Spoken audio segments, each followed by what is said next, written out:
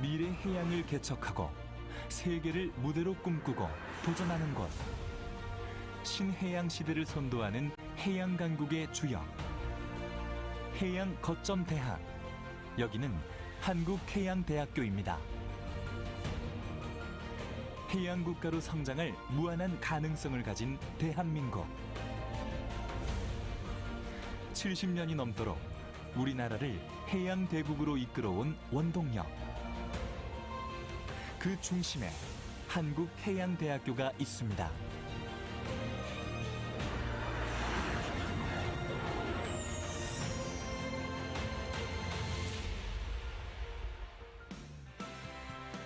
한국해양대학교는 해양으로 특화된 각종 첨단 시설과 장비들을 갖춰 해양 분야 전문인을 양성하고 있습니다. 고급 해기사 양성을 위한 실습선인 한바다호와 한나라호를 비롯해 선박 관련 시뮬레이션 교육이 가능한 마린 시뮬레이션 센터를 통해 숙련된 해양 인재를 키웁니다. 또한 초대형 해양 플랜트 구조물을 3차원 입체 영상으로 구현하는 VR룸, 각종 신기술과 선진 교수 기법을 전수하는 산학연 ETRS 센터 등 최고의 시설을 이용해 해양 교육과 연구를 수행하고 있습니다. 뿐만 아니라 카페형 학습 공간에서 자유롭게 토론하고 학습할 수 있습니다. 해양 인재 양성을 위한 노력과 열정이 더해진 결과 한국해양대학교는 대한민국 해양 교육과 연구, 정책, 문화를 주도하며 세계가 인정하는 해양 특성화 종합대학으로 발전했습니다. 한국해양대학교는 바다를 넘어 더 큰 세상을 품습니다. 전통 해양 산업 분야인 해운, 조선, 항만, 물류뿐만 아니라 해양공학, 해양과학, 해양금융, 해양레저까지 해양 전 분야에 특화된 교육과 연구를 담당합니다. 또한 4차 산업혁명에 발맞춰 자율운항, 스마트 선박, 해양 미래도시 등 미래 해양 산업을 이끌고 있습니다. 세계 최고 수준의 글로벌 해양 특성화 종합대학. 여기는 한국해양대학교입니다. 해사대학, 해양과학기술융합대학, 해양인문사회과학대학 3개의 대학과 일반 대학원 및 해양과학기술 전문대학원, 해사산업대학원, 해양금융대학원, 글로벌 물류대학원 5개의 대학원으로 이루어져 체계적인 해양 인재를 양성합니다. 드넓은 바다. 한국을 넘어 세계로 나아갈 우리는 두렵지 않습니다. 한국해양대학교가 나침반이 되어 인생 항해에 든든한 동반자가 되어줄 것입니다.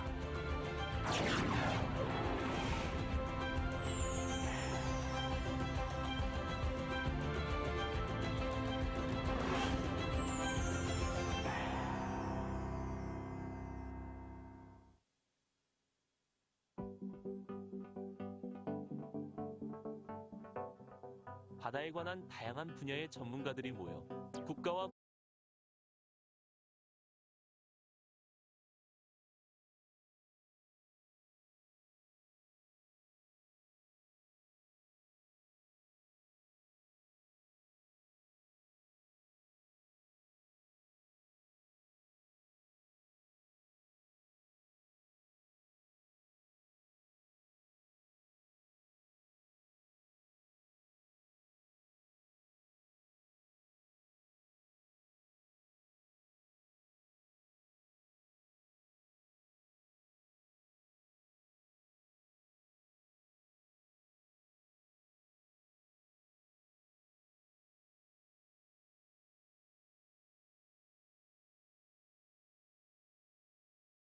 미래 해양시대를 선도하는 해양수산 정책 전문 연구기관으로 성장한 KMI는 해양 강국 실현을 위해 끊임없이 연구에 매진하고 있습니다.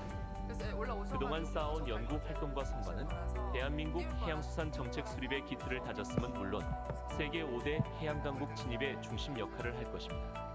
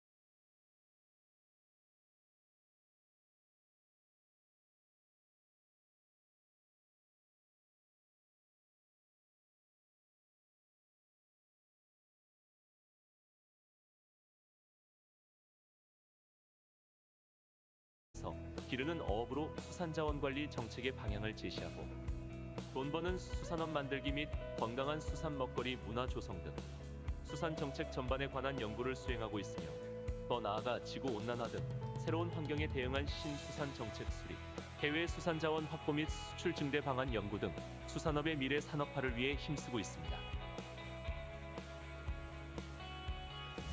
해운 분야에서는 세계해운 조선의 경기 변동에 대응하여 해운 금융 등 산업 기반을 강화하고 IMO의 해사 안전과 환경 규제 동향을 분석하여 국내 기업의 대응 방안을 마련하고 있습니다. 그리고 국가 해상교통 선진화 연구 등을 통해 우리나라 해운 및 해사 산업의 경쟁력 강화에 기여하고 있습니다.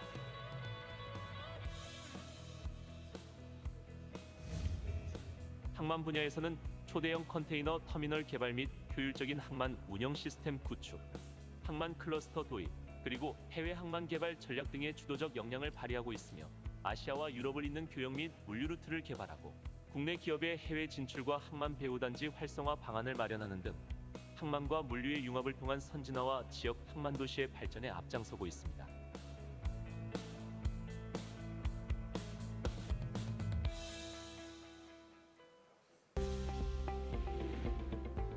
KMI는 대내외 환경 변화에 적극적으로 대응하기 위해 산업과 시장의 수요 예측 기능을 강화하여 관련 분야의 동향과 정보를 수집, 분석, 보급하고 데이터베이스화를 추진하기 위해 전문 연구센터를 설치 운영하고 있습니다.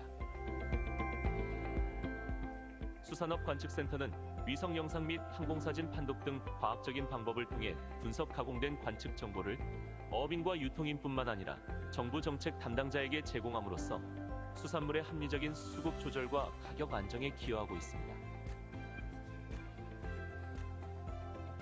EU, 미국, 중국 등 거대 경제권을 중심으로 FTA 체결이 확대됨에 따라 설치된 FTA 이행 지원센터는 FTA 이행으로 인해 피해가 예상되는 국내 어업인 등을 효율적으로 지원하고 있으며 해외 시장 분석센터는 메가 FTA 시대를 맞아 수산물의 수출 확대와 시장 개척에 필요한 국가별 품목별 정보를 제공하고 있습니다.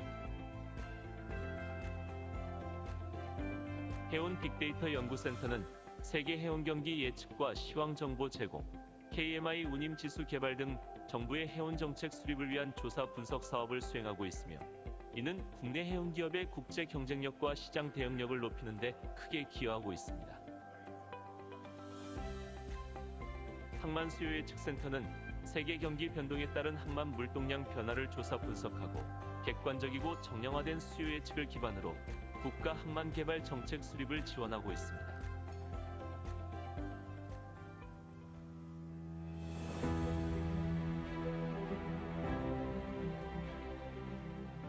지금 KMI는 세계 초인류 연구기관으로 도약하기 위해 새로운 도전을 하고 있습니다. 미국 EWC, 독일 ISL 등 해양수산 선진 연구기관뿐만 아니라 UN 에스캅, FAO, 햄시, WMU 등 국제기구와의 협력 연구를 통해 연구의 선진화 세계화를 추진하고 있으며 스페인, 러시아, 중국, 미얀마 등의 공동 연구센터를 설립하는 등 해외 협력 연구 거점을 확대해 감으로써 연구 역량 국제화는 물론 해양에 관한 글로벌 연구 의제 발굴을 추진하고 있습니다.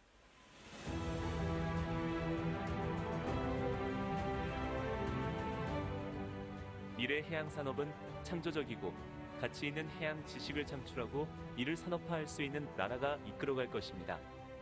세계 해양 어젠다를 안내 말씀드립니다. 잠시 후 2023 May I have your attention, please? We will soon begin the SMR session of the World Ocean Forum 2023. I'd like to ask you to come inside and take your seats so that we can begin. Thank you. Simultaneous interpretation will be provided into English and into Korean. Channel 1 is for Korean, Channel 2 is for English. Thank you. Have your attention, please. The Marine SMR as a New Energy Paradigm session of World Ocean Forum 2023 will begin shortly. All the distinguished guests, please make your way into the hall and be seated. We provide simultaneous interpretation of Korean and English during the session. Tune your translation receiver into channel number 1 for Korean and 2 for English. The session will begin shortly. Thank you.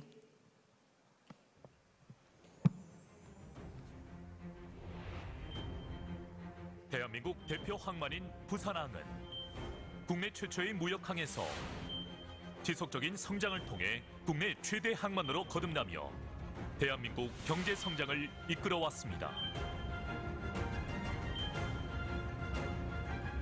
그리고 이제 부산항은 세계 인류 항만으로 도약합니다. 세계적인 환적 거점 항만으로서 국내 수출입 화물과 각국의 환적 화물을 처리하고 세계 3대 간선 항로에 위치한 부산항은 150여 개국 항만을 잇는 글로벌 네트워크를 구축하고 있습니다. 대규모 항만 인프라를 갖춘 부산항은 동부가 최대 환적 중심항인 신항, 인트라아시아 선사 거점 항만인 북항, 국내 최대 수산물 거점항인 감천항 및 다대포항 등 특화된 항만 시설을 자랑합니다. 여기에 최첨단 항만 시설과 우수한 항만 인력을 바탕으로 365일 24시간 안정적인 해운 물류 서비스는 또 하나의 경쟁력입니다. 또한 대단히 복합 비즈니스 공간인 신항 배후단지는 자유무역 지역으로 지정되어 세계적인 물류 기업들이 대거 입주하고 있으며 새로운 고부가 가치 물류 창출을 통해 지역 경제 활성화를 견인해 나갈 것입니다. 더불어 조대형 선박 접안이 가능한 깊은 수심을 바탕으로 최첨단 항만 인프라와 부두 시설을 지속적으로 확충해 나가고 끊임없는 개발을 통해 미래형 스마트 항만으로 거듭납니다. 나아가 가덕신공항 건설로 완성되는 해상항공 복합운송 시스템은 글로벌 물류 허브로서 위상을 강화하는 동력이 될 것입니다.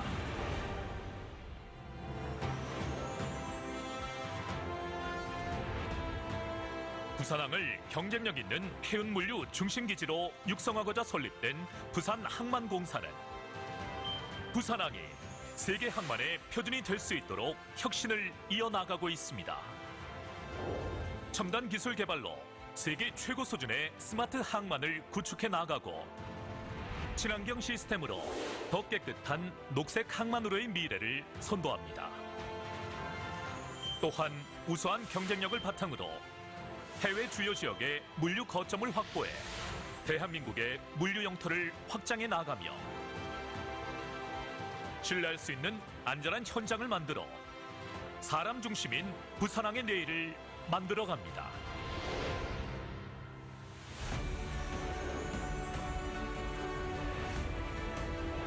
사람과 도시, 자연과 항만이 어우러진 아름다운 부산항이 각국의 여객선과 크루즈를 맞이합니다. 노후화된 북항의 항만 시설을 재개발하여 사람과 비즈니스, 문화와 예술이 공존하는 국제 해양 관광 중심 항만으로 변모할 뿐만 아니라 복합 해양 문화 공간의 탄생으로 명실상부한 동부가 해양 수도로 당당히 나아갈 것입니다.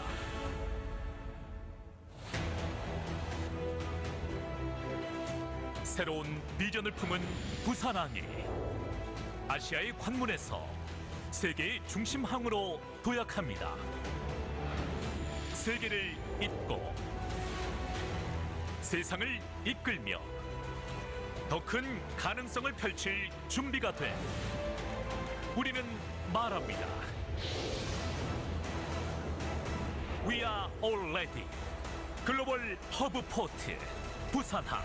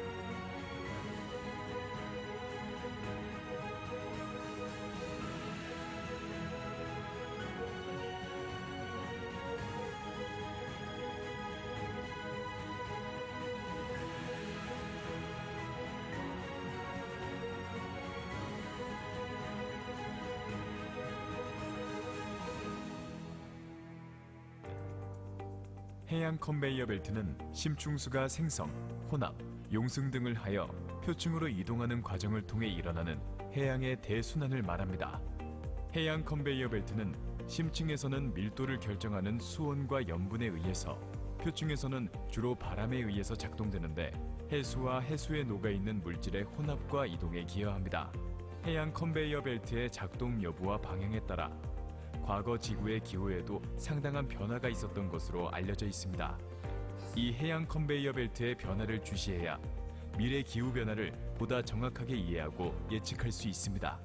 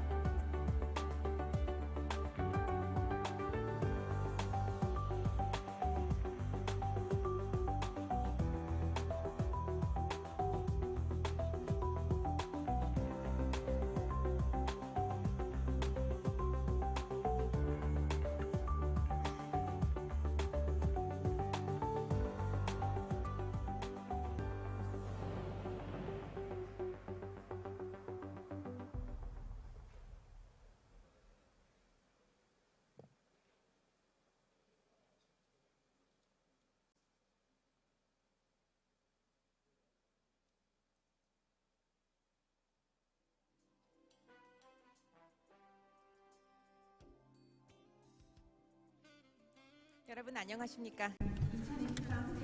Good morning, ladies and gentlemen. Welcome to the SMR session of the World Ocean Forum 2023. I am Jung Hae-ri. I will serve as your MC for today's session.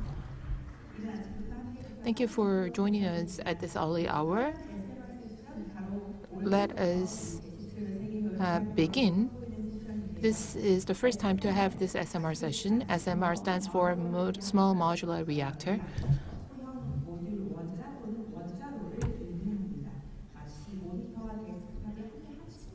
So this is something that puts together all different devices, and this is my first time to learn what this means.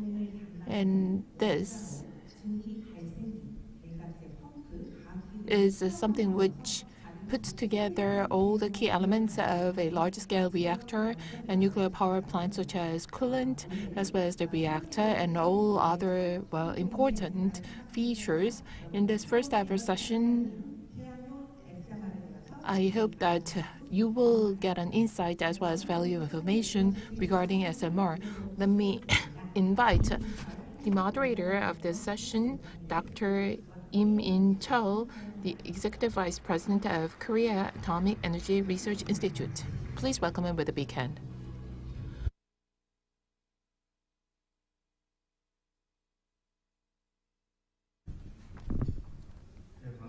Very nice to meet you all.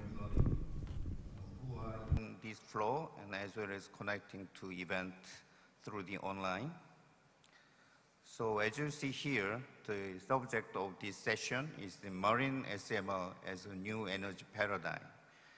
The every elements from the human activities in the world are putting efforts to limit the global warming. Most important task is to achieve net zero emission in 2050. The marine activities are not exception from this movement because the emission from the marine activities are about 3% of the world emission. July this year, IMO announced Green Gas Emission Reduction Strategy 2023. and declare the 2050 net zero emission objective. The realization of this objective need a lot of endless efforts from all the stakeholders in the marine area, including shipbuilders, shipping company, and regulating bureaus, as well as the research institute. The most important part to reduce the gas emission is to use the carbon-free energy source, replacing the fossil fuel. And in addition, we cannot neglect the importance of the regulation, which will expedite the use of carbon-free energy for the marine area industries. So I think that's why we are here together with the theme of marine SMR as a new energy paradigm. So for this session, I invited experts in developing SMR, as well as the expert in safety area and economic area, and as well as from the area of regulation. So in this session, we'll hear 3 speakers, and after just a short stop, we will invite another 3 panelists, and we'll have some discussions. And also, I will invite some questions from the floor as well at the end of the panel session. So I would like to invite first speaker, Dr. Tae-ho Lee from Korea Atomic Research Institute. He has the PhD degree in nuclear engineering from Seoul National University in 2000. And he is now in charge of the development of various types of SMR for the use of in various industrial areas, including the shipbuilding area. So please, Dr. Lee, to show up here and make a presentation, please, about the SMR development.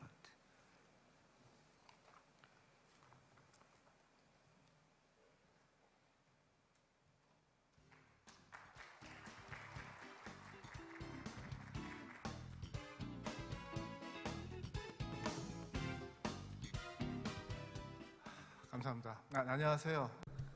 Good morning. As introduced, I am Lee Tae-won, Senior Vice President of the Korea Atomic Energy Research Institute. Around 2020, the IEA published a report.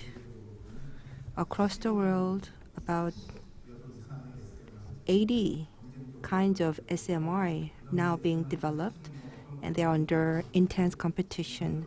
These diverse arrays of SMR sometimes coexist in harmony, but they are also engaged in intense competition. And they're actually in different phases of development. And this indicates that there is a growing international interest in SMR technology. In particular, SMR is very advantageous because it can be used for various purposes. It can also be an effective means to realizing carbon neutrality. So it now draws a lot of attention from around the world. And my presentation today will be about what aspects we have to be aware of in order to apply SMR technologies for marine sectors. In the past, we used the power of wind and ships for long-distance trade. In 1838, the first steamship was invented. So it departed from Bristol in the UK and traveled across the Atlantic Ocean and arrived in New York in 15 days. This steamship was based on coal, and along with the telegraph, the steamship revolutionized long-distance international trade. And after that, after 120 years later, so we had some needs to build and the cargoes in a more dense and manner. And that's how the concept of the container began. So here you can see that this ship transported 58 aluminum containers and finished its journey from Newark, New Jersey to Houston, Texas in 5 days, which opened a new era of containerized shipping. As you know, the introduction of the container in shipping industry has significantly decreased the time for transportation as well as the cost, and therefore again revolutionizing the transportation sector once again. But now we are now facing a very urgent, severe challenge, which is to achieve carbon neutrality. We are facing a new paradigm shift. And in the maritime sector, yes, so we saw several revolutions starting from the SS Great Western, followed by Ideal X that introduced the concept of container.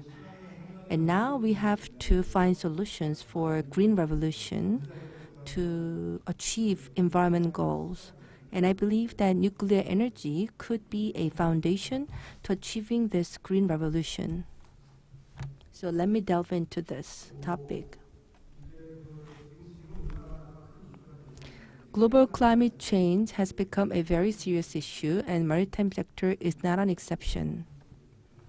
As you know, a lot of carbons are emitted from the maritime sector, and because of the climate change, we now see a lot of natural disasters occurring. For example, like the level of sea increased significantly, seawater temperature also went up, and ocean has been acidified, and this will significantly decrease the amount of catch, and also the Arctic sea ice is now melting. Glaciers are melting. For the maritime sector, in 2018, about 1.76 billion tons of carbon dioxide were emitted. So there have been some serious efforts going on to mitigate the CO2 emission. For example, slow down the speed of propulsion, or secondly, using low carbon fuel, and thirdly, optimizing the route to reduce the transition time, or fourth is the using devices that can improve energy efficiency. So these are the efforts to mitigate carbon emission. This is something that I touched upon already. So in 2023, IMO announced a new version of greenhouse gas reduction strategy, and it stipulated several goals by phases. The first phase is by 2030, and IMO's goal is to reduce greenhouse gas emission by 20%, and then by 2040 by 70% to achieve net zero by 2050. So in order to achieve carbon neutrality, what kind of energy sources we need? One of the answer or alternative that we can rely on is SMR. I'm sure that SMR will play a pivotal role in helping us achieving maritime carbon neutrality. As you know, nuclear energy is free of carbon emission, and it can also provide a strong propulsion power for ships. So we have large, mid-sized, and small reactors. So here you can see that based on the electrical output, large means over 700, medium between 300 and 700, and small is less than 300. So electrical output is small for SMR, less than 300. But if you look at the components of these SMR, they're actually fabricated and manufactured from the factories and then transported to the site. So on the site, you only need the assembly and installation, which significantly reduce the time for manufacturing. So as for the large nuclear power plant, all the major equipment have to be connected with large pipes. However, the small modular reactor, it enabled the unified design and also the pre-assembly And it can also effectively eliminate the potential sources of major accidents. It also realized a very compact size. So there are a lot of advantages for SMR compared to large nuclear power plants. What kind of advantages we can enjoy with SMR? I believe SMR is actually being developed in a direction that can respond to various needs of nuclear markets today. First of all, in terms of safety, of course, the large-scale nuclear power plants are safe, but SMR can beef up the safety, and also it can eliminate the potential scenario for nuclear meltdown. And during the accident, we have to have a safety system to maintain the nuclear reactor safe. And usually the large nuclear power plants, they use active safety system because of the large size. However, SMR is small in size, and therefore we just need to rely on passive safety system, which is much more safer than large power plant. And also it can have robust seismic design. And also during the accident, the residents nearby do not have to evacuate. And in terms of economic feasibility, all the major equipment have been modularized, and they are pre-assembled and brought to the site only for installations. So this could shorten the construction period and save money for construction. And also, with the integrated installations, we can minimize the number of human labor input. It can also minimize the risk of the construction delay, because SMRs are small and cheaper than large nuclear power plants. So this could also significantly reduce the initial capex. And because of these advantages, SMR is now on the rise, and a lot of private companies are trying to develop SMRs. And as you know, the SMR can be utilized for various purposes, and it can be utilized for the district heating system, as well as the desalination of the seawater system. It can also be used for the space purpose or the marine sector for various types of energy propulsion. So it has, again, many advantages because it's small. So its advantages are mainly driven by its size.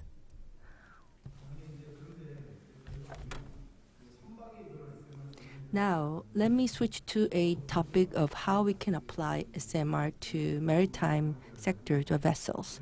And there are several requirements to be met for that application. For example, there should be no radioactive release so that the crew can be kept safe. Because crews, they are in the middle of the sea on board, and therefore they have nowhere to evacuate when there is a nuclear accident happening. And also it has to have an excellent inherent safety, and it should reduce the complexity for managing spent fuel. And for the construction and operating cost, again, it should be competitive enough, low enough for competitiveness. And for this, what's necessary is to achieve full modularization of all equipment. And also, in order to minimize the operators' manual mistakes, we have to have the passive safety system. Here you can see the various maritime SMRs that are now being developed. For example, in Russia, they are now constructing 3 SMRs, including Arctica, that you can see from the photo. They also have a floating type nuclear power plant using SMR, and they use water as coolant. Or sometimes some companies, they use molten salt as a coolant. So one of the examples is the CMSR developed by Danish company Seaborg, and the MCFR co-developed by a UK company and a US company. So the molten salt reactor is the 4th generation reactor. And the nuclear reactor is small, and therefore we can actually load a lot of cargoes. And also it has a great safety, and the fuel mixture is designed to drain without pumping from the core of the container vessel. And also it eliminates the risk of the hydrogen explosion or many kind of accidents. Currently, our research institute, together with a private company that's interested in developing this technology, we are now initiating the project to develop the MSR. So one project that we are now pursuing is to achieve 100 megawatt hour of the thermal output with the coolant of molten salt and outlet temperature 650 degrees Celsius. And the Korean government has come up with a 6th comprehensive nuclear energy promotion plan that includes the development of the molten salt reactor. And in order to achieve a secure enabling technology for the MSR, together with the Ministry of Science and Technology, we have embarked on several projects. So here you can see that the molten salt reactor SMR, so it's the 4th generation reactor, and therefore technology is still premature. So we may face some challenges for technology development. And also, unlike the ground operation, it has to be applied in the maritime field, and different regulations will be applied, which could again pose us some important challenges. So I believe that it is very important for the government, shipbuilding, and also energy industries to cooperate to realize this vision for carbon neutrality. And with that, I would like to conclude my presentation. Thank you very much.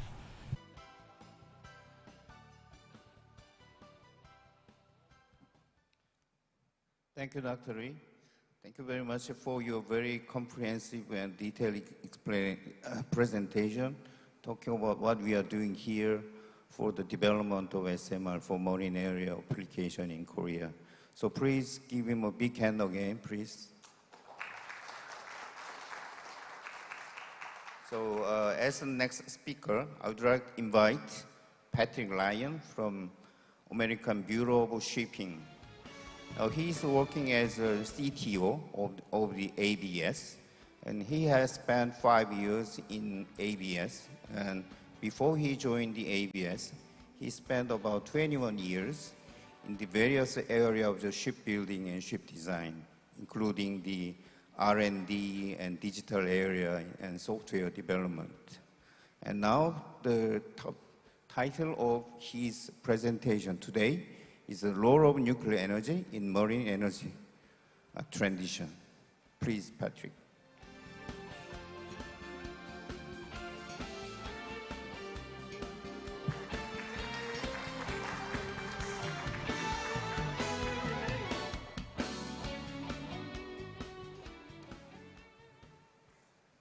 Thank you, Dr. Lim. And thank you for hosting me today here in Busan, lovely Busan. Happy to be back. Again, my name is Patrick Ryan. I'm the Chief Technology Officer at the American Bureau of Shipping. And as was included in my introduction, I have a long and proud history of designing nuclear-powered vessels for the United States Navy at the largest shipyard in the United States prior to my joining ABS as their Chief Technology Officer. In Dr. Lim's opening slides, he did talk about the impact of the IMO and in particular the Marine Environmental Protection Committee, or the MEPC, in their meeting this July to talk about the future of decarbonization and carbon intensity. MEPC 80 had a document released called Resolution 377. And I think both of the prior speakers did an excellent job talking about the reduction of the greenhouse gas targets. But one thing that happened at that meeting is kind of a throwaway almost, was a comment about how the marine industry will handle its carbon accounting for carbon intensity going forward. To this point, carbon intensity was calculated from the tank of the vessel through its wake. We would call that tank to wake, meaning if you were using a decarbonized fuel, whether that be a biofuel, ammonia, hydrogen, or other alternative, the method by which it got into the bunker situation for the vessel was immaterial. What that meant was the broad industry availability for potential fuels like ammonia were at the option for ship owners to use in their new designs. At MEPC 80 this summer, something changed. The statement in the resolution was we are not going to shift the accounting of the carbon in the production of the fuel to other industries. And the implication is that there is a new carbon intensity factor to be calculated accounting for the well to the tank. The specific mathematics for that won't be available for a few more months. My understanding is that it is coming out in March, but it did change the game for the future fuels discussion in the maritime industry. And what that did was it elevated the importance of nuclear energy in the production of those fuels. So when we think about future fuels for maritime, we think about them with this color scale that you see on the slides. If the fuel is coming from coal, we will typically call that brown hydrogen, brown ammonia, etc. If it's coming from the steam methane reformation of liquefied natural gas, which is the majority of hydrogen production today, we call that gray. And then blue is using carbon capture, green using renewable energy sources, solar or wind, and then pink, the use of nuclear energy in the production of these fuels. To this point, what we have today, 99% of alternative fuel production today is either brown or gray. Less than 1% is blue or green. What we would anticipate is then the demand for these types of fuels in the future to account for the new carbon scoring of the maritime industry going forward will increase its demand and therefore its cost, making nuclear energy's production of these alternative fuels more and more viable. On the chart behind me, you'll see the carbon contribution for greenhouse gas well to wake and greenhouse gas tank to wake. And as you can see, the gray and the brown flavors of hydrogen or ammonia or similar fuels can be worse than even using those fuels strictly in the tank from a total carbon emissions perspective. And this is what's changed the game for maritime more, I think, this year than anything else. So as we think about the use cases for nuclear energy in maritime, we see at ABS two pathways. We see the pathway for the production of green fuels in an offshore basis, whether that's an offshore production plant. Think about a floating production, storage, and transit offshore, an FPSO offshore that produces alternative fuels using electrolysis from electricity produced by a nuclear reactor. We see as maybe the first type of products that will enter our industry.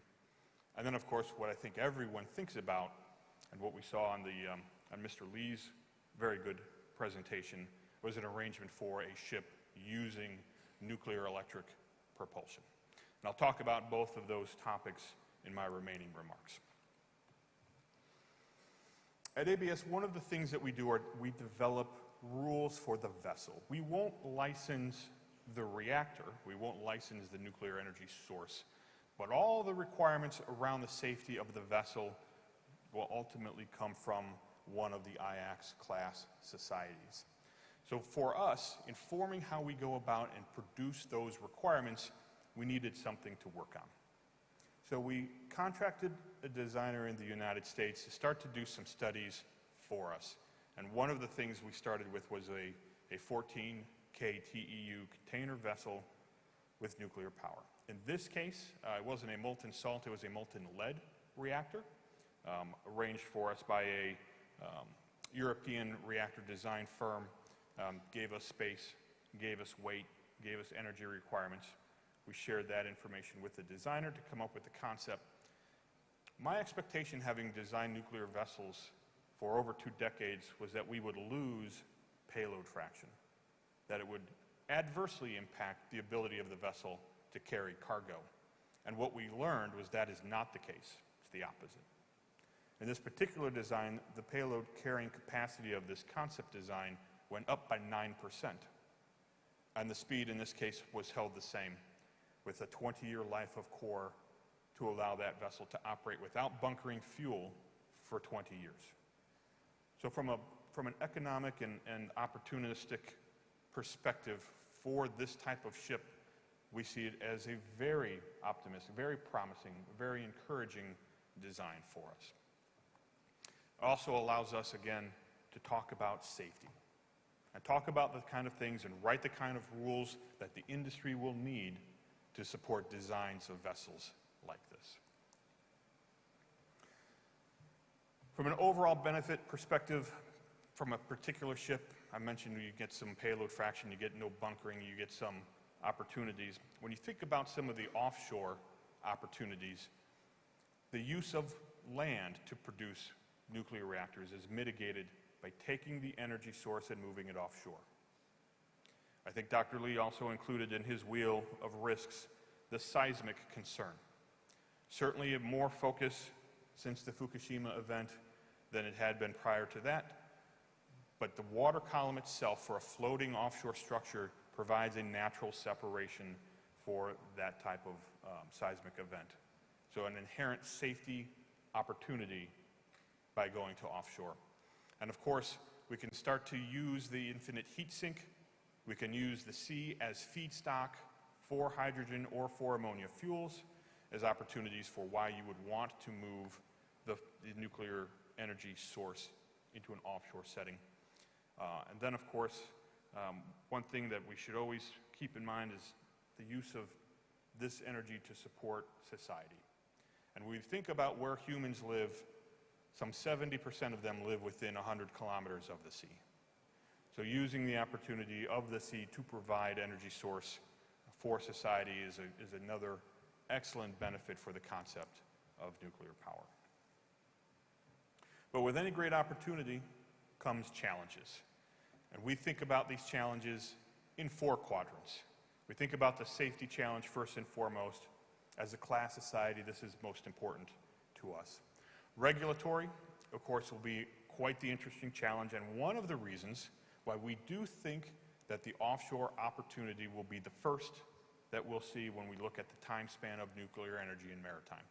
And that is primarily driven by the regulatory concerns of whether I have just a single nation state, flag state, or coastal state that will license the reactor versus a vessel that will transit between nations and will have to have regulatory adoption by both the flag state as well as the receiving port state for where that vessel trades.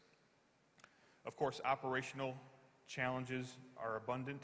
We have them at the shipyards and during construction itself. How will ports allow for the use of nuclear reactors? There is lots of interesting opportunity in allowing the vessel to reverse cold iron or send energy into the port to support electric vehicles and electrification of cranes and others. And then what I think many of us think about when we think about nuclear energy as a challenge to adoption are the commercial and social elements.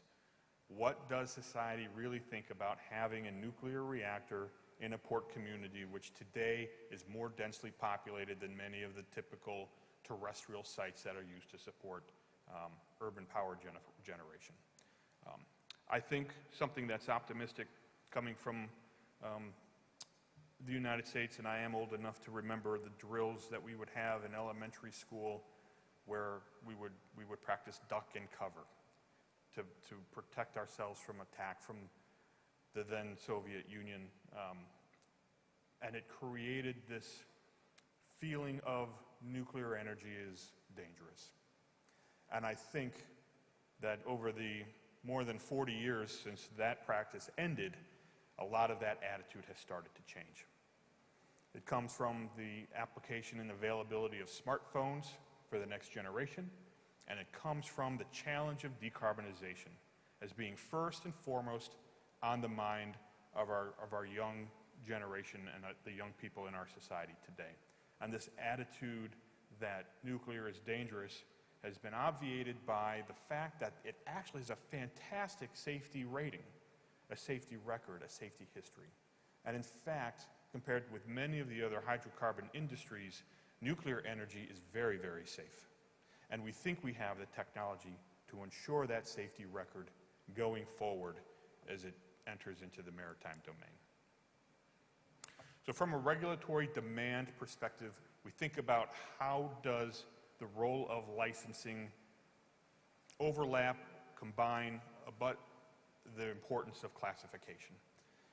One of the things that we see as an IAC society at the American Bureau of Shipping, our role is to help bridge the gap between the nuclear industry and the maritime industry, and bring industries together that haven't spoken for many, many years, to help with the regulations that are going to be needed and the unique challenges of putting a reactor at sea where it's subjected to motions, subjected to a more corrosive seawater environment, and ensure that the design elements of the nuclear plant consider maritime, but then also the design of ships consider the additional weight, consider the special arrangements for shielding, and other unique characteristics of a nuclear reactor at sea. For us, the next steps in classification will be the production of those very important rules or requirements for nuclear-powered ships. At the American Bureau of Shipping, this work is underway. We are funded primarily by the United States Department of Energy to evaluate what those requirements will look like, and we expect publication in the first half of 2024, next year, just a few months away. For us, we're very proud of where that stands now, and we think that will very much help enable the industry to begin to produce designs on the maritime side that will support a nuclear energy transition. And this isn't the first time that ABS has done this. In 1963, under President Eisenhower's Atoms for Peace program, the United States built a nuclear-powered commercial ship called the USNS Savannah. The Savannah sailed for about 7 years. It's just a demonstration platform of nuclear energy for peaceful purposes. It was a pressurized water reactor in that case. It was owned by the government, by the Department of Transportation at the United States, called the Maritime Administration, or we say MARAD. And that vessel is still available to go visit today as a museum ship in Baltimore, in Maryland. That ship then, in 1963, to this day, as a museum ship, has been classed by ABS. And ABS produced the rules for which that vessel was designed back in the early 1960s. I've had the opportunity to actually read those rules, and you might be surprised. It's a very thin book compared to the type of requirement documents that we produce today, many, many pages, but it's actually quite good. And they used an approach called goal-based standards that will likely be the basis for our approach today. We know that there's lots of demand in industry for prescriptive rules, where you say exactly what you need to do. But because of the continued evolution and the multiple types of reactors, it would take longer to wait and define prescriptive rules than goal-based standards. So that work is underway today at ABS, and I will be excited to come back next year about this time and tell you all about those rules as they will have been published by then. So I do encourage everyone, please, if you have questions about class, come talk to me. If you want to know more about what we're doing, work with us on research and development of our rules or topics. ABS is happy to do that kind of work. With that, I thank you very much. I look forward to the panel discussion coming up. And Dr. Lim, I will turn it back over to you to introduce our next speaker. Thank you indeed.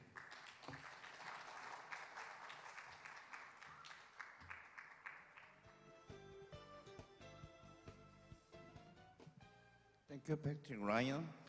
I believe his speech gives us a clear idea about why we need the nuclear energy for the ship or marine area, and also he highlighted the benefit and challenges that we are facing for the use of the nuclear energy in the area of marine industry or shipbuilding. So please give another big hand for his nice presentation. So as the next speaker, I will invite Dr. Jung Jong-ho from Korea Register.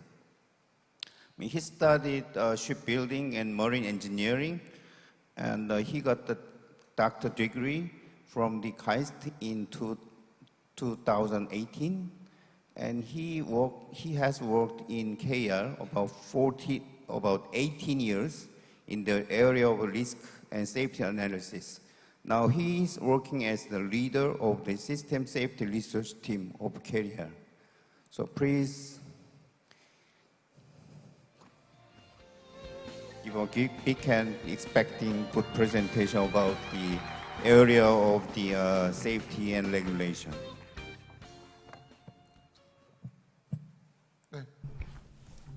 Thank you very much for your kind introduction. I am Jung Jong-ho from Korean Register.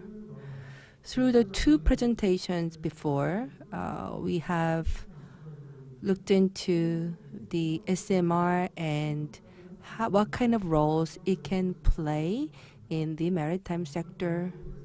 And now, along with that, with the third presentation, I would like to talk about what kind of challenges we will face and we have to overcome in order to successfully commercialize nuclear-powered merchant ships, especially in relation with the regulations. So I'm not going to talk about very technical stuff. Rather, I will talk about more common challenges that we have to overcome to see actual realization of nuclear-powered merchant ships. Here you see the contents of my presentation. So my presentation will consist of two parts. The first part is about the nuclear-powered merchant ships and what kind of challenges we have to overcome to realize that. So overall, I believe we have to overcome 5 challenges. So I briefly explain each of them. And we have some regulations for nuclear-powered merchant ships. So I briefly touch upon what kind of conventions or rules and regulations exist. Let's go back to the past. Except for Russia, there were no nuclear power ships currently that are pursuing currently. But in the past, we had nuclear power ships. So the first one was the Savannah. So it started its service in 1962 and completed until 1972. And as mentioned by Dr. Patrick Lyon, it is now being used as a museum. So the commercialization actually failed for this ship because of the low economic feasibility as well as the low reliability. And also there were some conflicts among the crew. So because of these reasons, the Savannah failed to be commercialized. And second ship is the Otto Hahn, launched by Germany. And it's a more like an experimental nuclear power ship. And it was in service for about 10 years. And then it was reformed and then discarded in 2009. So it traveled various countries. However, oftentimes its docking was denied. And so it has a very limited shipping routes. And also the OPEX is just enormous that the commercialization was not made possible. And the third ship that I would like to talk about is the Muchu, launched by Japan. And it never succeeded the commercial operation. Until 1992, for about 20 years, it only did the test run. And prior to the test, it actually experienced the radioactivity leakage accident. And so because of the strong civil complaints as well as the resistance from the nearby residents and the fishermen, it could not be commercialized. So based on these 3 cases, maybe we can come up with some 5 challenges that we have to overcome. So let me elaborate each of them. The first one is about cost effectiveness, as well as the sustainability in marine sectors. And for this, we have to develop effective SMRs. Various types of SMRs now under development. So I believe in the not too distant future, we'll be able to have some practical solutions for SMR that we can use and apply in the marine sector. And here you see one of the research projects. So it compares the diesel and LNG CAPEX and OPEX. And you can see that within 10 to 15 years, the break-even point would be reached, and so-called crossover will occur between diesel and LNG and nuclear. And also for the nuclear power ship operation, we really have to have innovative thinking for operation. So in the existing vessels, we have to think about the interests of different stakeholders, including the government, shipbuilders, ship owners, and so on. But with the involvement of the nuclear reactor, you see that again, there will be some new entities being involved. For example, like we have to comply with the restriction of the non-nuclear proliferation, and also we have to prepare for potential safety accident. And therefore, we have to have a completely new concept of operation for nuclear power ships.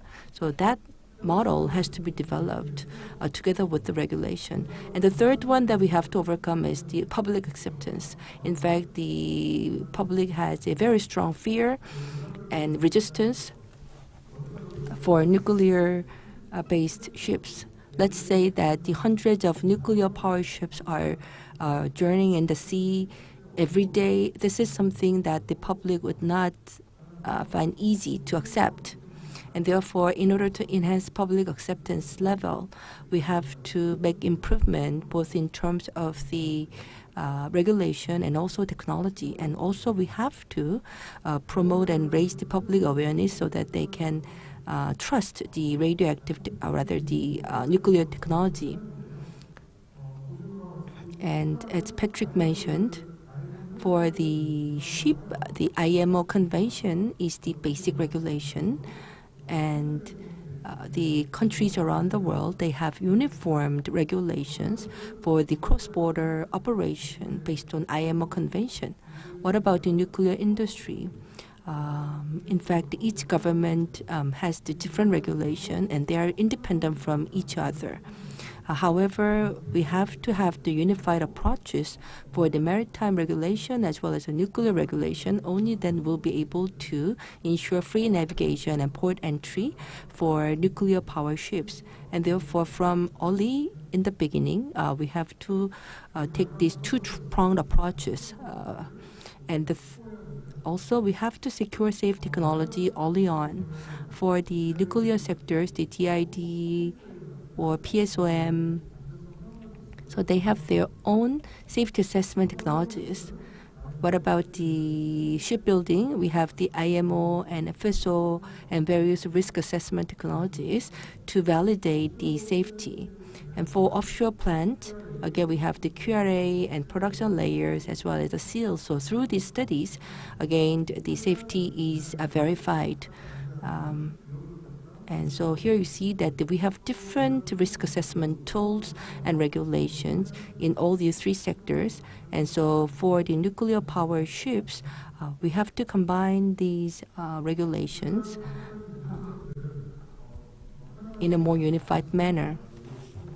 So I believe that this really requires a lot of time for us to overcome these challenges. And these 5 challenges are not exclusive, rather they are interconnected and interrelated.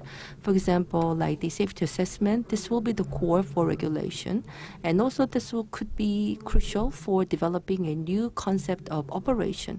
So you can see that these 5 challenges are somehow interconnected and interrelated.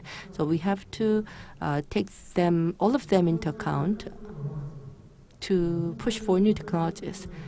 Now, I would like to talk about the regulatory status. So there are about 5 regulations in relation with the nuclear-powered merchant ships.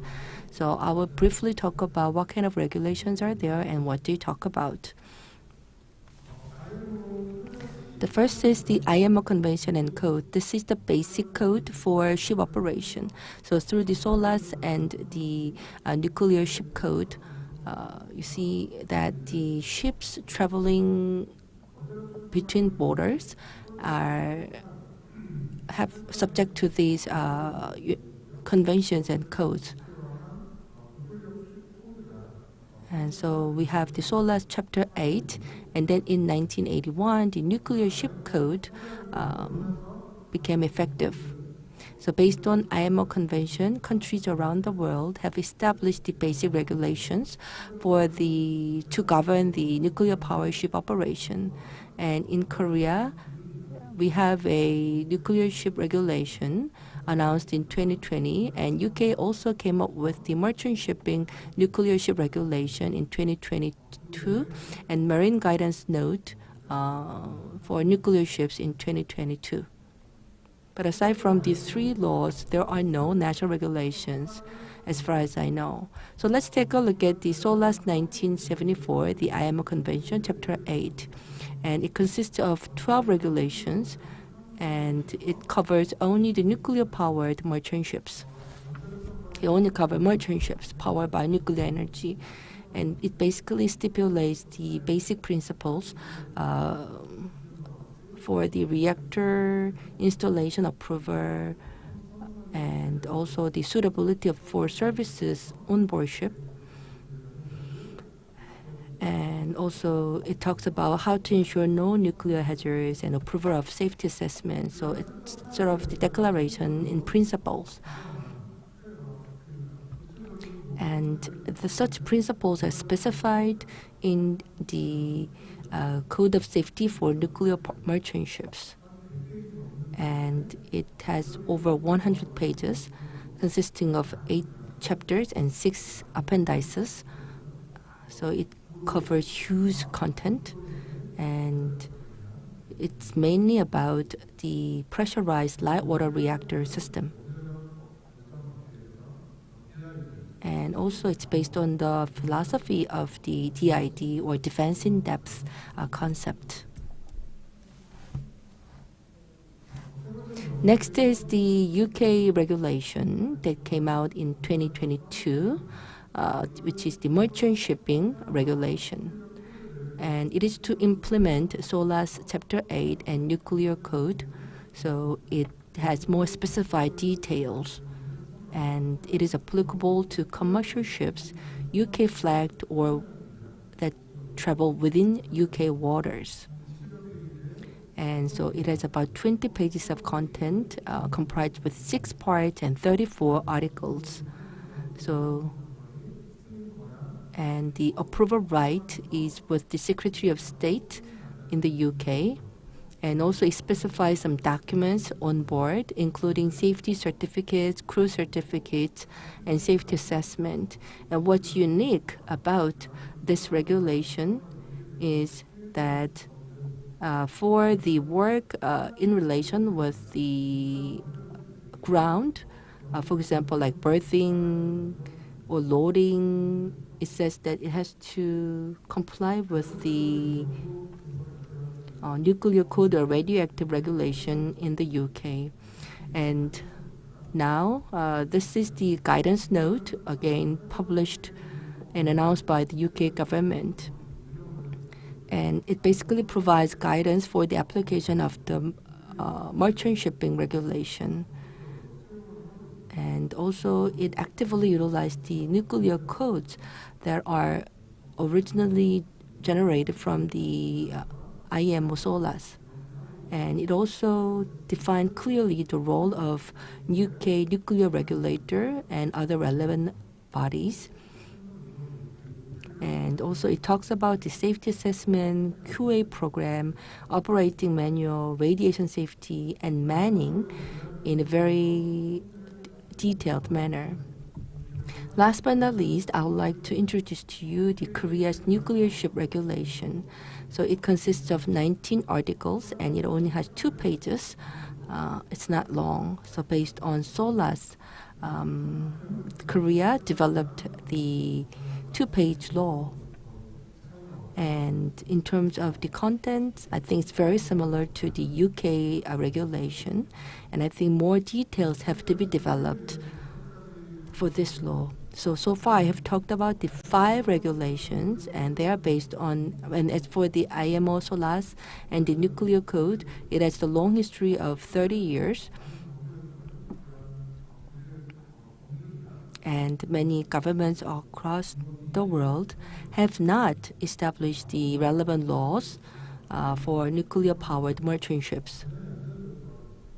So what we have to do in the future, of course, we have to develop more specific details for safety requirements.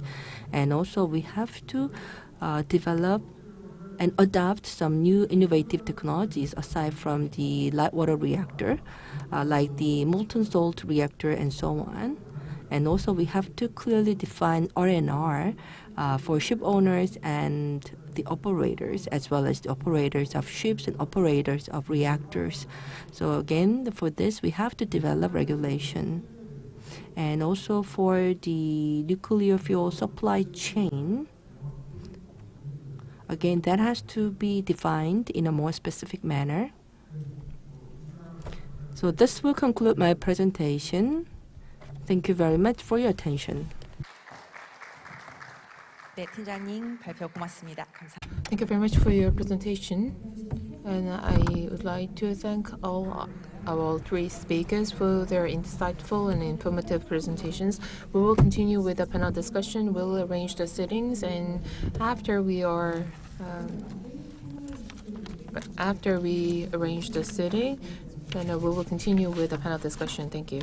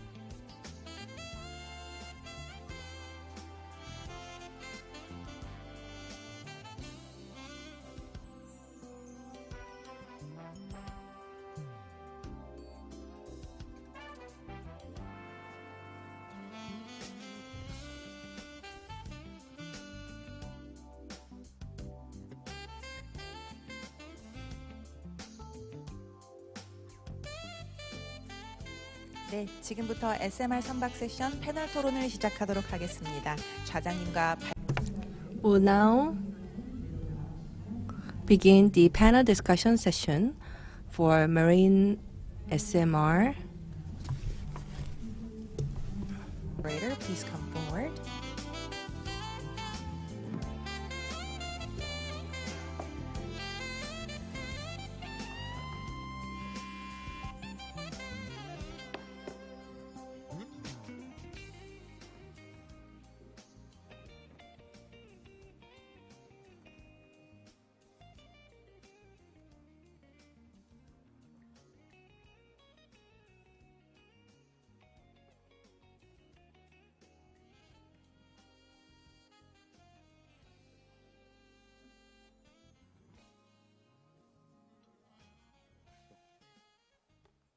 Yes.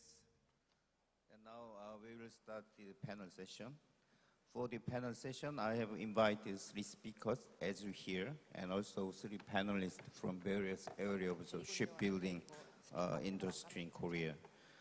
So if I first give a short summary about what we hear today from 3 speakers, then Dr. Tae-Ori explained what the nuclear engineers are doing in Korea for the development of SMR to use in ship building. And also Patrick showed a brief introduction about the benefit and challenges that for the use of the nuclear energy in ship area. And also Dr. Jung explained about what are the regulatory issues and status for the deployment of nuclear ship in commercial scale. So I have invited 3 panelists for the panel session. So I would like to introduce Dr. Hee-Sung Lee from Samsung Heavy Industry. He's working as in charge of the safety and environment analysis, and also the development of MSR in Korea. And Dr. Sang-Min Park from HCD Korea Shipbuilding and Ocean Engineering. He's now working as the CTO there in charge of the new technology development. And also I have invited Dr. Seol Han-sim from CRISO. He's in charge of the development of various types of ship there. So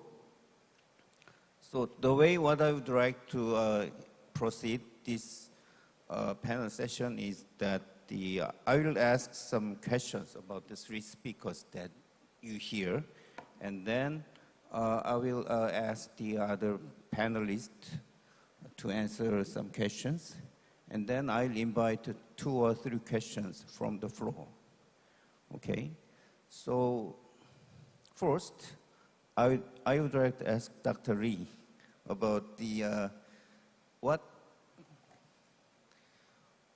the issues in the commercialization of the nuclear ship in view of the nuclear engineering.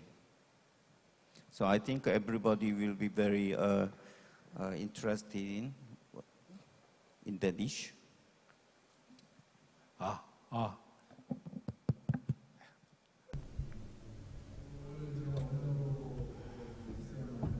So I briefly talked about the SMR with my presentation. But in fact, whether you use water as a coolant or sodium or the gas as coolant, we actually have a very diverse array of nuclear reactors.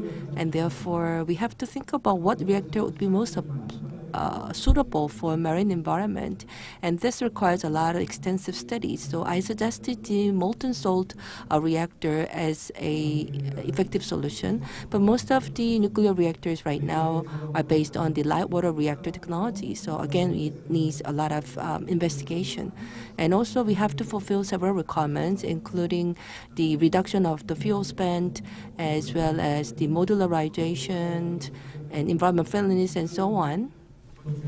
But I believe that the devil is in the more technical details. For example, like the controllability of operation, or how we can handle various kind of resistance in relation with the ship motion. And also the various components have to be reduced in size in order to have an effective commercialization. And also most of the reactors are for the ground and land environment. So we have to think about how we can apply that to the unique marine environment and how we can ensure safety in that process. So this requires a lot of studies. And also together with the nuclear sector and the maritime sector, these 2 sectors have to be connected for effective development because the things will be very complicated. And also there will be a lot of requirements, especially in terms of the space and so on. And so I believe more cooperation has to be done between the nuclear sector and maritime sector. And as for regulations, the other speakers talked about it in detail, so I will just talk about technical aspects. So there are various technologies that now exist. So based on the operating conditions, we have to have technical challenges. And if we can have ample time and money, then of course we can embark on commercialization right away. But as for the practical challenges that we have to deal with, first of all, we can apply the marine conditions to the land-based design. And so with this design, we can do some demonstration,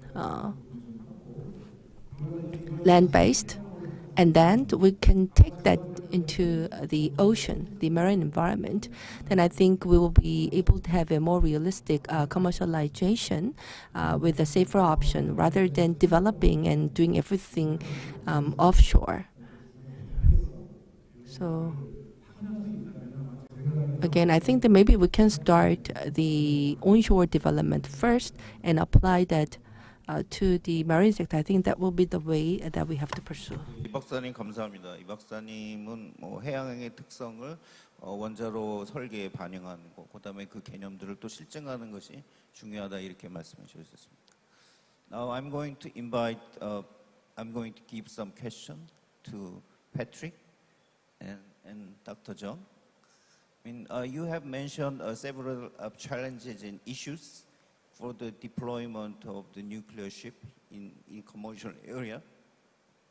And there are many aspects, but what I would like to ask today is what should be done by the IMO or IAEA for the realization of the nuclear ship in industrial scale. Please, Patrick first. Okay. Thank you, Dr. Lim. So I think Dr. Chung did a good job of surveying the landscape of regulations that exist today. When you read SOLAS Chapter 8, and when you think about any of the applications of regulations to nuclear energy that exist prior to very recent past, everything is focused on pressurized water reactors or light water reactors.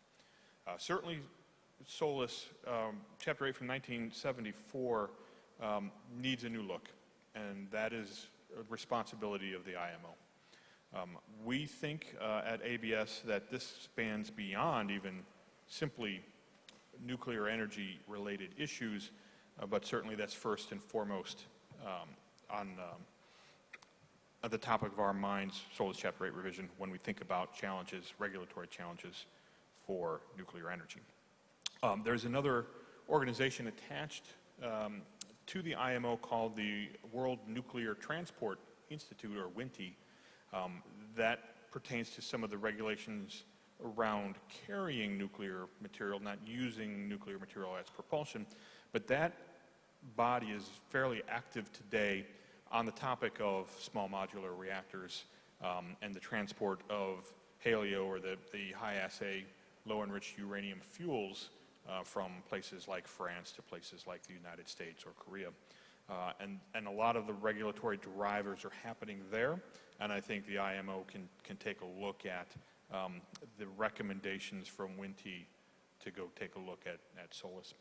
And one other topic that I'd like to raise that we haven't really talked about, but that's very adjacent to regulatory, is insurance. When we think about and we look at the history of nuclear-powered vessels since the 1960s to today, they're government vessels. So they were self-insured, so to speak. They were warranted or guaranteed by the governments that owned them.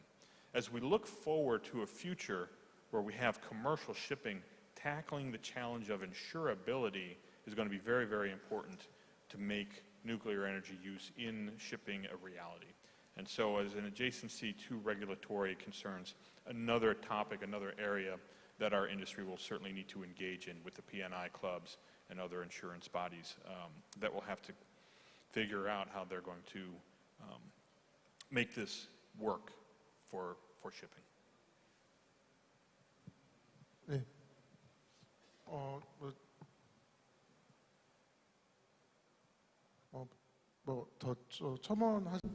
So I would like to add some comment on that in IMO or in shipbuilding sector, So the IMO convention provides a very strong, unified regulation to ensure the free navigation and sailing of ships cross borders. However, the nuclear sector, each country has its own law, and mutual recognition of different countries is very difficult. But so if the nuclear power ships cannot navigate freely, then it's not commercially beneficial. And therefore, IAEA, I believe, should establish a unified regulation, just like IMO, so that they can be implemented by all countries to ensure free navigation. Thank you very much. If you allow me to make a short summary, I mean, I'm going to expect very comprehensive and integrated activities from the IMO to resolve all these regulatory issues, including the issues in nuclear material transport and also in the insurance. And so I think Dr. Jung is giving an idea to the nuclear engineers about what we should work together with the IEA to for the realization of the commercial ships, nuclear ships. So now I'm going to invite 3 experts in the ship engineering. So, well, actually we are talking about the use of nuclear energy. So I'm a nuclear engineer, and Dr. Lee is also a nuclear engineer. So I think you are the expert in the shipbuilding and ship engineering.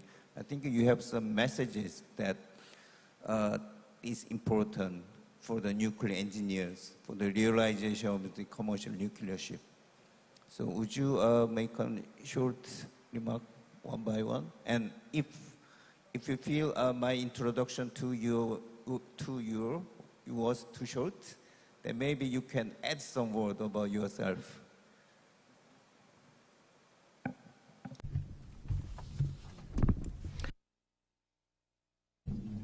Very nice to meet you all. I'm Lee Hee-sung of Samsung Heavy Industries. In the nuclear industry, the marine application, we have received a lot of questions, and we have been very active in interactions as to that topic. But it's been only 1 or 2 years since we started this kind of conversation, and the national policy project has just begun. So we need more time to get to know each other, the shipbuilding industry and the nuclear industry and the maritime industry. And the area of cooperation, I hope to see, to take some examples.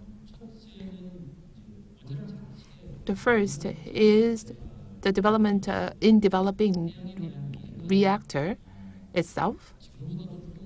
I think, well, there should be an in-depth understanding of the marine environment, and there should be an active discussion as to that. In 3 to 4 years' time, we will not be able to see fully commercialized nuclear vessel. That is why we have to take a long-term perspective. So rather than focusing only on currently available vessel type and the vessel model, they might not be of any use at all when we have the technology mature enough for commercialization. So we have to have a concrete discussion as to which vessel type and which vessel shape we will go for this nuclear vessel. Only then we can talk about the speed, above 20 knots or below 20 knots, or even above 30 knots, and so on. So we need to be engaged in more active discussion and conversation. And the second point I'd like to talk about is a propulsion system. So we may run a totally different propulsion system, so not relying on the propeller scheme anymore. That is why we need to be quite active in our discussion so that we can be agile in adapting ourselves to any technological advances. And then we can move on to which batch can be applied into the reactor development. And the last part is about operation. So who will control the SMR? we are not talking about any human operation. Many people are talking about automated remote control of the SMR. How much we can be flexible and open to this idea? Well, this should be further discussed as well. So next, Dr. Park, please. Yes, so good morning. I am Park Sang-min, Research Director of HD Korea Shipbuilding and Offshore Engineering. So we are the subsidiary of the HHI that support the shipbuilding and offshore engineering. So our major goal is to develop environment-friendly ships. And recently, we focus on developing nuclear power ships. I have been in the company for about 20 years and mainly in the shipbuilding and the marine plant. I was engaged in some novel technology development, and I had opportunity to work with many colleagues who developed very pioneering technologies. In other words, our research institute focuses on future-oriented technology rather than supporting the existing operation. So I think that it really gives me a lot of luck.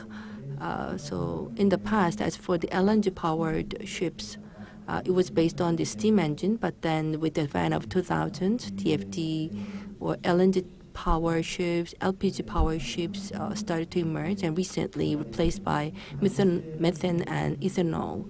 So these were sort of the future technologies at the time, but now it has become the standard technology. Even the ammonia propulsion ships, we now take orders for that. And also, for example, like the air lubricant component. When I first joined the company, I thought that it's just an absurd. This is to spray the air droplets to reduce the resistance. So at the time, I thought it's just absurd. But now it has become a standard technology for LNG power ships. So with these technological advances, the equipment manufacturers are also changing, and the hegemony or the so-called like strong players are also all have been changed. So in the past, Japanese players played a very pivotal, strong role, but now they're replaced by many other companies. And I believe that the similar advances and changes will take place in the nuclear sector as well.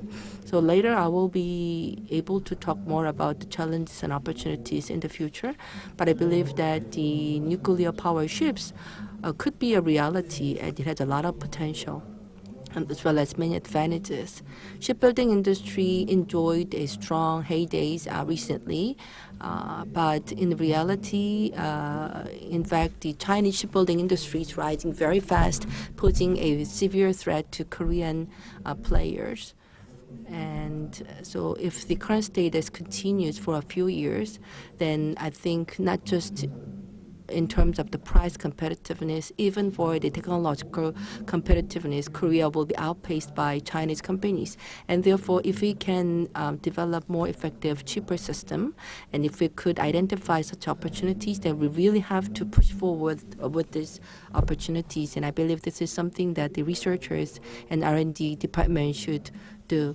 And Patrick Lyon talked about the floating SMR-based technology, as well as the hydrogen-based ships and so on. And for shipbuilders, I believe they have very high expectation for the nuclear propulsion ships in terms of the technology approval. Yes, some people are saying that the floating type is better, but just for the barge supply, the shipbuilders will not disrupt their existing manufacturing process, and also the demand would be pretty minimal. And therefore, rather than the floating structure, they are more interested in the propulsion ships.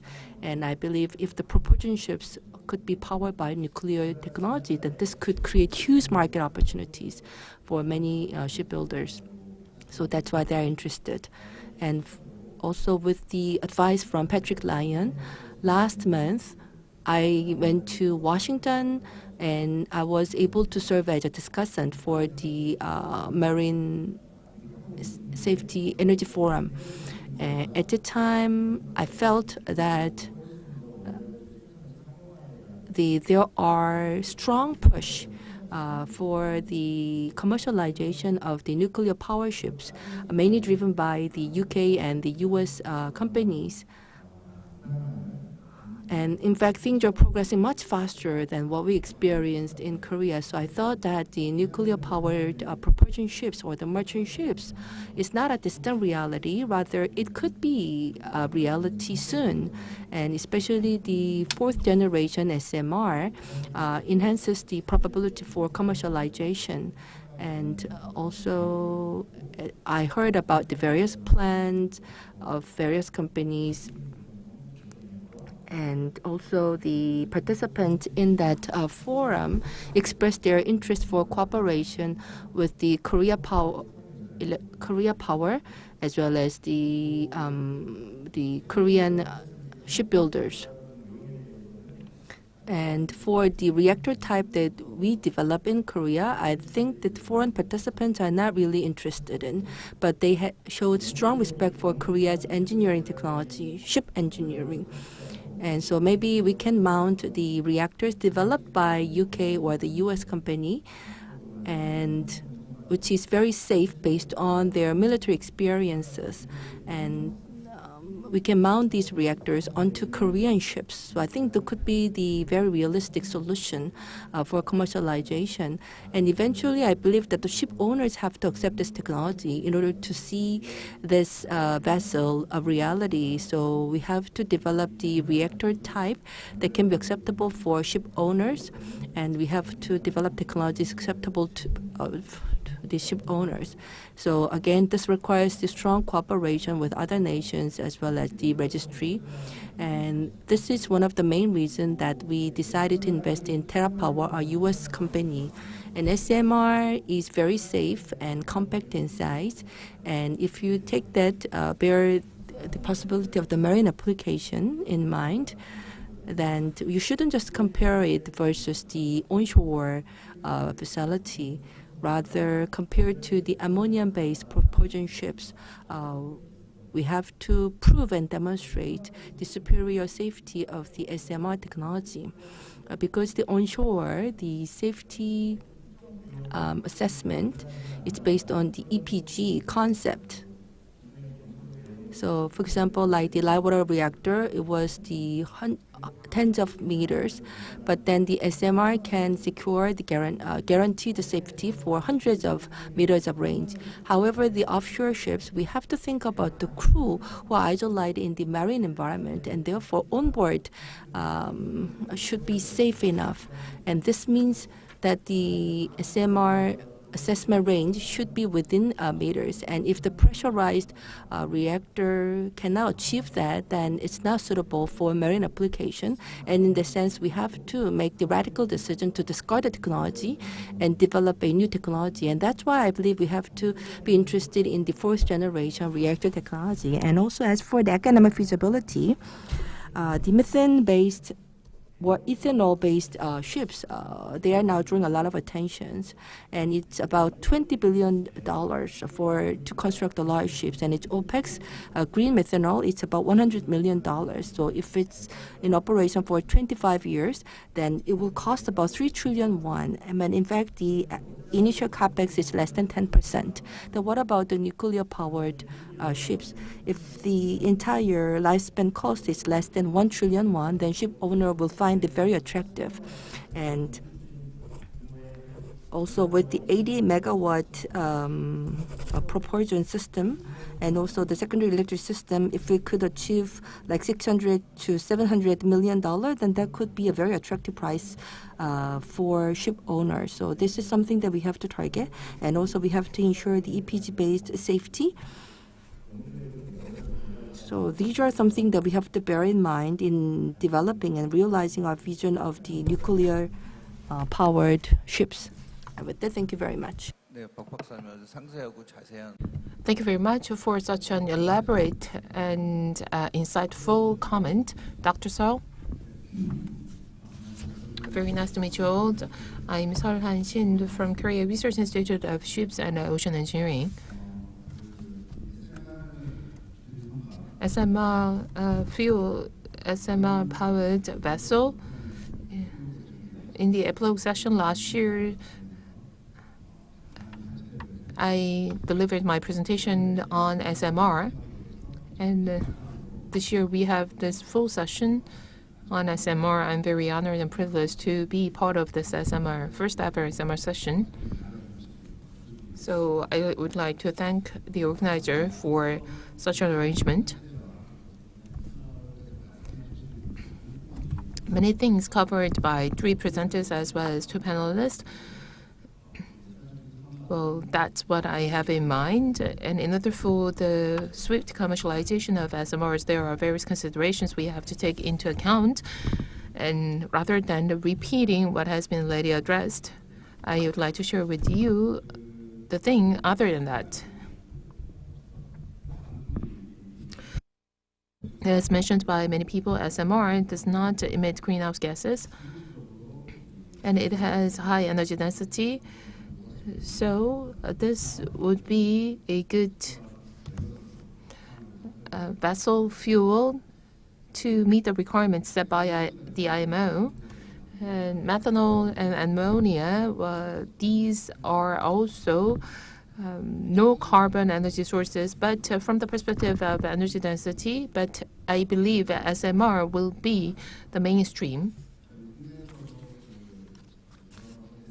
And in Korea, various reactor types are being developed, and many people here are taking part in the relevant project in Korea. So with Korea's advanced nuclear technology, I believe SMR will come into the market sooner or later. And what I'd like to touch upon today is not just the SMR, but also from the perspective of the vessel which incorporate the SMR, there are several considerations. That's what I'd like to talk about today. And this has also extensively covered by other presenters. But since the development of the SMR, existing vessels to replace the existing engines with the SMR does mean that the vessels can operate normally as before. So in order for the design and operation of such a vessel, there are some considerations that you have to take into account in advance. First would be the acceptance of the public and economic feasibility, the safety and economic feasibility.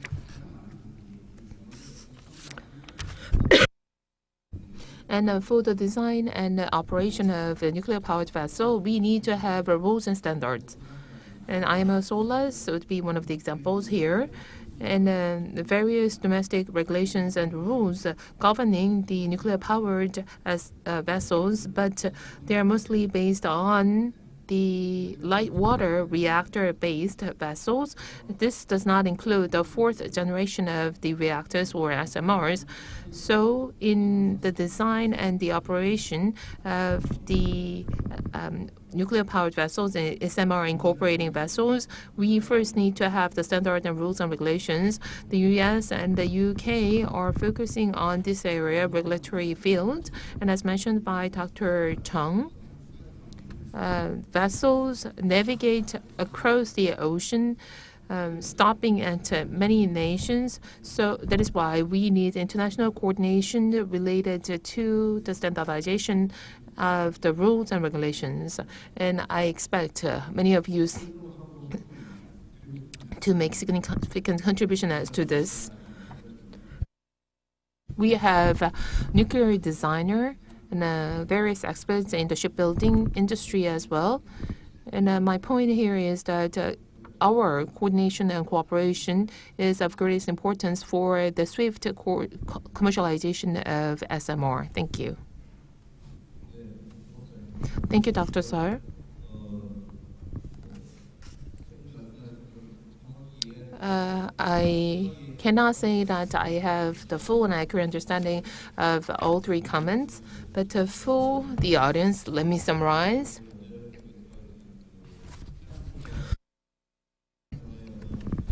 For the marine application of the SMR, there are various things we have to consider. The first is the understanding of the future, and those who are in the nuclear industry should have a better understanding of the marine and maritime industry. And we are currently focusing only on propulsion, but we also have to consider other aspects as well. And since vessels navigate constantly, so the autonomous navigation as well as the engine development should be our focus. And we are talking about floating type and various other technological applications. But we should focus more on the vessels, nuclear-powered vessel. And in order for the swift commercialization,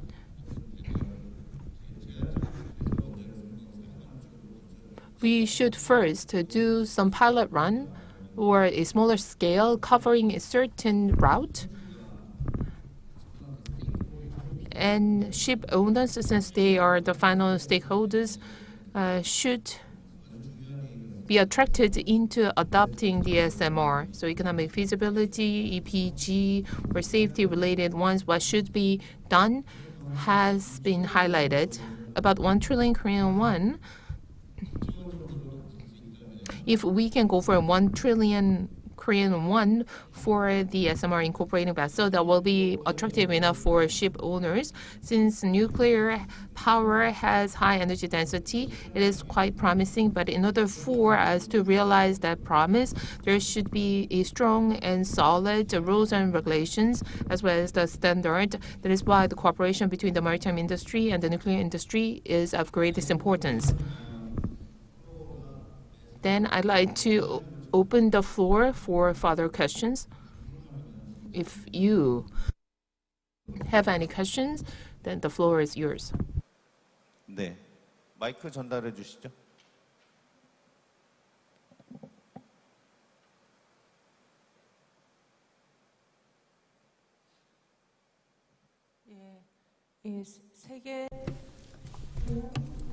So, World Ocean Forum.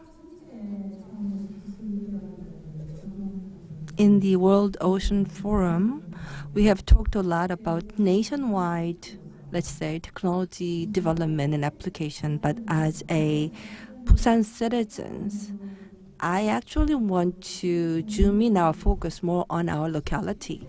So, Busan is somehow underdeveloped, and economic development has become very sluggish.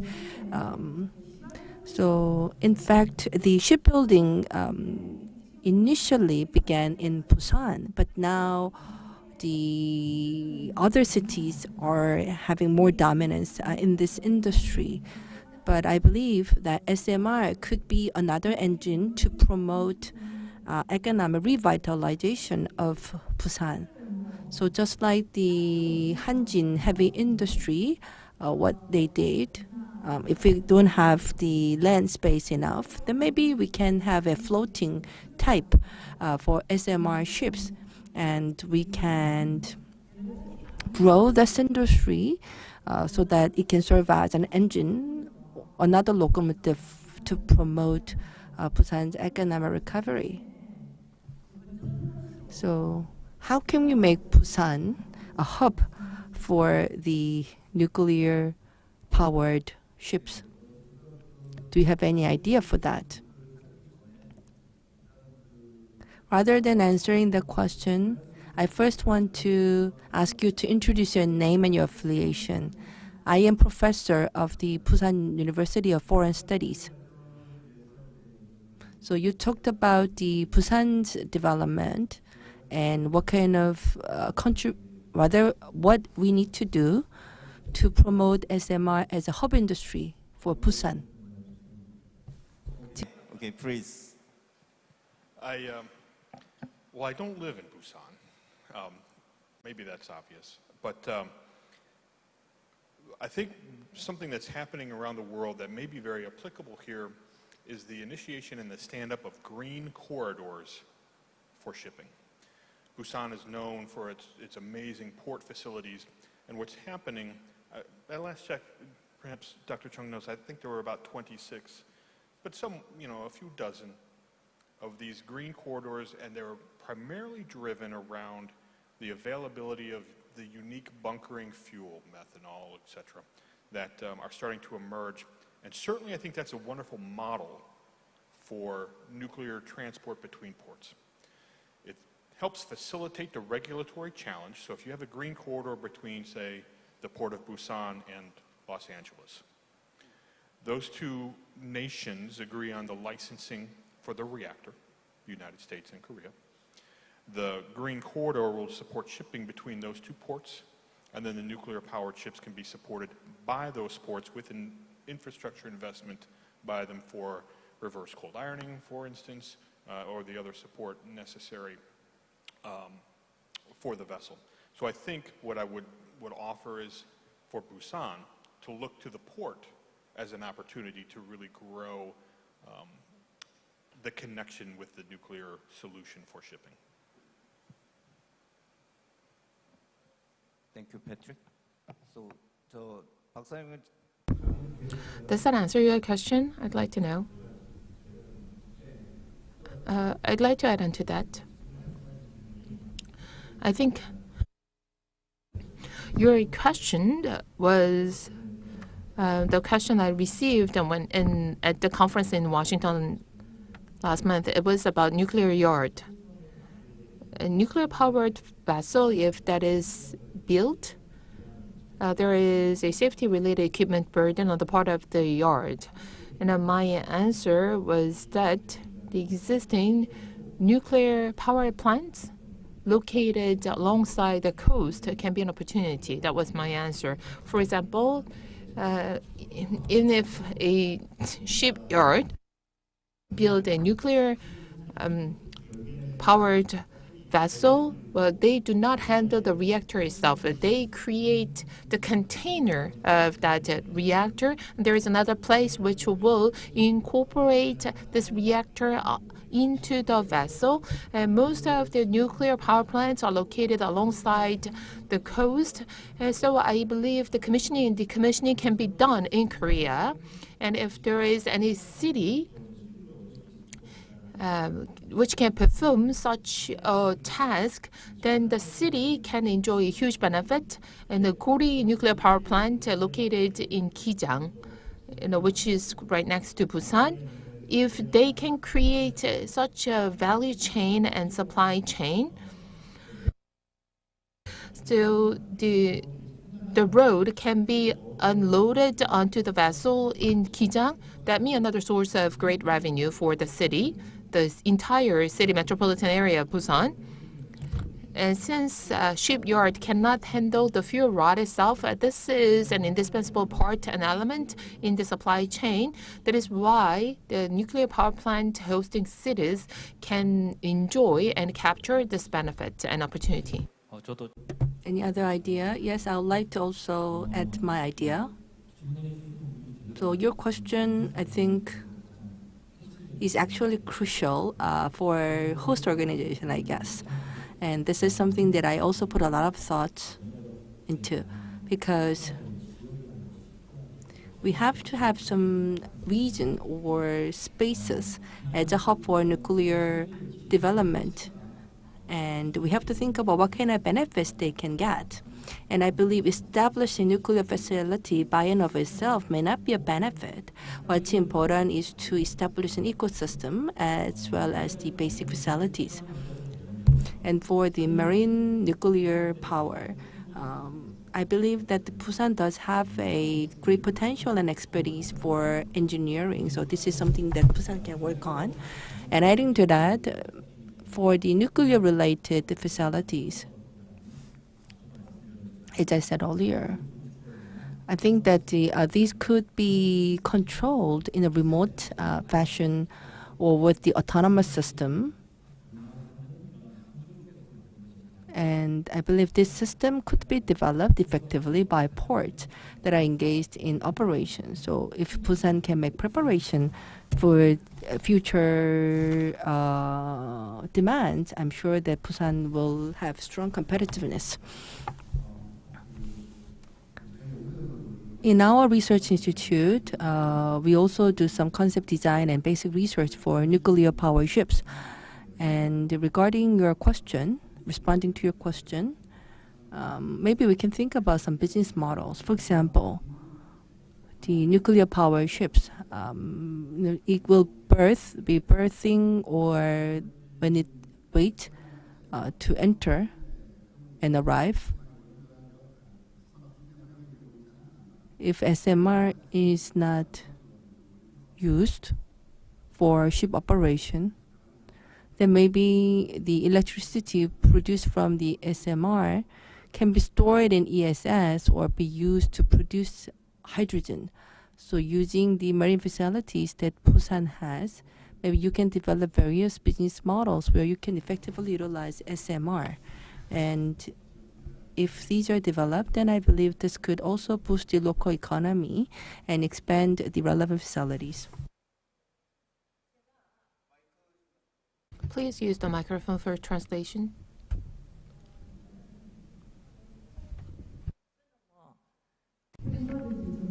I'm not an engineer. I'm not a technology major. I have an idea and I'd like to share with you. We use batteries for cars these days, and those batteries are replaced on a regular basis. And if a vessel stops at Busan port, then we can produce the SMR. We can be the replacing station for those SMR incorporating vessels, and we can do the repair. And if it can be rechargeable, then we can have this recharging station. So the city of Busan can serve as a general hospital for SMR incorporating nuclear-powered vessels. The final checkup place and the supplier, major supplier of parts and components for nuclear-powered vessels. I believe this presents a genuine opportunity for Busan. To that end, we need to be pioneer. The Busan port needs to have the full-fledged system and full package, from the raw materials all the way to the parts and components and the system. Everything about ships should be covered by the city of Busan and by especially Busan port. And as collaborators and contributors in this platform, I would like to ask you to form a task force to bring forward the advent of the net zero society. Thank you. Thank you very much for your comment. So before asking a question, you already had the answer in mind. So to summarize, Busan has such a large-scale trade port, international port, and since Busan has existing infrastructure for shipbuilding as well, Busan can be the pioneer, and Busan can spearhead this nuclear industry in this new era. So SMR or the nuclear-powered vessel will present a genuine opportunity for Busan. I'd like to turn to the next question from the floor.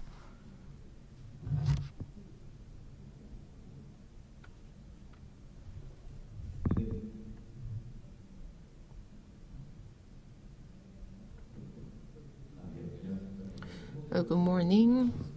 I'm Lee Seung-wook from KEPCO, Korea Electronic Technology. My company designs nuclear power plant, and my company also is developing SMR and is involved in various projects. And we are collaborating with the shipbuilding industry as well. We are in the initial stage of the discussion. As you know too well, nuclear power has been in the public domain so far, and most of the projects have been taking place in the public sector, and the shipbuilding has been the private industry in the private sector, and so there is such a gap between the public and private sector, and the nuclear industry and the shipbuilding industry seem to have different views and perspectives toward this concept of SMR and SMR incorporation. And this item and this business opportunity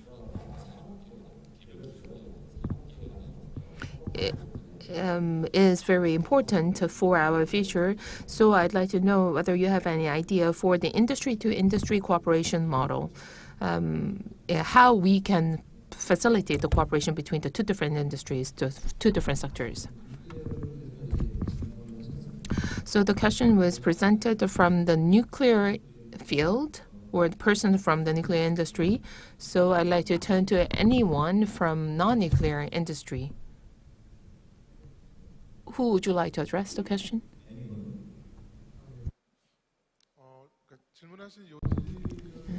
So to my understanding, your question is how we can build a collaboration structure between the two different industries for efficient and effective collaboration. Although I'm not a nuclear expert,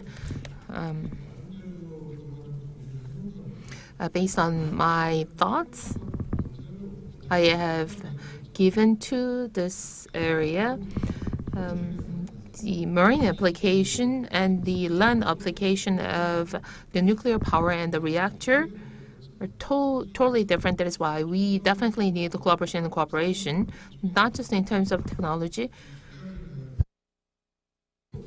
Shipbuilding or the land-based application, there are two different areas, completely different. So in developing SMR,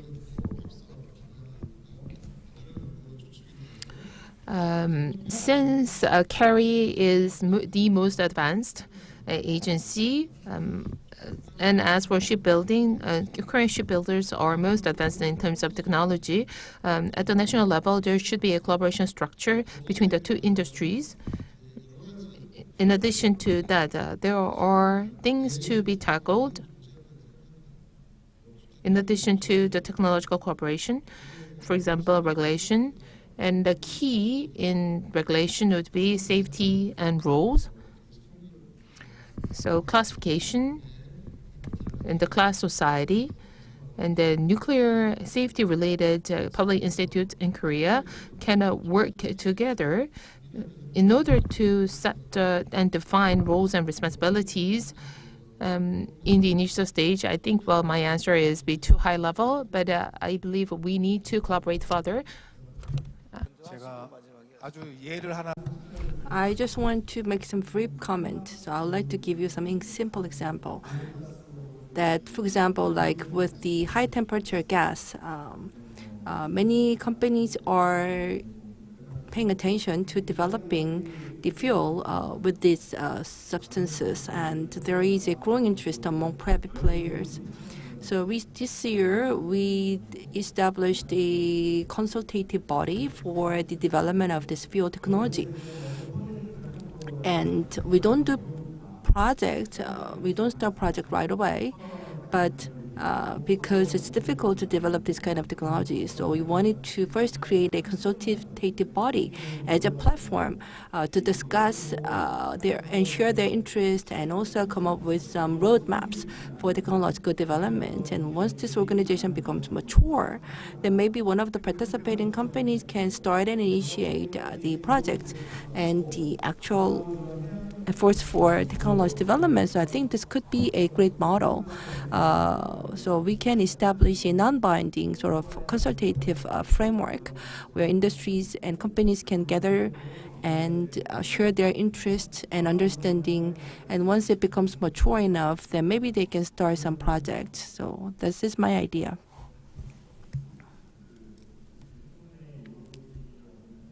This is a little bit off from the question, but I want to make this comment.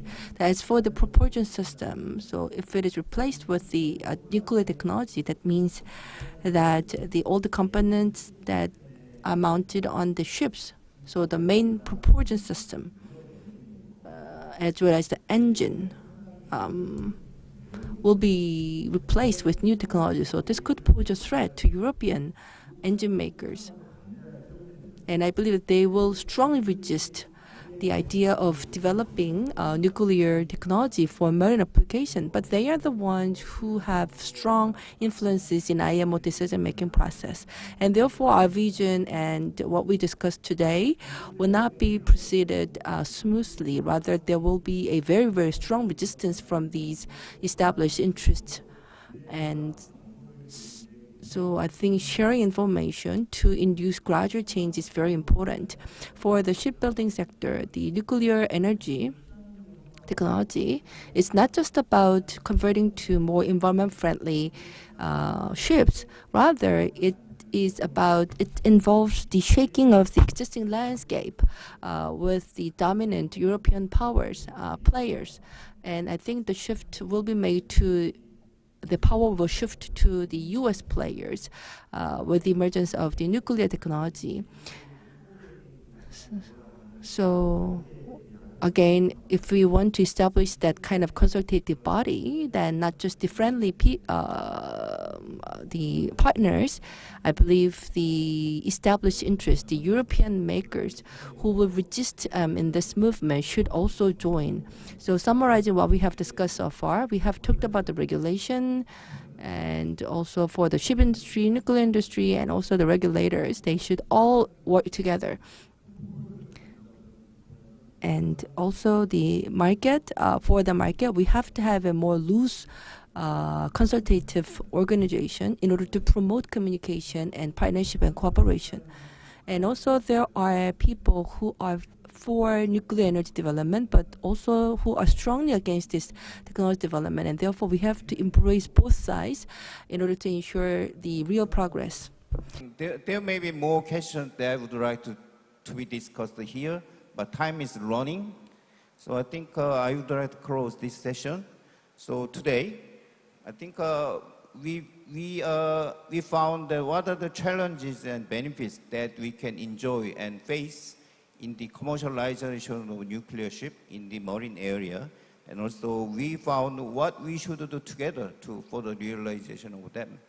And also we found that the Busan is a good potential to become a pioneer in commercialization of the nuclear ship.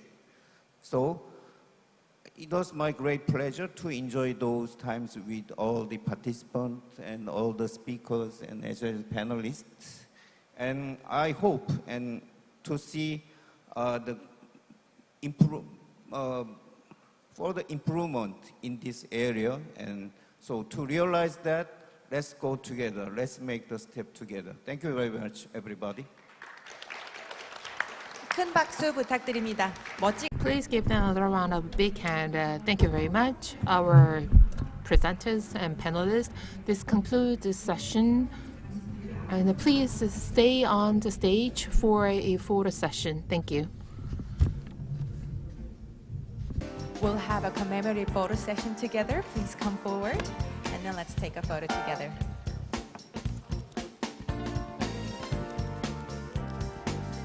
나눠드리고 있는 강판을 앞쪽으로 펼쳐서 함께 촬영 진행해 주시면 감사할 것 같습니다. 무대 중앙 쪽으로 모이셔서 기념 촬영 진행하겠습니다.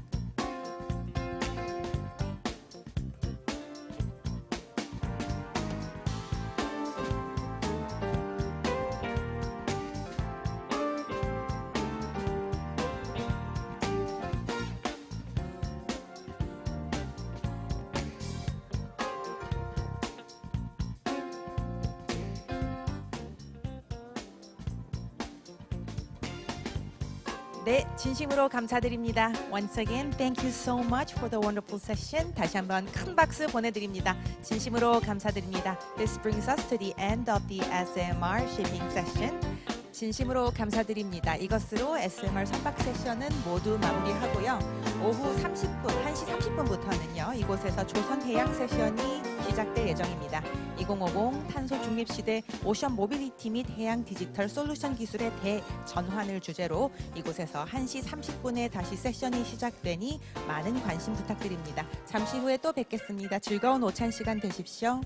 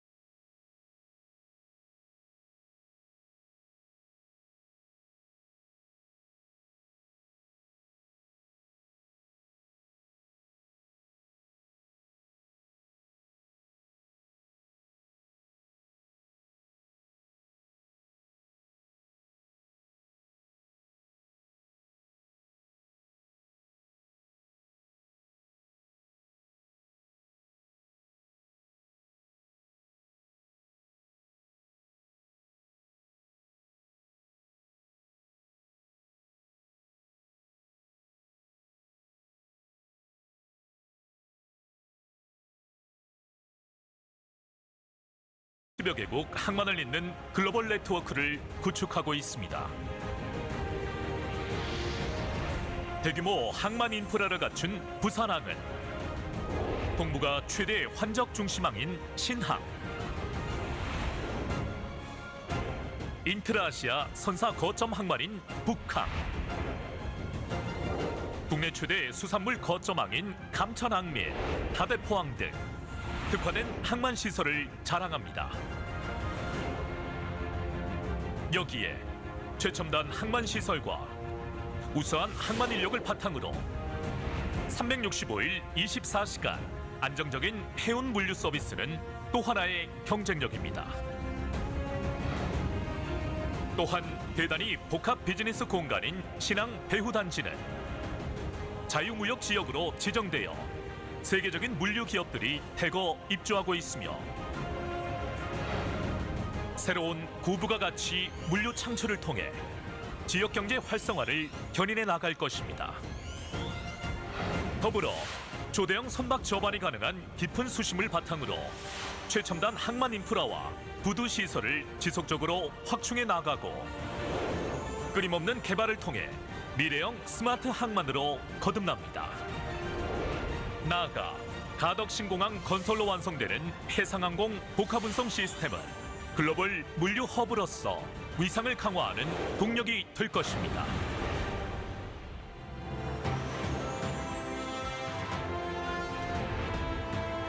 부산항을 경쟁력 있는 해운 물류 중심 기지로 육성하고자 설립된 부산항만공사는 부산항이 세계 항만의 표준이 될 수 있도록 혁신을 이어나가고 있습니다. 첨단 기술 개발로 세계 최고 수준의 스마트 항만을 구축해 나가고 친환경 시스템으로 더 깨끗한 녹색 항만으로의 미래를 선도합니다.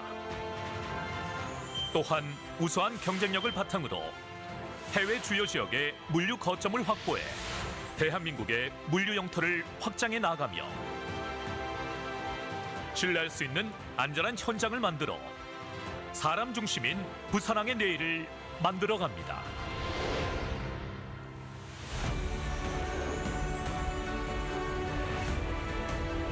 사람과 도시, 자연과 항만이 어우러진 아름다운 부산항이 각국의 여객선과 크루즈를 맞이합니다.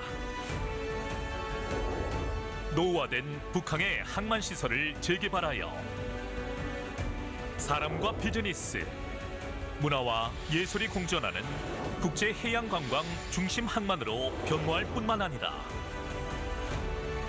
복합 해양 문화 공간의 탄생으로 명실상부한 동부가 해양 수도로 당당히 나아갈 것입니다.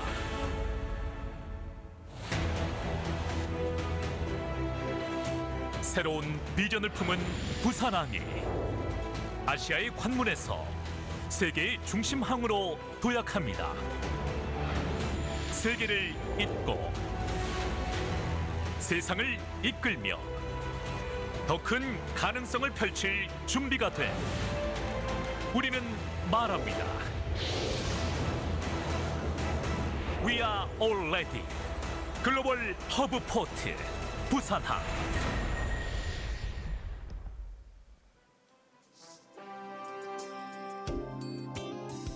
여러분 안녕하십니까? Good afternoon, ladies and gentlemen. Thank you for coming for the shipbuilding session of the World Ocean Forum 2023. Let us begin the shipbuilding session. This session will be run under the theme of Ocean Mobility and Ocean Digital Solution Technology in the Age of 2050 Carbon Neutrality. This session is being live streamed via the official YouTube channel of the World Ocean Forum, into Korean and into English. If you have any questions, well, please post your question on the official YouTube channel. Simultaneous interpretation is being provided into Korean and into English. Korean is channel 1 and English is channel 2. shipbuilding session of World Ocean Forum 2023. Now, we are actually being live streamed online on our official website and also the YouTube channel. So if you have any questions, you can leave these questions real time on our channel so we can address them later at the Q&A session. And also we provide simultaneous interpretation. You can use the receivers, tune it into channel number 1 for Korean and 2 for English. Thank you. Now let me introduce to you our moderator.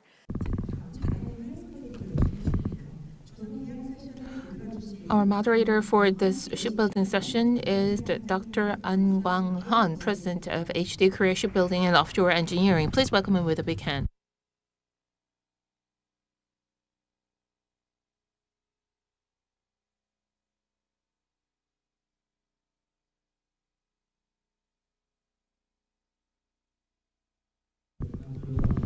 Good afternoon, ladies and gentlemen. As introduced, I'm An Kwang-han. I'm currently serving as the president of HD Korea Shipbuilding and Offshore Engineering. I would like to thank all of you for being here despite your busy schedules.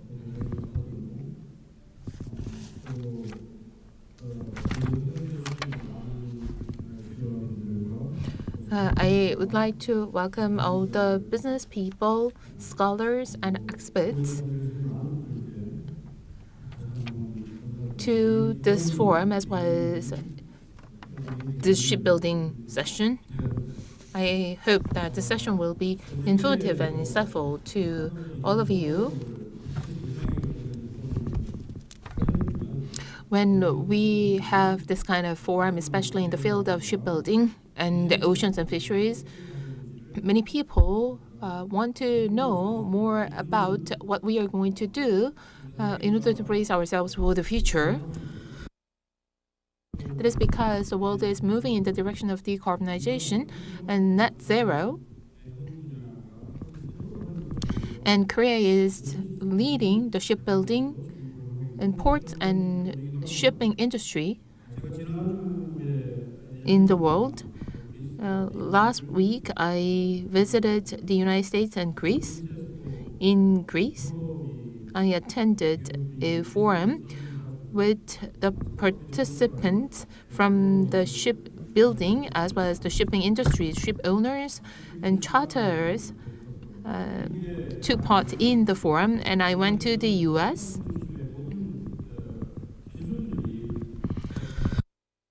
to learn about the development in the decarbonization technologies around the world. I wanted to see it myself, and that objective was achieved. And I learned that businesses around the world are quite active in proceeding with this new technology, which will sustain them over the next 10 to 20 years. And I, on behalf of my organization, also signed an MOU. As you know all too well, IMO set the goal that the shipping and shipbuilding industry, as well as the oceans and maritime industry, should cut down its carbon emission compared to the baseline by 50% by 2050.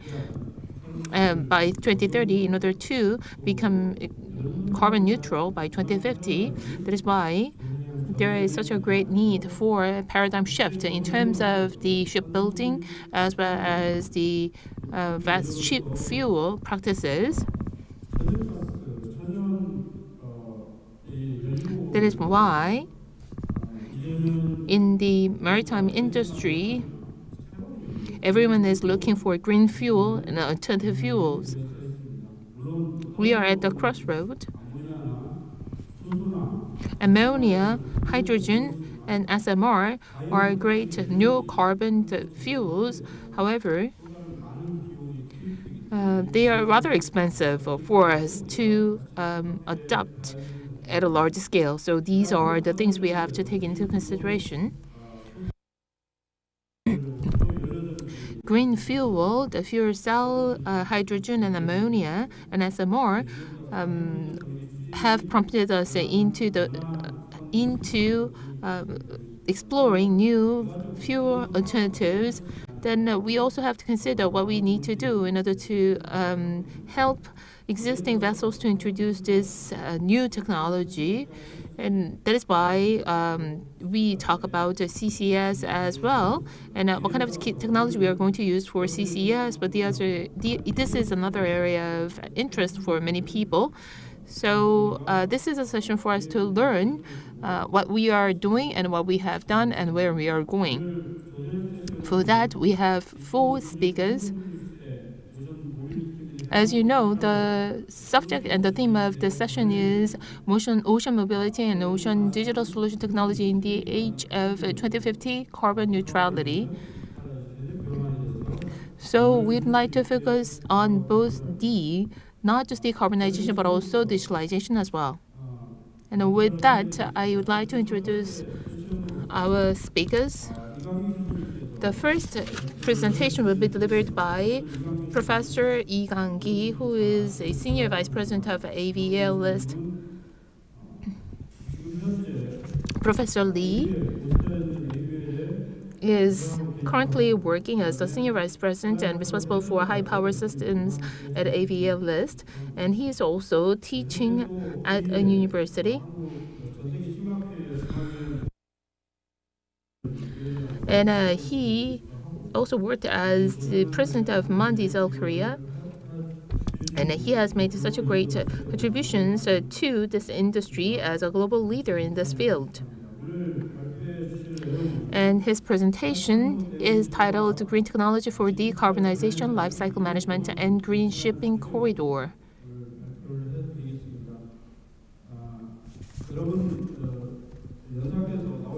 Please welcome him with a big hand.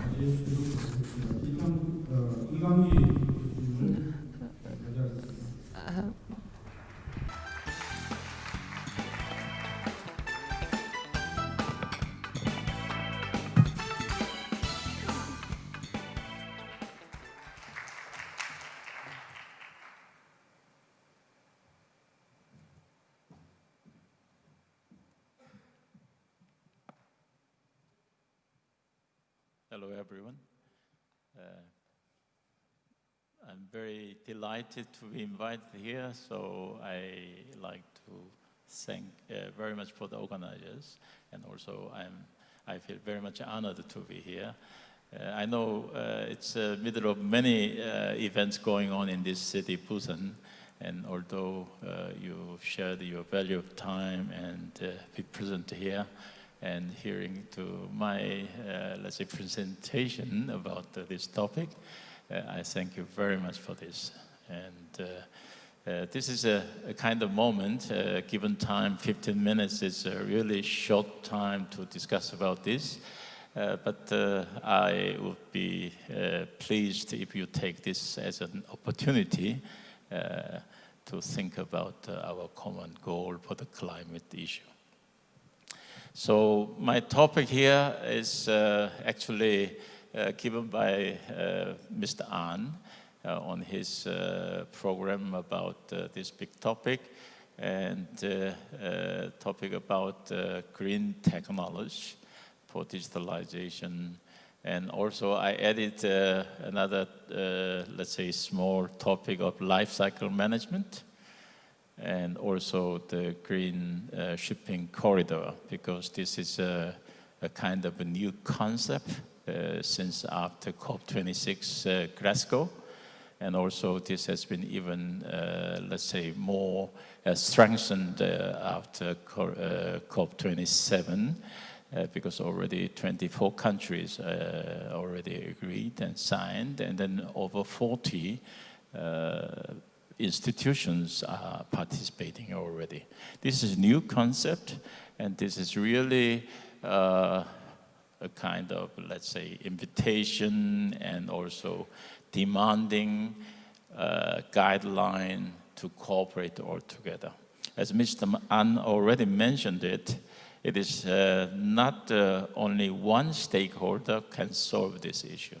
It's really a time now we have to all cooperate each other. Otherwise, it's very, very difficult to solve this issue. This is really the essence of, let's say, the total team of this program.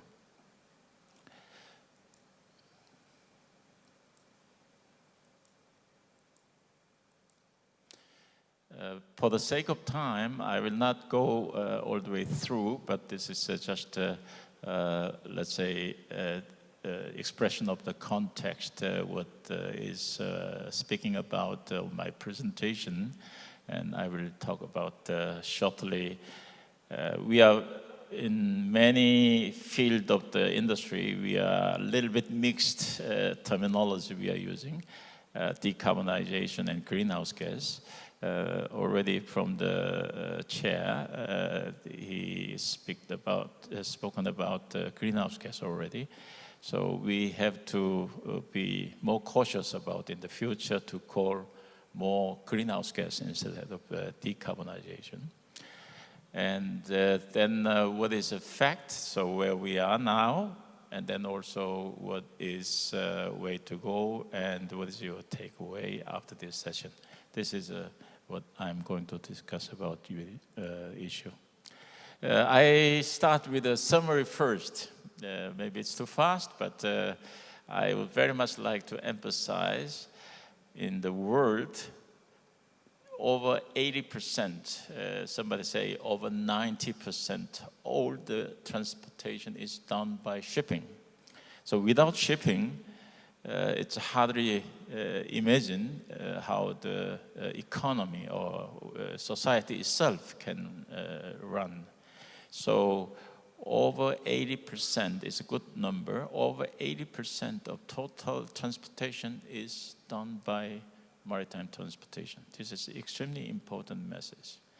And also, I like to add here more, the maritime transportation. This is the most ecological, the most clean method for the transportation. As I have demonstrated on the right side, if we compare this maritime transportation to the rail transportation, usually rail transportation emits twice as much as shipping. And you usually live with showing many of truck transportation. This truck generates, you multiply by 2, then it's 6 times higher emission than shipping. So 3 times higher than rail. And then the air freight is generating 8 times higher. So totally, you can compare to the shipping, it is 40 times. So this is a very clear figure. The shipping transportation is the most clean measure how to move the goods. Approximately, the resisted ocean-going ships under the IMO organization is about 100,000 ships. Producing about 3% of the emission. This is the figure how you look at it. But as the ship are very intensified generation of the emission, that's why public focused on each individual ships because of the simply the size of the power and also the volume itself. So. Despite of we are the most clean transportation measure, but this 3% is 3%. So we have to do anything which is possible to reduce this figure. So all the associate, let's say, stakeholders, experts, engineers, and operators, all stakeholders, they are really doing their best to reduce this figure as low as possible. And the left side of the bar chart is a kind of a projection how the fleet will increase. This is predicted by international organization according to the average growth of economy. When economy grows, normally the logistics also follows.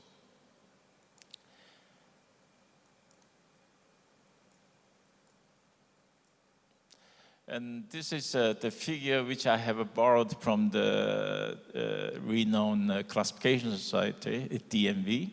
Their figure, they have issued the maritime energy outlook, how this energy will be transit. This is a figure from this year, one second, yeah. This is a very latest figure. I will not go in detail, but one message I like to give you, this is the projection of the hydrogen is not as much as we shipping required. Usually this hydrogen is a kind of a fuel which is still in a scale which we do not expect can be used for the maritime. So that's why we project the forecast for the fuel in maritime industry is on the right side here. This is the figure which we think, I don't know whether you can see this pointer. This is a world maritime, let's say, sector for the energy demand. And here you can see the red figure. This is which you call fossil fuel. This is oil, yeah? So you can see from 2025 and then to the 2050, it is sharp decrease. This is what everybody says. Then what will be replacing? Because previous slide, I have mentioned already, the growth of the economy, the demand of shipping is increased, which means demand of the energy will increase. So what will be the substitution? And the substitution will be here, the first big part in this light green, this is ammonia. And the dark green here, you can see here, this is a bioenergy, whatever be, it's a bioenergy. And still, the gray color representing natural gas is still playing important role. And then quite recently, we are discussing about the e-fuels, and e-fuels will also take a big part. It's very dim. And then black color is electricity. Electricity, we expect this is clean, but the problem is how to generate electricity. This is the issue. That's why we do not expect the electricity is that much will play in this projection for 2050 fuel mix. I think you know better than I do. There are lots of institutions, regulatory bodies, they are issuing new regulations, enforcing, and all those things. But when we are talking about the shipbuilding, we have to discuss about the regulation from the IMO. And this IMO, they have a first time, they have a first time projected their strategy on this chart, but from MEPC 80, they have a new slogan. This is zero carbon. What is the essence of the MEPC 80? There is a life cycle assessment, life cycle, let's say management. That is one, and then zero emission. And in parallel, almost time-wise, the same period of time, the COP26 and 27, they have, let's say, catchphrased under the slogan of the green shipping corridor, which I will discuss a little later. Here, as I mentioned at the beginning, we have to discuss about what is really the parameter which impact to the climate change. Many people, they are using the terminology of the decarbonization because carbon dioxide, it is the element which really impact to the climate. It is, yes, as on the right side, the pie diagram, about 80% of carbon dioxide is the let's say, a dominating figure to the greenhouse gas.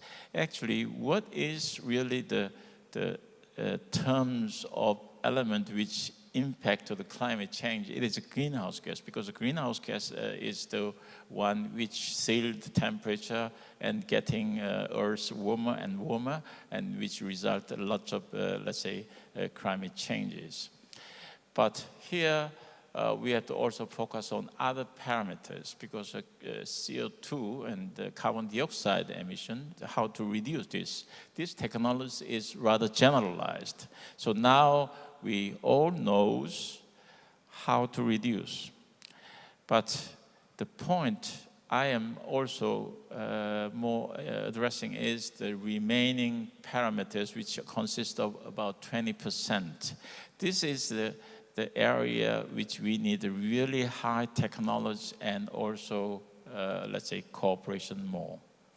And this is representing, first of all, 11% of the, which we call methane slip.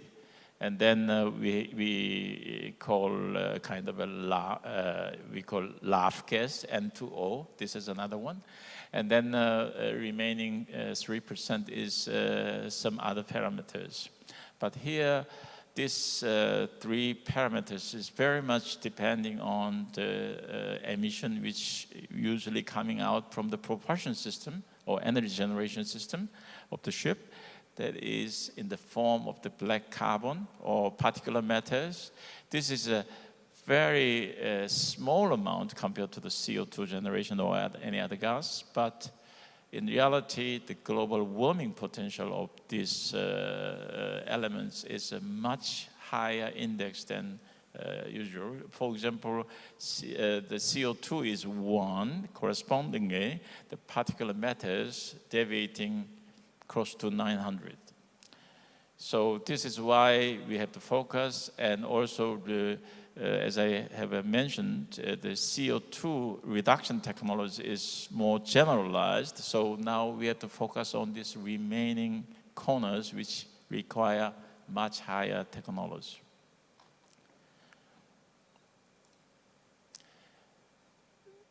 Those methods or high technology or state of art, this require investment and also time for the development. So obviously, to apply this in an industrial scale for the ship, it will be rather big challenge.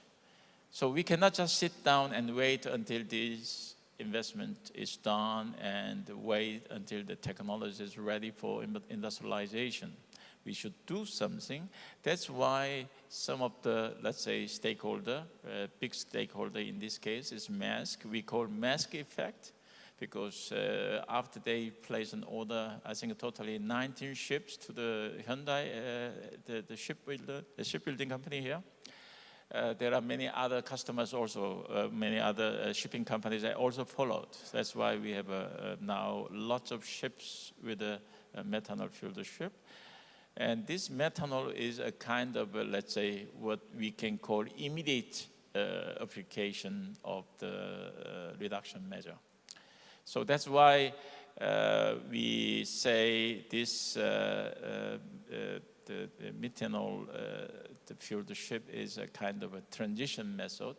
We do not think this is the permanent or absolute, let's say, way to reach to the decarbonization or zero emission, and also the target of the greenhouse gas reduction targeting, for example, 70% down. But this is at least what we can do now to make it better, to make it more clean. This is why we took a measure, and also the investment was made. And the total here, this is the first ship sailed out from Korea all the way, and then now getting alongside in the mother port of Copenhagen. You can see this. So this is a demonstration, the stakeholders, how strong they are committing themselves to contribute how to reduce. So this is something it's already done, and then as a kind of a following action, there are another stakeholders, mostly from Greece. They have already ordered some of the ships with ammonia as ready fuel. So this is a second step, which will be a further step forward to the cleaner fuel opportunities. So if we say what could be the, let's say, the technology to be called for this mission, it's categorized. It can be categorized in these four. One is the fuel side, and then the other one is power generation side, and then what will be the propulsion system, and then this is in fact two. One is in the hull side for the ship itself, and then the other one is how to propel the ship within the ship that is normally called the engine room. And this is the four category, and now the technology is much more developed. So in addition to this classical or conventional categorized technology, we can add up more. For example, let's say fuel cell technology and carbon capture technology, and also after capture the carbon, how we can convert this carbon to the fuel like methanol. So this is what we call electrolyzer. And those, the high-end technologies can be almost ready and to be applied for the ship. And this can be hybrid or integrated. This is a new task, so we are entering to the complexity for the ship designers, but I'm sure they will solve these issues together. So what will be scenario for the future? There is no silver bullet. There is no royal road to reach this. So this is a kind of a scenario in the future. The future will be complexity and requiring high flexibility, as this is a good picture I have borrowed from MAN Energy Solution.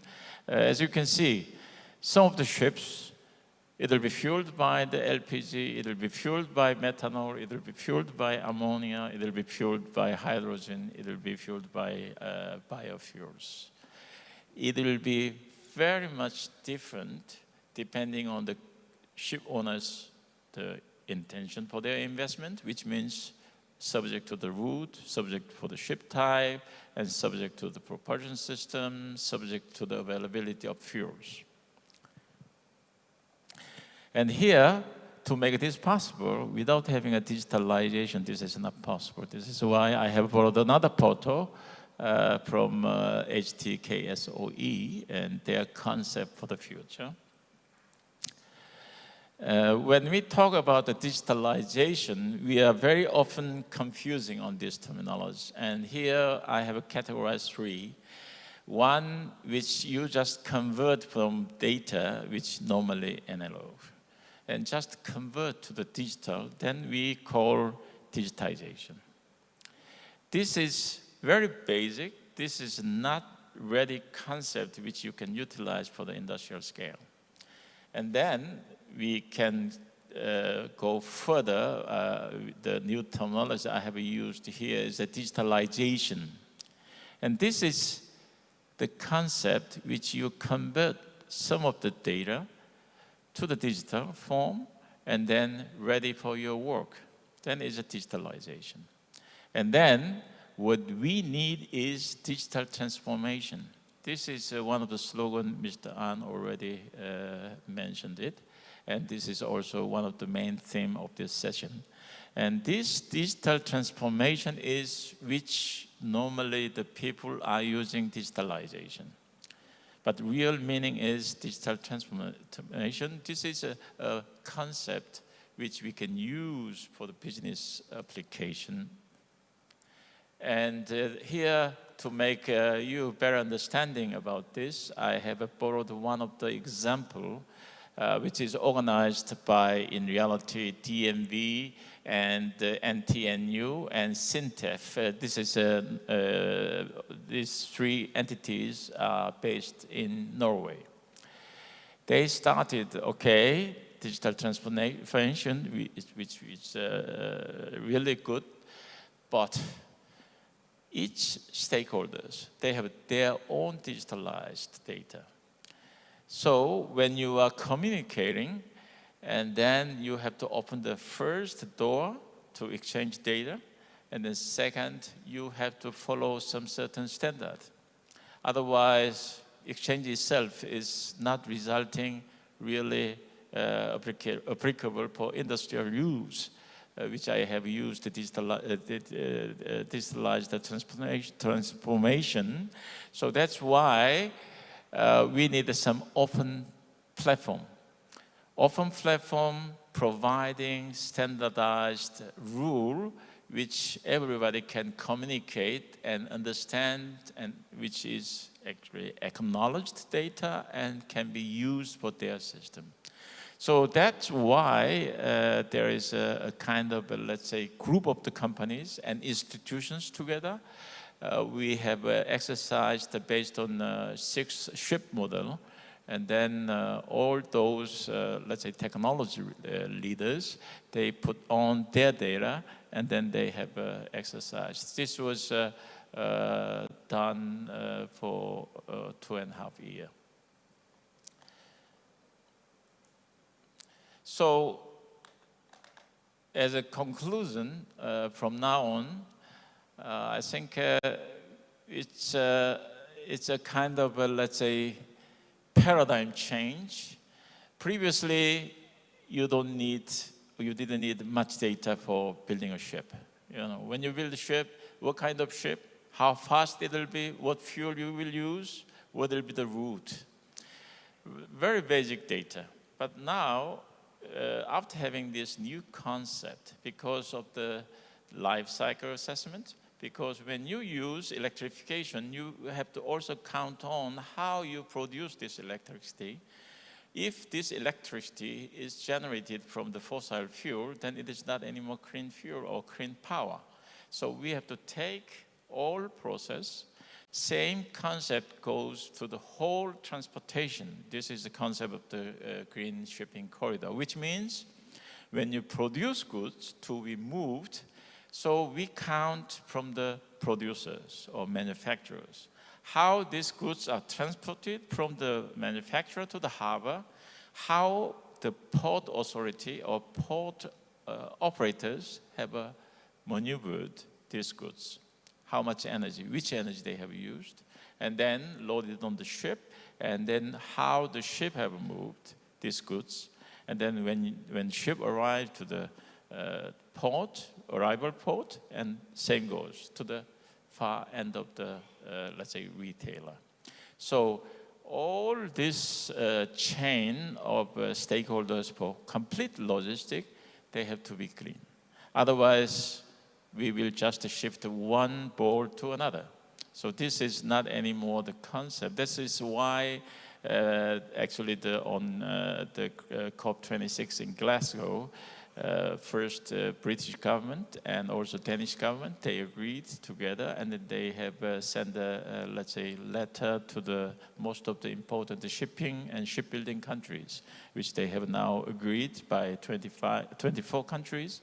And now, especially, it's rather important because Korean government and US government, these 2 countries together, they have assigned 3 ports each in Korea, Busan, Masan, and another port. And then in US, Tacoma, and also the Enebit.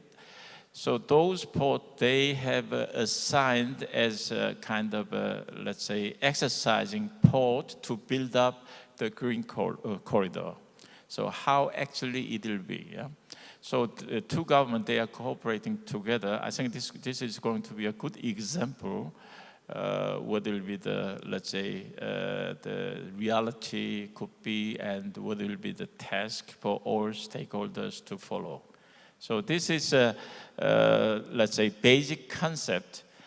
So 2, one is all stakeholders in a chain, they have to consider about this green concept. That is one, and then the other one is any energy on this chain. They have to think about the whole life.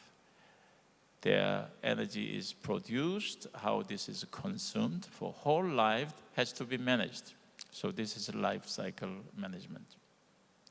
So according to this, and also shipping, they have to earn money, obviously. Yeah. they have to earn money, and that's how they can run the business, how they can contribute to society. So for doing this, or for achieving this, now we have to think about what will be the total cost of ownership. So it is the way all the stakeholders, especially all those leading technologies or demanded technologies, are exercised and then virtualized and materialized is by the shipyard.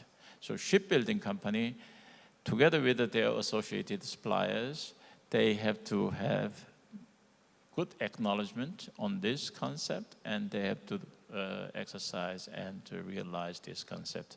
This is the end of my presentation. Thank you very much for your listening.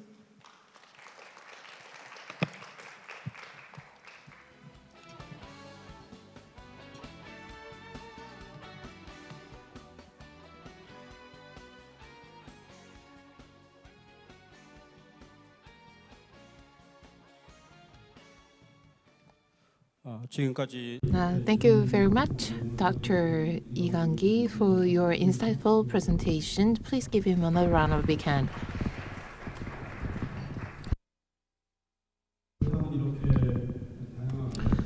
The world is changing so rapidly on such a variety of fronts. There are so many topics we have to address and cover. And recently, especially, I came to see that advances in technology so fast. Now we are talking about not in 5 years' time or 10 years' time. We cannot look into that far future. Now we talk about in 6 months' time, in 12 months' time. That's how fast the world is moving right now. In 2019-2020, IMO released its decarbonization target, and we thought of ammonia to be feasible only in and around 2050, but that has become a reality already.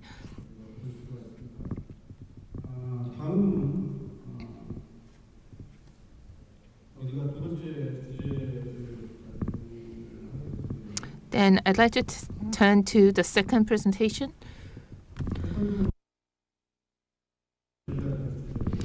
The future strategy and new fuels for NBs and retrofit hard and soft skills.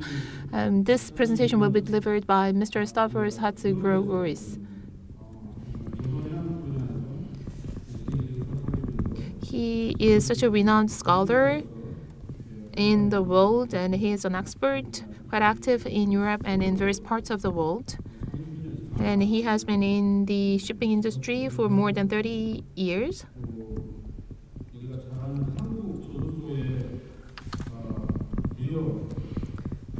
And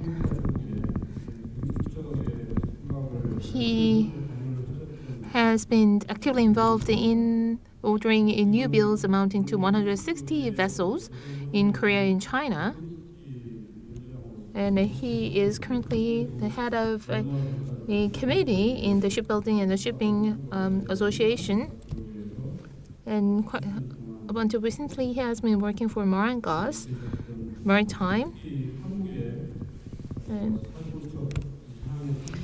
And he has made such a great contributions to the contract signing, construction, and delivery of more than 45 LNG vessels in Korea.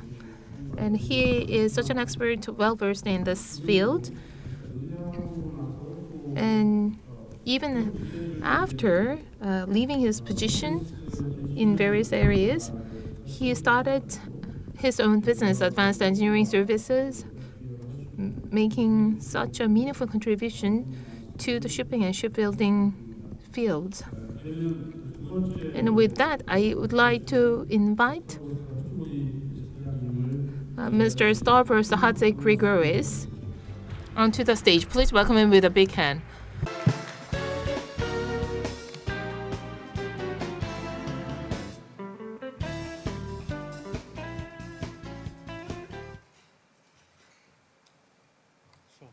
Good afternoon. I was asked to move to this stand. It's not that I don't like the right-hand one. Thank you, Mr. Ann, for the introduction. I will try to present a few technical things, and then I will move to what I consider very important in today's ship management environment, the distinction between soft and hard skills. What do I show here? Here is a picture of today's world as people in 2050 will look at us. It's not a picture from 5,000 years ago. This slide is showing the fuels that were being used in 2021 as per the IMO DCS, which is a very detailed log of what fuels are being used in the maritime sector. Of course, this is changing now, almost daily, because we have, as Mr. Lee said, the methanol ships. It is nice to let you know that the first two firm vessels for methanol engines have been ordered by a Belgian company 2 weeks ago, and also the first liquid CO2 carriers have been ordered by a Greek company about 2 months ago. It is Exmar and Capital. This is showing what the status of new fuels is. Green means okay, red means not okay. As you can see, Mr. Lee mentioned about the price of hydrogen and ammonia, and you can see that they are marked as red. It's a nice presentation that I also got from DMV. And these are the ships that are today on order. This is number of ships and not size of ships. And you can see that for the active fleet, 63% of the new fuel ships are using LNG. And for the order book, methanol has gone a bit up. Again, this is not, this is the number of ships. And this is a slide that is showing how conversions may be done in the future. We don't believe that the shipbuilding capacity will be sufficient to replace the whole fleet. It's about 70,000 ships with new fuel ships in the next few years. And this is why a lot of retrofits will have to be done, and a lot of shipyard capacity, ship repair capacity, conversion capacity should be made available to the ship owners. Now, hard and soft skills. I don't know how many of you are using Chat GPT, but to test what is the capacity of Chat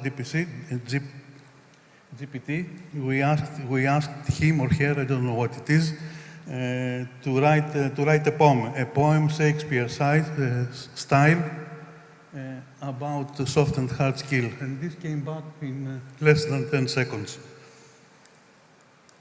Now, what are the soft skills? They are related more to the character of the individuals and not to their technical knowledge. They are applicable to all professions. They are not easily quantifiable. And they influence the culture of the people, which is quite important. I mean, to improve the culture is quite serious. And this is a list of soft skills. What I consider most important of these soft skills is stress management, teamwork, and resilience. Resilience means that whenever we are in a difficult position, we have the ability to react. And what are hard skills? Hard skills are more, first of all, they have been the foundation to human. To light a fire was a hard skill. To invent the wheel was a hard skill. It was not a soft skill. And these are, in my view, the most important inventions of the past. to acquire hard skills, we have to study and we have to try hard. It's not like the soft skills that you can go to a seminar and learn how to talk to people. And these are examples of hard skills. A lot of you may say the legal knowledge is a soft skill. No, it is not a soft skill, it is a hard skill. It requires knowledge. And coming to today, digitalization, as already mentioned, is one of the important hard skills. This is a comparison. I mean, if you go to the two previous slides, you will see this comparison. I think Mr. Lee gave a good definition of what is digitalization, but I have it in my slide. The advantage of digitalization and automation is that it will speed up the reaction and the performance and the quality of the maritime industry. At least this is what we expect. Artificial intelligence, it's not, in my view, part of digitalization, but it is something that may change the world. And it is being used today. I mean, the chat GPT is a primitive step of artificial intelligence. What is also important, and it's being used today, even today, on board ships, is machine learning. The data is collected, and on the basis of the analysis of the collected data, improvements are made in the software that controls the operation of equipment on board vessels. Internet of Things, communication between computers, blockchain. A lot of people have their, they do worry about the application of blockchain because it gives almost unlimited information between networks.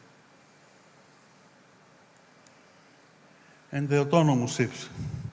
This has been the target. This is in discussion for the past 10 years or so.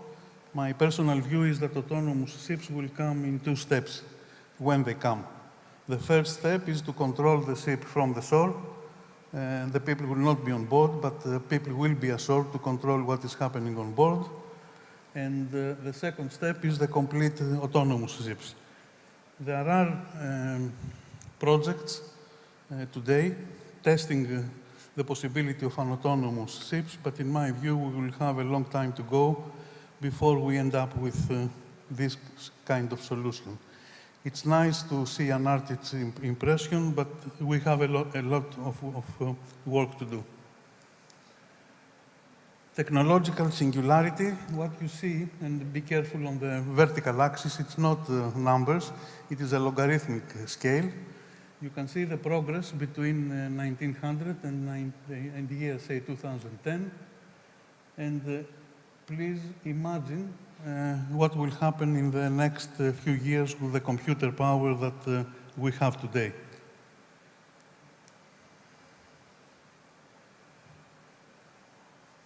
Quoting Stephen Hawking, unfortunately he has passed away, the rise of powerful artificial intelligence will be either the best or the worst, even to happen to humanity. In this respect, the need of deep understanding and effectively controlling the new technologies will become very, very important.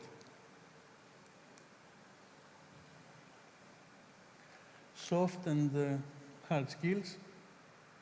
As I said, in my view, the development of hard skill has not followed the new technology.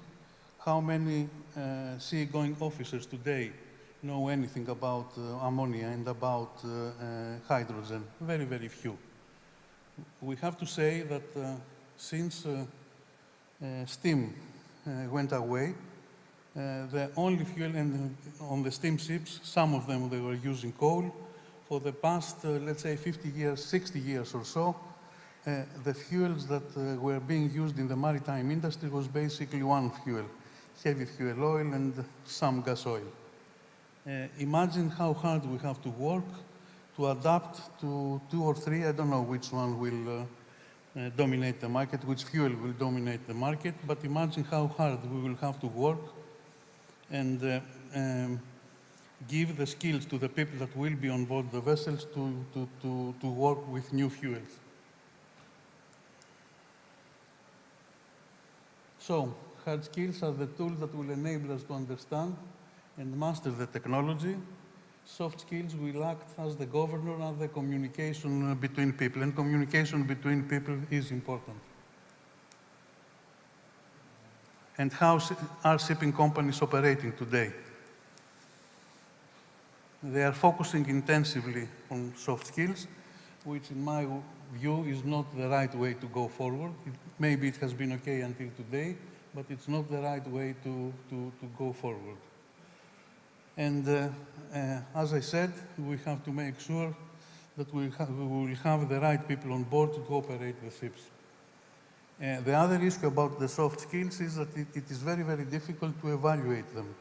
To say, yes, I have spent 2 years focusing on soft skills, and today I am in a better position than the position that I was yesterday. Hard skills, nobody is investing for the time being.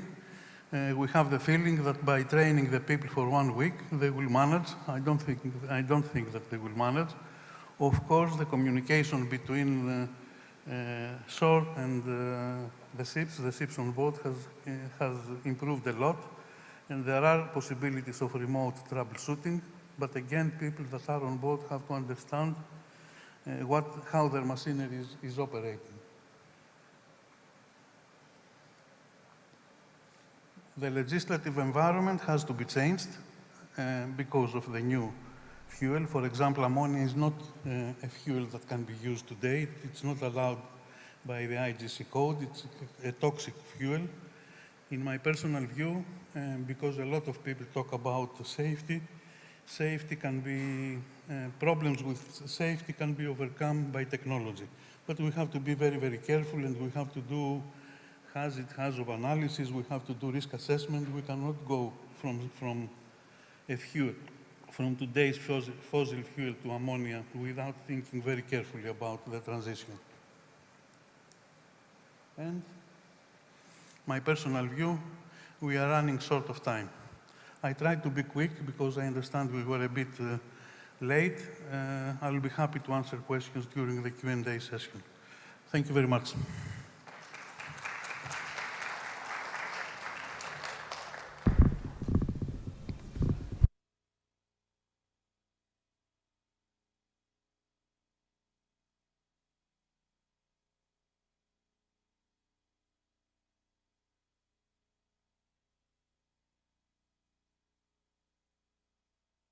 Thank you very much for your wonderful presentation, Mr.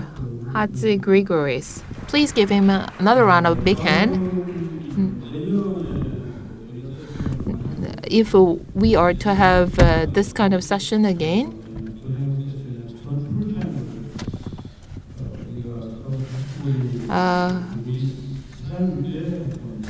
I hope it's possible. I'd like to give the entire session to Mr. Hatzigrigouris. As I traveled around the world, and I told my team leaders and division heads that we have to focus more on hard skills. So far, we have learned all about soft skills. I have been in this industry over the last 40 years. So far, we have focused too much solely on soft skills. We have neglected the importance of hard skills. Now, when it comes to controlling an operation, unless you know all about hard skills and hardware as well, no matter how good you are at programming, you cannot make the most of the hardware you have built. In particular, when we have such a high-paced change and development of technology, we have to put together soft skills and hard skills. You have to have accumulated hard skills over the years. Only then you can be really good at running the hardware. I really enjoyed all the presentations, but this presentation was really eye-opening. So now I'd like to turn to Dr. Lim. So he'll be talking about the autonomous surface ships that will be operated by software. And but would there be any technological challenges that we have to overcome to ensure the right operation of these ships? And as we go for digitalization, autonomous navigation has emerged and has become very important. And we have some autonomous ships that are already being developed, but their versions are just 1 or 2. But then we have a company that developed 3rd or even 4th versions of this mess. So in that sense, Mr. Im Do-hyung, CEO of Avicus, will give us a presentation on the state-of-the-art technology. He joined the Hyundai Heavy Industries. And for a long time, he worked in a digital research center for shipbuilding industry. And then he established his own company called Avicus. So for the disasters software, the navigation software, I heard that he sold out these 300 copies of these softwares. So I believe if you could have an opportunity to invest in this company, I believe that you will be able to enjoy a lot of returns. Anyway, so we would like to invite the CEO, Im Do-hyung of Avicus, to the stage.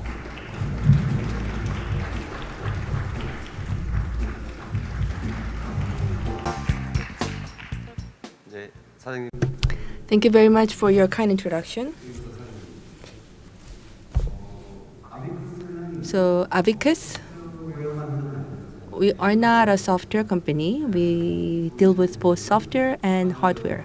In order to provide the autonomous navigation solution, we have to have a well-integrated business that combines both hardware and software. I would like to briefly talk about our business and our company. Here you can see the content of our presentation. So I will introduce to you one of our solutions. And also for the autonomous ships, for the autonomous operation, what are the challenges that we have to overcome and consideration we should make? So this will be my presentation. And here you see MAS. MAS stands for Maritime Autonomous Surface Ship. This is based on the IMO definition.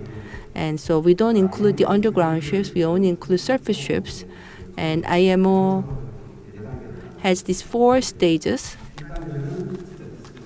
So the first stage is about to support decision making, and second is to support control. But so remote control is possible, but people have to be on board. Seafarers have to be on board so that they can be involved anytime during an emergency. And the phase 3 and phase 4 are where there are no human operators. So the third phase is a full remote control, and the fourth phase is a fully autonomous ship. So these are the 4 phases for MAS. And these phases are defined by IMO, but somehow the concept of the remote control and autonomy are mixed, and therefore IMOs are now redefining these 4 phases. But based on the current definition of the 4 phases, I will make my presentation. And I believe that we are actually in phase 2, so we are not producing the full autonomous ships. Rather, what we are producing right now is a digital support system like the ADAS for cars. So the remote control system where human intervention can be made anytime during an emergency. So why do we have to invest in mass? In fact, onshore, we have the autonomous navigation technology, and why not applying that for the offshore setting? As you know, 80% of the human-caused accidents can be reduced. So only 20% of the accidents can remain, which means, and also globally, we will have a labor shortage for seafarers because of the demographic aging. One of my employees used to be a seafarer, and he was on board for 6 months in a row. And so in the end, he gave up his career and he joined my company.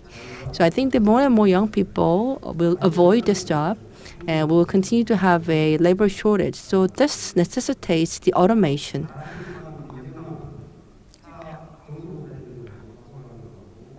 And also, for example, like if you overspeed, and if you run a car at overspeed, or if you run a car at full speed, the cost will be very different. And so if ships are become fully autonomous, then it can effectively reduce the relevant cost, and it can also cause some ripple effects. Now let's take a look at the current status and what we have developed so far. So in order to utilize the mass, everything has to be automated, not just the navigation system, and also we have to have a strong support system and backend system. So including navigation for various sectors, we have pursued the automation technologies. And here you can see the commercialization and the realization. So for the component automation, we achieved more than 100 kinds. So although partially, but we have continuously pushed it forward with the automation, and our ultimate goal is to enable full automation and full autonomous operation. And we are currently developing the solutions for the merchant ships and navigation assistance system called the HINAS. So this is the sort of the marine version of ADAS system. So ADAS refers to the Advanced Driving Assistance System, and so ADAS enable cars to adjust the car lanes, and also during the car accidents, it enable car to make a sudden stop. So it's a very, very convenient solution. One of my employees said that if you compare the before and after riding on the Tesla, he says that the Tesla does not require any kind of human labor or human driving. Anyway, so our solution provides the situational awareness, and also we have a solution which provides the 360 around view, real-time view. We also have a collision avoidance control and route optimization solution. So let's first take a look at the situational awareness. That we have 3 optical camera and 3 IR camera. So using 6 cameras based on the AI deep learning technology, we can automatically detect ships that are coming. And also, since we work with the shipbuilders, so for the 3 shipyards of the Hyundai, we have offered our technology as standard. So they recognize the excellence of our technology, so they adopted our technology as standard. And already we have 40 installations, and data keeps coming from them. And based on these accumulated data, we have a huge database of the marine data. And based on that, we continuously advance our deep learning technology. And here you see the IR camera. So even at night, using the same algorithm, we can detect not just the vessels and ships, we can also detect the buoys. And also, we have to have a far-sighted view, and therefore, we also use sensors in order to have a more comprehensive situational awareness. And based on situational awareness, we make decision, we provide control. This is the 360 real-time around view control. So we not only have 2D, but we also have a 3D view. So you can have a 360 real-time monitoring for the entire vessel in order to avoid the blind spot. And you can have this wide view with the tablet, so which means that this portable device can go with you anywhere you want. And next is a control solution. So one of our advantages is that you don't have to change your existing infrastructure only with our solution. If you have one laptop and you just connect it with our solution, and if you have autopilot function and engine speed control, so with these two interface, then you can make full use of our solution. And this is the collision avoidance solution. So based on the situational awareness, based on our vision technology, our solution offers the way to avoid collision. And we have various simulation solutions as well as the simulator, and they have been demonstrated. And also together with the shipbuilders and shipping companies or carriers, we have engaged in various demonstration projects. Route optimization has been with us for the past 10 years. And what's different from our solution is that it does not require manual setting. Otherwise, you actually have to input a lot of parameters, which could be very, very cumbersome. But here you see, once you define the policy by default, then all these things are automatically applied. And this could lead to various additional effects. So this could improve the fuel efficiency by 7% and reduce greenhouse gas emission by 5%. And our solution, because we have a control solution and therefore safety is at the center, and we have conducted and performed various studies together with the Korean Register and other companies, and we have received the certificates and approval from the various registries. But as I said earlier,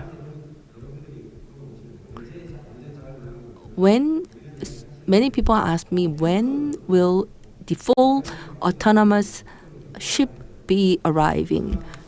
So the technology will continue to be developed, but I think we may have to overcome various challenges in order to realize our vision of full autonomous ship. So we have taken stepwise approaches to tackle these challenges. So here you see that we have received about 350 orders, and 40 of them already have been installed. And also our technologies have been adopted as a standard for new buildings, for new shipbuildings. And also our solution only requires interface, and therefore it can be connected not just for new buildings but also for retrofitting of the existing ships. In order to secure technology leadership, we have conducted the various tests for autonomous navigation. So we established a company in 2021, and in Pohang there is a canal about 10 kilometers long. So we used the 12-person boat and mounted the full autonomous navigation system on top of the boat and did the demonstration together with KAIST. And this demonstration project began from the US, and the ship will travel to Goryeo in Korea. And for 305 hours, there was no human intervention. It was solely the autonomous navigation, and also with the efficient driving, we were able to reduce the carbon dioxide emission by 5% and improve fuel efficiency by 7%. And this refers to the demonstration session that we did during the motor show. So here you see that the objects that are recognized by cameras, they are depicted in the 3D screen. And so vision-based detection as well as the collision avoidance and slowing down of the speed. All these are controlled in an automatic manner. And even the auto-docking and 360-degree real-time monitoring. So you see that it's just like a ADAS for vessels. So we showcased this technology during the Cannes boat show. And already the technology has been commercialized for low-end ships. And this year, together with the Busan City, we signed the MOU for water tax. So this year, you see that this is an electricity-powered water tax. We developed this together with the Busan City, and we did the autonomous navigation test. And we will embark on the actual water tax project from 2025 with the city of Busan. So you see that we have continuously advanced the autonomous navigation technology for mass. But in order to reach the level of mass, there are still a lot of technological barriers that we have to overcome. In particular, for phase 1 and phase 2, there is almost no conflict with the current regulation because human intervention can be made anytime, and therefore technology development itself is not that difficult. But once you reach level 3 or degree 3, there will be no human on board, and therefore you have to provide the product liability, and also you have to develop different kinds of autonomous navigation technology for different kinds of ships. So these could be pretty serious technical challenges. And also for fully autonomous ships, I believe that it will take a lot of time in order to see the realization of such ships. And regulations have to be developed, which will not be easy. But in order to achieve higher degree of autonomy, then what are the barriers that we have to overcome? So first, there could be the technical barrier. We also have economic, regulatory barriers, as well as barriers in relation with social acceptance. So let's delve into technical barrier. For the autonomous driving car, from 5 years ago, people said that the level 3 car will soon come out, but that has not been realized yet. Why? Because there is an issue of the social acceptance, but also when it comes to the cornering issues, the AI is not sophisticated enough to deal with this issue. And also for the automobiles, we talk about V2X. So social infrastructure is very important. Right now, all the traffic signs and everything is based on human traffic. But for the autonomous driving car, all the banners and systems have to be changed. And the same goes for the shipping. So the infrastructure has to be established. And also for phase 3 and phase 4, it will be very, very costly, and therefore we have to find out solutions to reduce economic barriers in order to lower down the capex and opex. And also there could be a barrier of social acceptance. There is a saying that in order for a new system to be adopted, then its performance should be 10 times higher than the existing system, and the reliability should be at least 5 nines. So, in other words, the reliability, acceptance, and trust, these are also very important that have to be earned. And regulatory barriers are something that we should tackle as well. And it cannot be handled single-handedly by one entity. Rather, whole industries have to come together based on the consensus.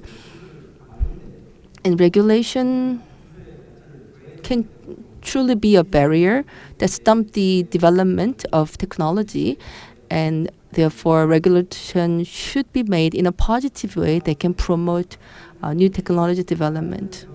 So autonomous, full autonomous ships, these are sort of the unprecedented novel solutions that we have to develop, and therefore only with a single industry we cannot achieve this vision. Rather, we have to build a consensus, and rather than being engaged in competition, we have to promote cooperation and join our hands together. And with that, thank you very much.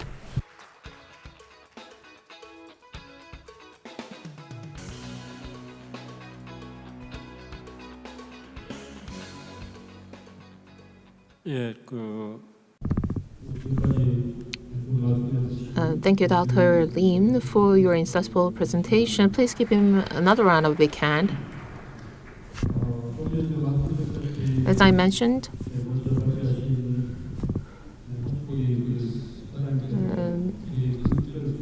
Mr. Hatzigrigoris made such a fantastic presentation. I think Mr. Lee was under so much burden. Sometimes he caught me offhand with new, surprising, and innovative technology. What a relief for me. And autonomous ships are very popular. That's a very popular topic in the world, and this is such a sophisticated and complex, complicated technology. And on inland, you have coordinates you can follow, but the marine environment is completely different from that land environment. That is why this is quite tough to be realized. When we started this business, we were not entirely certain whether this is the right direction. We had a vision, but we believe that we have the sufficient capacity and resources when it comes to the soft skills and hard skills. So though we had to start from scratch, we embarked on this journey, and thanks to this adventurous spirit, now we are aiming at technology which will sustain us for the next several decades.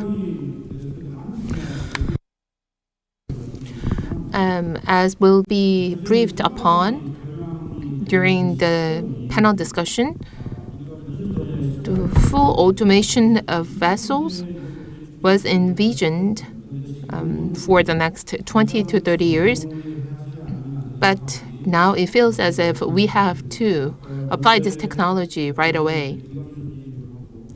Dr. Lee and Mr. Hatzigrigoris mentioned all the technologies being developed in the shipping and shipbuilding industries are moving and geared toward decarbonization and net zero. I think that is why it is imperative for us to work harder. Now I'd like to turn to Dr. Kim Yong-jin of Korea Institute of Machinery and Materials. His presentation is titled Trends in the Development of Hydrogen Storage and Propulsion Technologies for Achieving Carbon Neutrality in Maritime Vessels. Hydrogen is green fuel. We have propulsion as well as fuel cell. I think hydrogen is the most suitable fuel source for net zero, but there are many challenges we have to tackle. But technologies have developed so much so that some of them might be and will become available for application. That is why we'd like to cover this topic as well.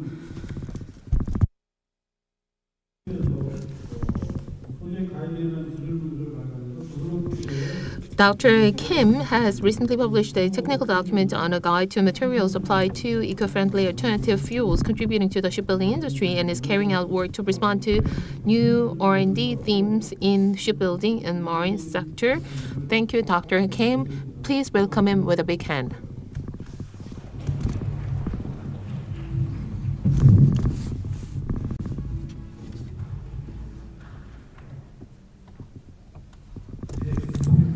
Thank you for such a kind introduction. I'm very honored and privileged to be part of this important forum for the maritime industry. The themes covered by the previous three presentations is related to eco-ships,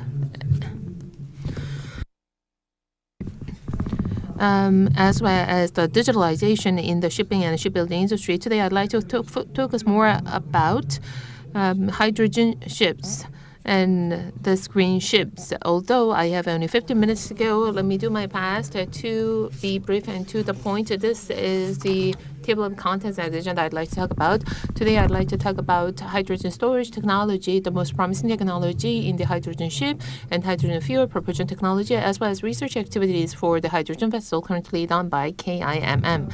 My organization, whenever I talk about Eco ship, this is the slide I frequently refer to.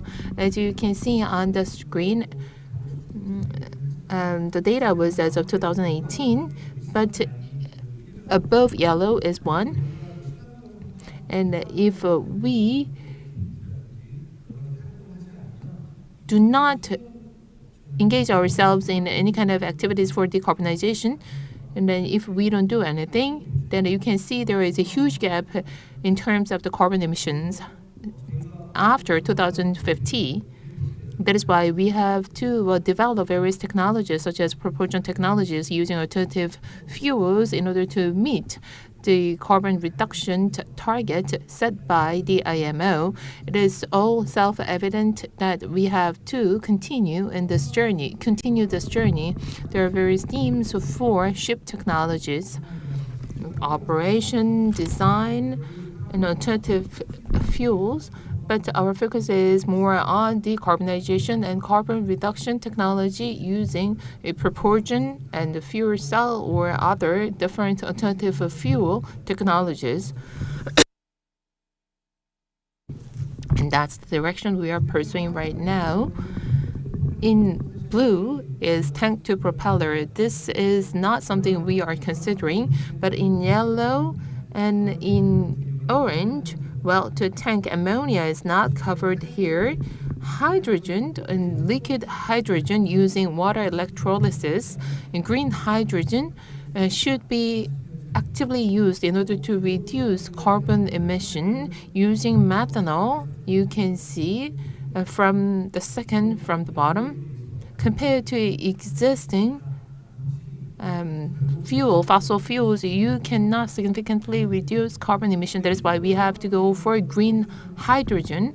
Although it's not all green hydrogen, there are various types of hydrogen and fuel sources. And then these days, the government is focused so much on SMR and ammonia.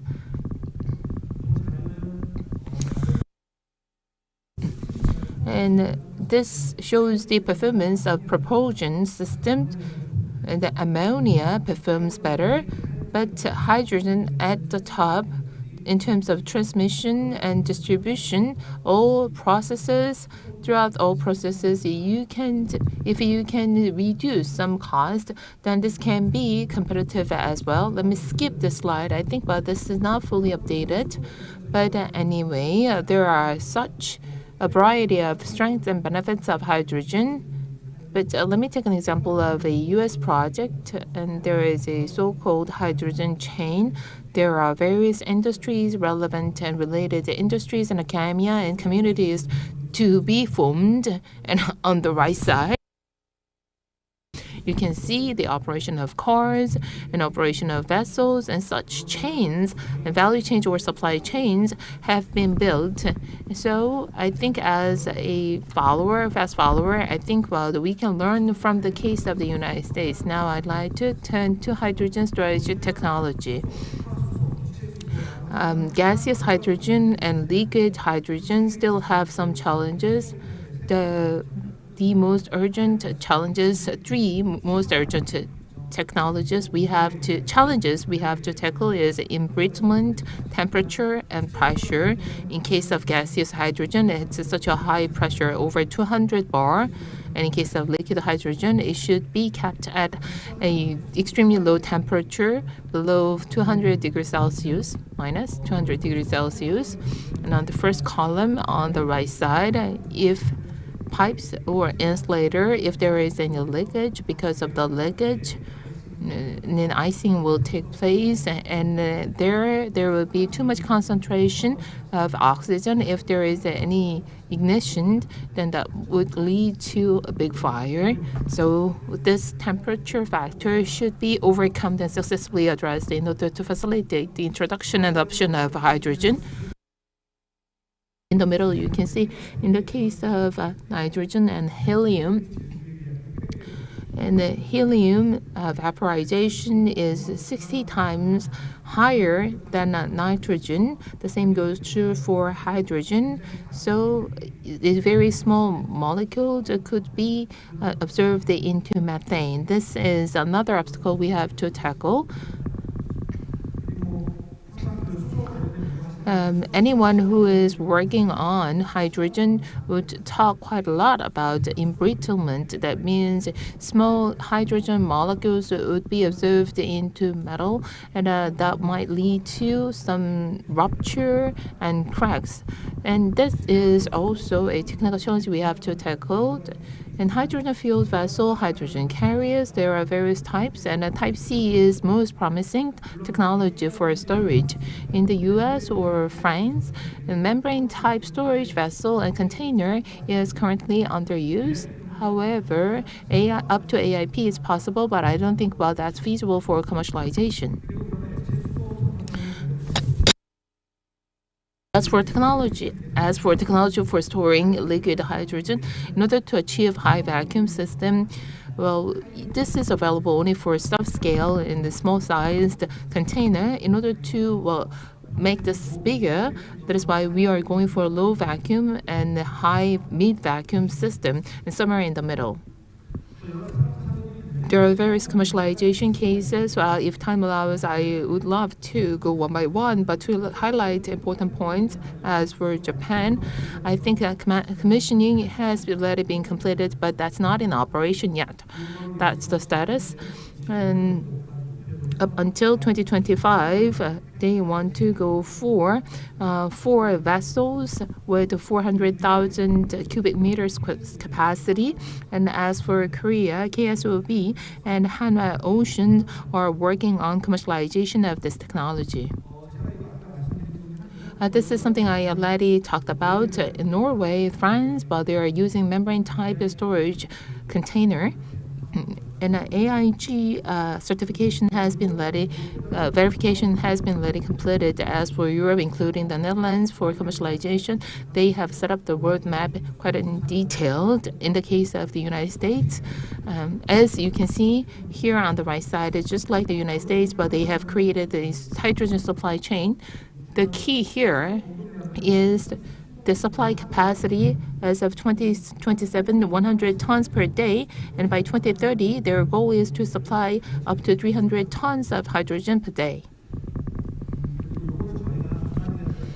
And this is a project we are working with Busan University, Busan National University. On axis, it's storage capacity. On y-axis, it's maturity for commercialization. Linde Kawasaki, whether it's land-based or seaborne, they are developing products, and they have successfully commercialized some of the products. And as for demonstration, Preso,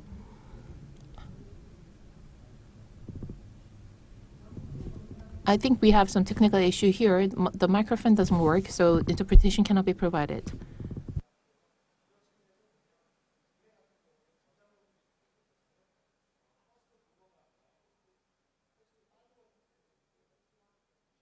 I'd like to ask for your understanding. Once microphone system starts to work, interpretation will be provided.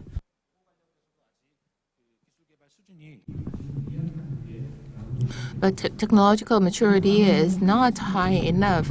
I'd like to turn to hydrogen fuel propulsion system that refers to traditional engine and PEM-FC related technology. And there are such a variety of developments on various fronts. By 2020, alternative fuel was the area of focus, but with the concept of decarbonization was not incorporated, but from 2020 onward, ammonia, hydrogen, and other alternative fuel were considered for the minimization of carbon emission, and various efforts and policies that have been put forth. In the case of Finland, Belgium, they are going for, and they have commercialized mixed fuel engines and mixed fuel ships. And as for Korea, KSOE, Korea Power, Tucson, and SK Gas has introduced and developed a hydrogen mixed fuel engines. So the R&D effort is being carried out quite actively in Korea as well. In the case of the United States and Norway, and they are also working on hydrogen-fueled systems. In the case of Norway, liquid hydrogen is used for the propulsion system. This is the first ever development of such a vessel. It's such a milestone. And in the US and France, membrane-type storage facility have been developed. And this is something deserves your attention as well. And on a real-time basis, their location and their status are being monitored. And if you visit the website, especially on the right side, well, that's more well-known because, well, they can generate hydrogen internally. Everything is generated internally. So I think, well, it has been quite well known because, well, it toured and traveled across the world. So far we looked at the status of the development as well as the technology. Now I'd like to turn to research activities for hydrogen vessel. At my institute, from 1 to 4, that's a national policy project that we have been working on, material evaluation, assessment, and specific companies, storage system development, and the fuel development system. That we have provided guidelines and guidances as well as advice.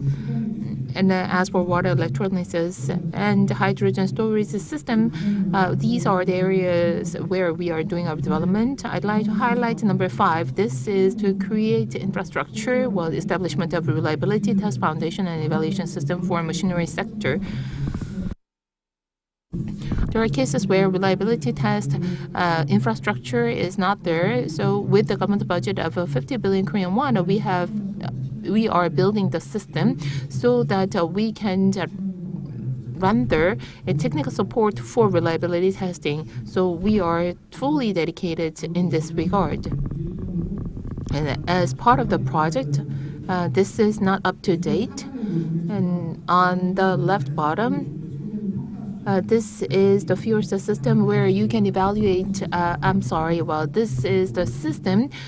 We can evaluate a part and component at minus 250 degrees Celsius. And on the right side, well, this is a whole new technology. And with this, we are developing technical documentation. And the documentation will be shared, and it has been already uploaded to a certain extent on our website. And these are upcoming project initiatives, and with a Korea registry. And we are also developing hydrogen spray and various other types of technology. And as for fuel cells, we are also working on a project. At the bottom, I mentioned that vaporization can take place for hydrogen because, well, it is kept and stored at cryogenic temperature. That is why we are working on this front for the development of general purpose PEM-FC power packs. And our goal is to apply this technology in the field by 2025. This is the end of my presentation. I'd like to ask for your understanding that not the entire document is not up to date, but this will give you a glance of what we are doing.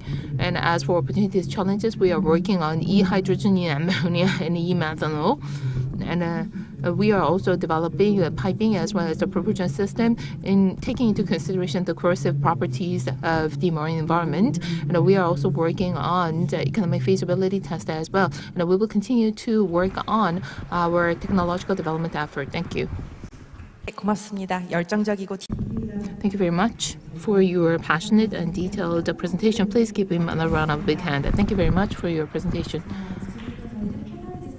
I know we will continue. with the panel discussion after we arrange a setting. The stage, and the panel discussion will follow right away. Thank you.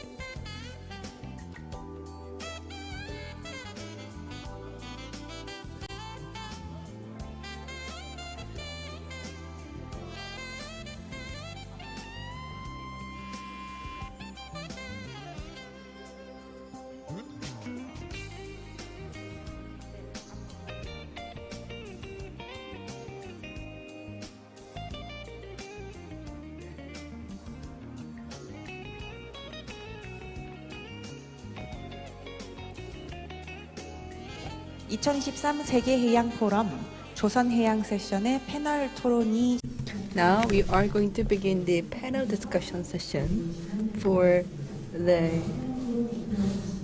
session, and I would like to invite the panelists and moderator. All the speakers, please join us for the panel discussion on the stage. 잠시 후 조선해양 세션의 패널 토론이 시작됩니다.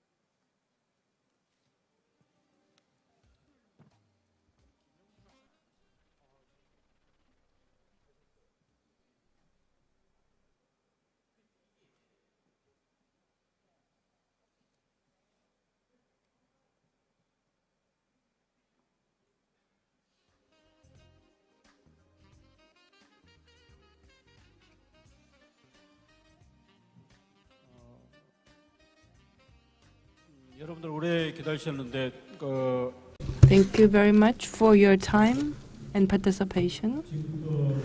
From now on, we are going to begin the panel discussion session.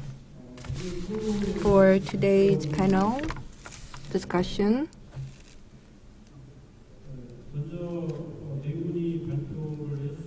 so for the 4 presentations that we just had before, I will actually give speakers opportunities to express something that they could not do during the discussion session because of the shortage of time.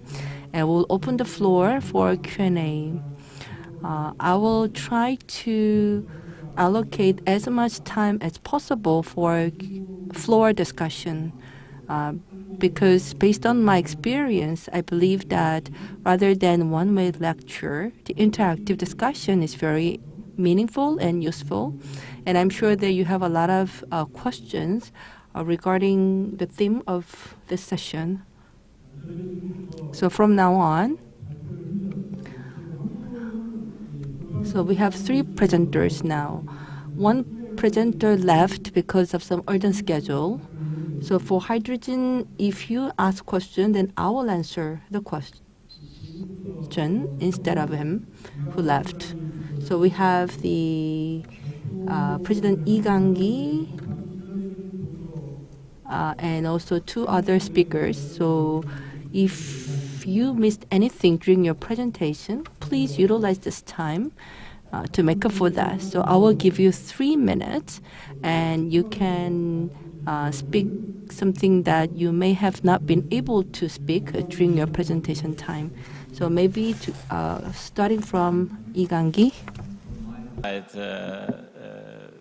I would rather like to emphasize for the 2 issues rather than to deliver another or additional, let's say, information. First one is now we have to switch the way of, let's say, thinking and the way of approaching to the issue for our common goal. First one is now it's time you have to think about the whole process. Of course, the ideal world is how the energy is produced and then how this is ended. This is a way of the well to well. This is the ideal world, but this will be extremely difficult because the complexity already from the well to tank. I take a very good example for your car.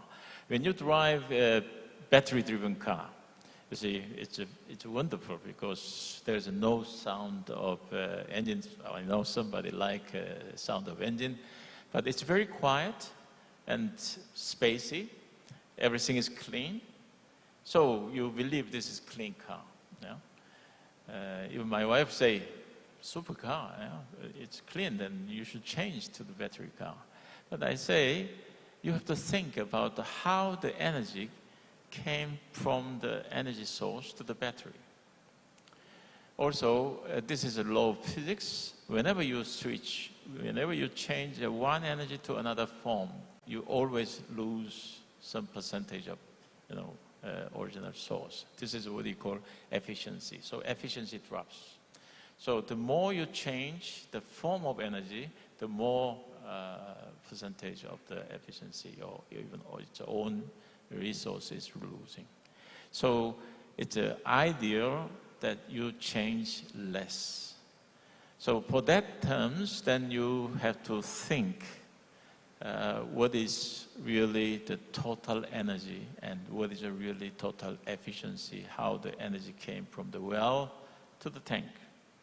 And then, of course, from the tank to the wake or to the wheel on your car, then it's a really matter of the efficiency of mechanics. This is a very, very simple mechanics compared to the previous one. So that is what I have expressed is a more generalized technology, which is broadened up and lots of stakeholders, they are sharing their role and contribute each of everyone to improve this. So this is not, I'm much concerned. And then the later part from the wake to the grave, yeah? that is even more complex. So it is not the moment. Let's solve problem step by step. Yeah. So that we can put a little bit aside. So at least from the from the well to the wake, this is the way we have to broaden up our thought and also our, let's say, practical measures. This is one message, and the second message is now it is chain of supplies. So when we are talking about transportation, the definition of the transportation is from the producer to the user, how efficiently this is delivered. And now it's a new concept is not just efficient, also very clean manner. This is what we call green transportation, let's call. And then also for the shipping, we call green shipping corridor.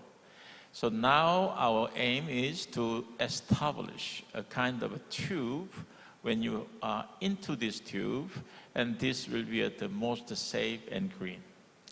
So how to do this, or how to achieve this, this is all the stakeholders, they have a deep understanding of what is green and how they can contribute. So here we have to not only understanding about contract or way of producing and way of, let's say, the delivering. This is a matter of understanding plus collaboration. All stakeholders, they have to open-minded, and then they have to collaborate. And that's how we can achieve this common goal. So these two messages I like to emphasize, and your questions I will receive it after my colleague speakers are speaking their topics. First of all, I have to apologize that I had to run through my presentation. I think one of the issues that was left out from all the presentation was the fact that it seems that by 2050, fossil fuels will still be there. The other fuels cannot cover the gap, and this is why the development of carbon capture technologies will be very, very, very important. The other issue that we have to consider is that today the only available fuel infrastructure is only the LNG infrastructure. Green methanol is not there, and as you have seen in the files, grey methanol will not help. And if we go for more than one or two new fuels, different infrastructures have to be developed. Another issue that may help towards solving the problem, and I believe, by the way, that the IMO targets, everybody is in a way criticizing IMO that their targets are not good enough. What we have to understand is that the 50% reduction in emissions from shipping by 2050, this is what IMO is implementing until now. It's a 50% reduction from the industry. It is not 50% reduction from individual ships. The population of Earth is growing. The prospects is that by 2050, 3 more billion people will be living on this planet, and therefore the IMO targets are pretty difficult to meet. Talking about technology, and since I mentioned the issue of developing infrastructure for different fuels, I think it will be very, very interesting to see if a multi-fuel engine can be developed. This is all from my side. Thank you very much.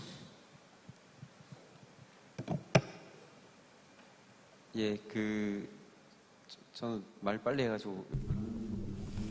I actually have covered all the messages that I deliver, but let me use this time to talk about the autonomous vehicle. So the Movida, back in the 1990s, developed the world's first ADAS system. And as you know, the new vehicles are almost new, all new vehicles are equipped with ADAS. So They're not the autonomous cars yet. However, the ADAS has been provided in order to ensure safety and intelligent driving for consumers. So from low-end to flagship car, all the new cars are equipped with the ADAS technology, which offer a lot of values and benefit. And I think the same will go for ships, that the full autonomous ship is still a distant future, but with this proven onshore technology, if we could successfully apply that to the shipping sector, then I'm sure that we will be able to deal with the various issues that we encounter today, including the safety issues, human labor issues, and so on. And last week, we participated in a motor show for demonstration, and together with the other car instrument manufacturers, our solution will be provided to 25 different ships in Europe for the low-end autonomous navigation. You know, the ADAS is already proven, so its efficacy, safety, convenience, and performances are already proven on the ground, and people do have the same expectation for marine shipping. And so when you interview with the seafarers, I'm sure you will hear similar responses. So I believe that the ADAS can help marine shipping. That's why we embarked on our business. So that's all. Thank you. Thank you for your comments. I really appreciate your comments. I totally agree with you. Dr. Kim has another matters to attend to. That is why he is not able to join us. And then to give you my comment, as for hydrogen propulsion technology in a well-to-wake and your hydrogen car net zero future, I think this is the best way from a pure perspective of net zero, not just shipyards and various shipbuilding-related parts and components. Hydrogen propulsion technology is being developed, and even in the automotive industry. In terms of economic feasibility, as of now, although things will change over the next 50 years, hydrogen does not have sufficient efficiency or economic feasibility compared to fossil fuel. Its performance and efficiency is only 40%. And if the development is not fully realized, then its efficiency will be only 20%. And in terms of capex, it will require 10 times as much resources as fossil fuel. And fuel cell, it's the same. If you mount a fuel cell, about 1,000 fuel cell, it's as cargo, it would account for 40% of the capacity, although the volume-wise, it will be only 10%. However, we have no other option but to go for net zero. That is why many companies and government organizations are focusing on the development of the fuel cell as well as the hydrogen propulsion system. Now, we are testing hydrogen-based and fuel cell-based engine as well. So down the road, as Mr. Hasi Gregorius mentioned, after LNG, we would introduce methane. No, we do not have green methane yet. Without green methane, that cannot serve as an alternative fuel. Then the way for us is either ammonia or hydrogen. But these two technologies are very sophisticated and complex. That is why we have to make extra effort. And when I was in Europe last week, I saw the signing of a contract to build an ammonia-powered vessel for the first time in the world. But many people are not sure whether we can actually build such a vessel meeting the deadline. I think, well, technology-wise, we can do it. But in terms of economic feasibility, I'm not entirely certain. And we also need cryogenic technology for hydrogen, the controlling technology, storage technology, and so on. And these are the areas we have to develop further. These areas will become reality at some time in the future. And that's my comment. Now, we have received some questions from the audience, so I'd like to share these questions. We started with Dr. Lee, but sometimes I become naughty, so I want to change the order of asking questions this time. So now I'd like to turn to Dr. Lim. 지금 선박의 So regarding the ship navigation system, do you really think that the autonomous navigation is possible? And also, all of these things should be based on software skills, but then it could make them vulnerable to hacking or other types of the phishing attack. As you know, the Ukraine war is still going on, and very ironically, these wars are now fought by software, not by human soldiers. So in such a case, 누가 믿고 그걸 할 수 있을까? If the ships are attacked by the cyber attack, then who could put trust on them? And also in Korea, Wi-Fi is free of charge, and you can have very convenient access to Wi-Fi services. But if you go overseas, because of the satellite limitations, Wi-Fi is not that convenient in some countries. And so, as you know, ships, they travel all over the world. So would it be any limitation because of the GPS limitation coverage? Thank you very much for the question. So just like autonomous driving car, our solution is an edge solution for autonomous navigation, which means that everything is determined and decided on board. And therefore, even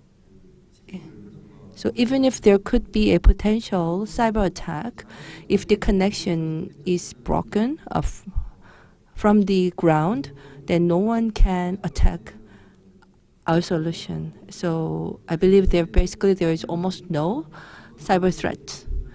And from next year, all the equipment in shipbuilding have to get certificates for cyber security. And I said that we received the certificate from the 5 registers. And so one of the key elements for certificate is the cybersecurity. Aside from that, we also have the system security. We have to have the physical security and so on. So only with this security approver, we can get type approver. So you can see that these attacks are fully considered in developing our solution. Thank you very much. So we talk about the autonomous navigation, and this technology has been pretty mature for automotive sectors.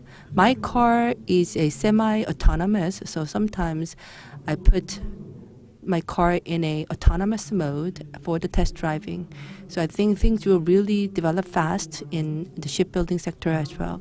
Back in 2001, when we talk about the autonomous ships, many ship owners and carriers, they had concerns. And they said that if it becomes autonomous, then our seafarers will lose their jobs. And there will be nothing left for them to do. But if you look at what's happening right now, still I think there will be a need for human labor. So we have to have operators and with high expertise that can handle various hardware and software. So I believe that we will soon develop the application and more researches are expected. The second question is,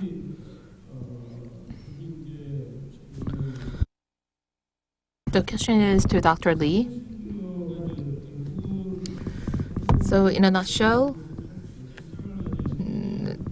and for our response to carbon and digitalization, we have to develop a shipbuilding and shipping technology, but in order to meet the requirement and especially the regulation by the IMO, I'd like to know whether this is tank to wake or well to wake. Well, it is not entirely certain, but although we are talking about tank to wake, the tougher regulation over ships.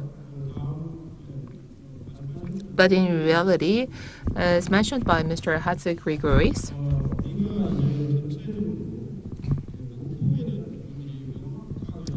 the targets should be clearly defined. And total energy generation is important, but consumption against according to the production is important. But we have to make sure the alignment between regulation and technological development. We are developing digitalized technology as well as the decarbonization technologies, but regulations do not seem to be up to date. For example, dual-fuel engine-propelled ships were delivered, and this year we see more methane powered vessel, but there are not many places for bunkering. The same goes true in Korea as well as in other countries. So although we have the technology, infrastructure is not there yet. So as you can see, there should the regulation should go hand in hand with technology. The ships and the shipping, logistics, all these different subsectors should go together. In your view, Dr. Lee, do you believe we can meet the regulatory requirements if we solely focus on the ship-related technology? I take this benefit bilingual, so I could understand both English and Korean. So thank you very much for your question. It's an excellent question and also very important question. When you look at let's say, what is the major role of the ship and shipping, it's in a way switching over ownership of the goods. When you ship the goods, the ownership from the owner of the goods are shifted to the captain of the ship. And then when the ship is arriving to the destination, then the ownership is shifted from the captain to the, let's say, consigned recipients. So you know, when there is no, let's say, nobody on the ship, then who is the owner of the goods? This is a kind of dilemma. And also for the software, when you have a software, it shouldn't happen, but if anything happens and this result catastrophic, then who is the responsible? Well, is it the development of the software, that entity or person is responsible, or who bought this software is responsible? Or who is operating software is responsible? So when you are talking about all this, let's say, new technology, I mean, I don't deviate soft technology or hard technology, but this highly sensible and highly sophisticated technology always call for the commercial issues. When you are remotely control the ship on board ship or on site, on land, ashore, also same thing happens. Also for the new technology-wise, this green technology I have called, and you always have this kind of issues. So this is something which you have to think about how to govern them. Normally we agreed this is a kind of international organization like IMO, International Maritime Organization, And then when they are agreeing, this is over 176 countries, and then they agree something, but this is still not the law which you have to follow. Still, the ships are under the control of flag state. Yeah? Which country, which flag this ship is belonging to. So this regulation has to be ratified by the certain flag state, let's say, legal entity. But when you think about the process detailedly, how to control this has to be discussed and also technically and logically, let's say, established this way of the control. This is done by the expert group, which is third in a hierarchy. You know, in IMO is MSC, and then we belong to the MEPC, and then under there is first of all SSE, Ship Safety Equipment Committee. They are the really body who are really discussing and coming up with a regulation, and MEPC and MSC is just the approval body. But when you are talking about this hierarchy of the IMO, we are talking about the IMO total number of the less than 500 people. This is simply impossible for the IMO to come up with a detailed, let's say, procedure how to govern. So when we are talking about, you know, this the egg and hen, chicken discussion, who is coming first? So I think here why I said collaboration is extremely important. The stakeholders, we should accept first the climate issue. This is our common problem, which we all have to contribute to solve this. And then regulating bodies like IMO or flag state, they should keep very constant policy. You know, they shouldn't change one day this and that, and also they shouldn't be unclear. They should be very clear. So when the legislation body, when they come with a very clear position and long vision of the regulations, and they are guiding, then investment will follow. Because investors, okay, here I can invest. So when investor start to invest, the technology providers, okay, now we have a direction, which way of the technology have to be developed. You see, when we are talking about the fuel, and then which fuel we are talking about, I have demonstrated the possible scenarios of more than 10 different fuels. But what fuel will be really, let's say, the fuel to comply this orientation? So that kind of a collaboration, and that is the key how the infrastructure will follow, and also all technology providers will follow, and thereby the suppliers of the manufacturing equipment, they also follow this. So this is maybe very, for you, maybe very loose answer, but there's no other way, to be honest. Yeah, that's my answer. Understand? Yeah. Okay. Just to add something.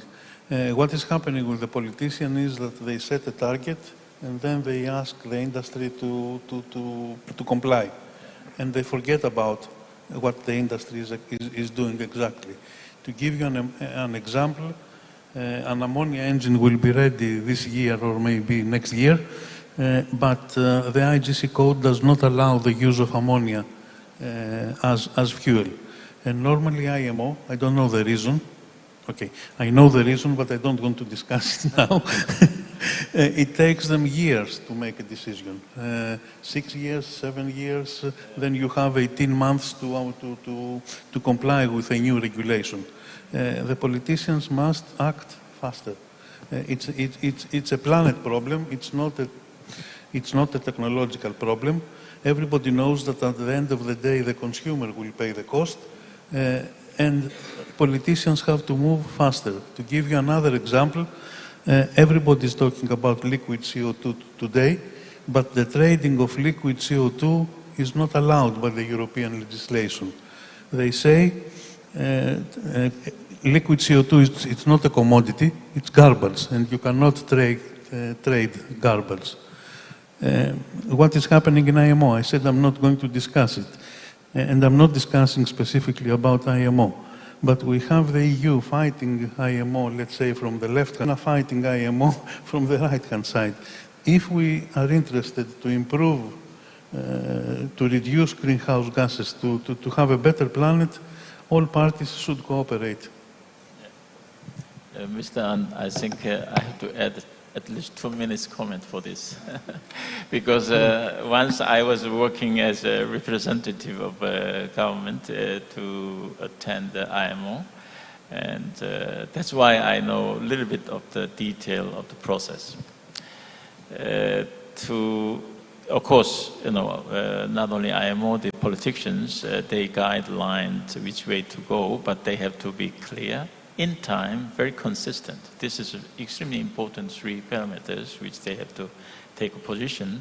And for the new fuel is concerned, as I told you, less than 500 people for all this complexity of technology, this is not possible. That's why the NGO like CIMAC, which I am working for, this CIMAC Greenhouse Gas Strategic Group, and also Euromod, for example, and all those NGOs consisting of lots of expertise, they have to cooperate. Now, the entity which I'm working in Europe, and there we are discussing and we analyze which way really have to go, and then we have decided to assign a people actually allocate as our representative in IMO to support them.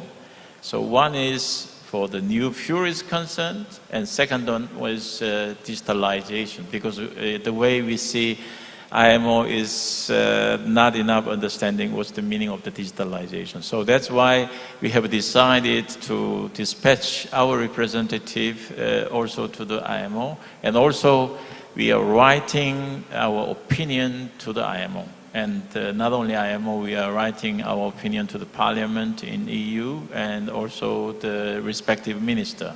So this is also a little bit, I'd like to share how this loose answer I gave you is actually communicated between this NGO and policymakers and politicians. Thank you. 두 분 대단히 감사합니다. 제가 Thank you very much for your comments. And I plan to make a very strong point, but thank you for made such remarks. When Korea first launched the LNG vessel, some challenges were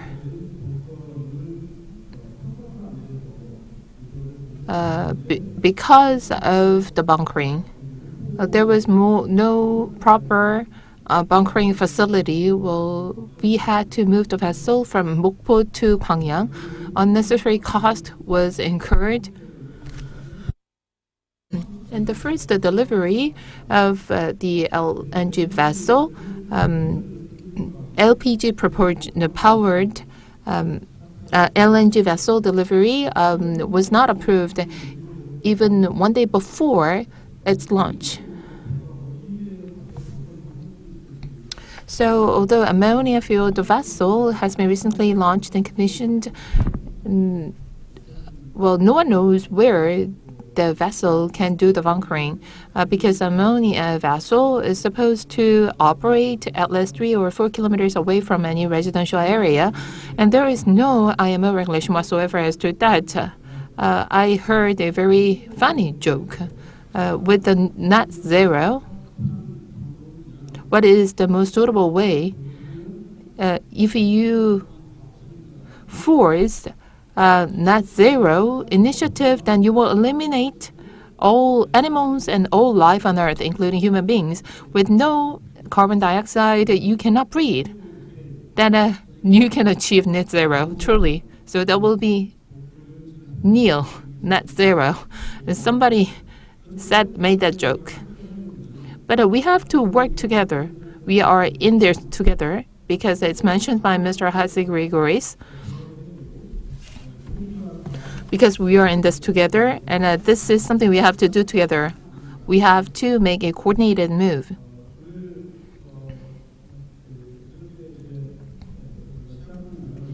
Yesterday, the Deputy Minister of the Ministry of Oceans and Fisheries delivered his congratulatory remarks, and I highlighted that we have to work together, we have to move together. We are running out of time.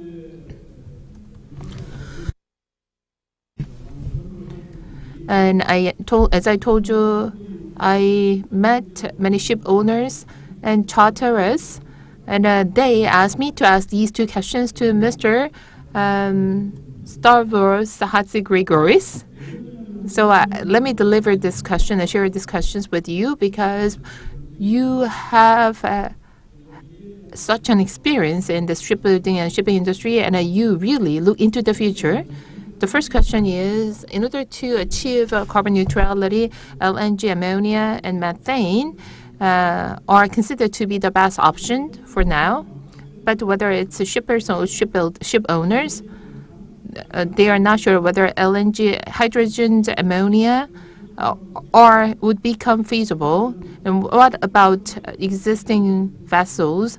And new builds are underway using ammonia and hydrogen and methane.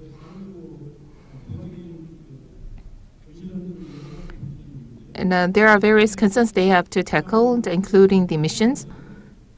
And if they go for carbon capture and storage technology, they are not sure which way to go or whether they are in the right direction when it comes to the green fuels. And well, if they have to completely replace the existing fleet, they would have to make a huge investment. An LNG vessel is now at $1.7 billion, and in several years ago it was only $1.3 billion. And because it is much more expensive because, well, they are incorporating all different advanced technologies such as big data analytics as well as the artificial intelligence. Well, then we have to retrofit thousands and thousands of existing vessels. Then retrofit versus new build. Which one should we choose, and what is the best way for us to go? So you have only 2 minutes to address this question. I will use less. Oops. Sorry, I will use less than 2 minutes.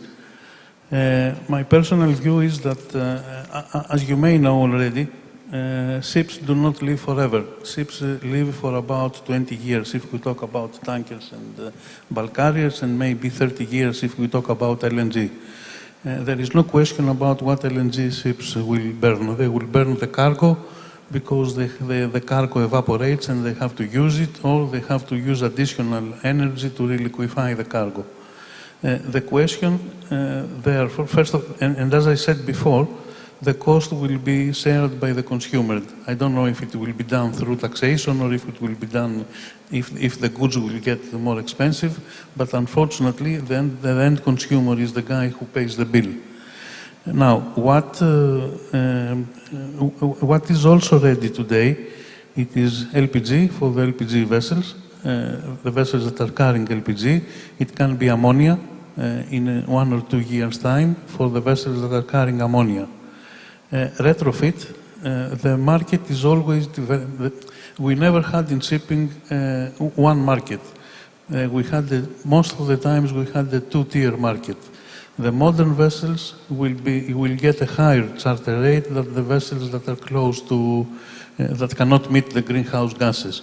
If you have today, suppose that you are a cargo owner, which ship are you going to choose? A ship that can do 15 knots and deliver your product, your property on time, or you will use a ship that can only do 10 knots because she will not meet the greenhouse gases criteria. And since ships take some time to deliver, now the shipyards are full until 2027, maybe some of them they get orders for 2028. I believe that the conversion market will exist. What is the easiest conversion? In my view today, the easiest conversion is methanol. Let's see what will happen. Thank you. Thank you very much. Thank you. If we work together, I think we might be able to find some feasible solution. The road would be quite tough. At least technology-wise, we can be there. But unless we work together, it will be quite tough and long way. Since we are running out of time, I would like to receive 2 questions from the floor if there are any burning questions.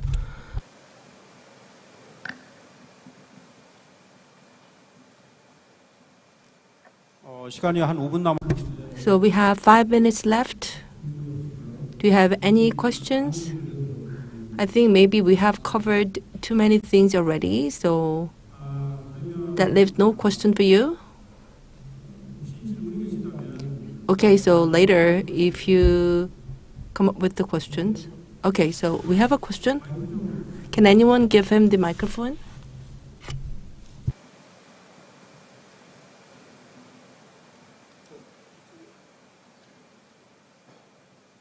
뒤쪽에 혹시 질문하실?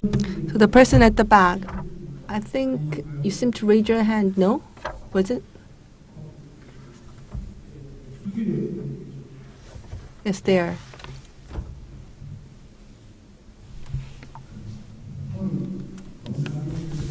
I really enjoyed all the presentation. Thank you very much.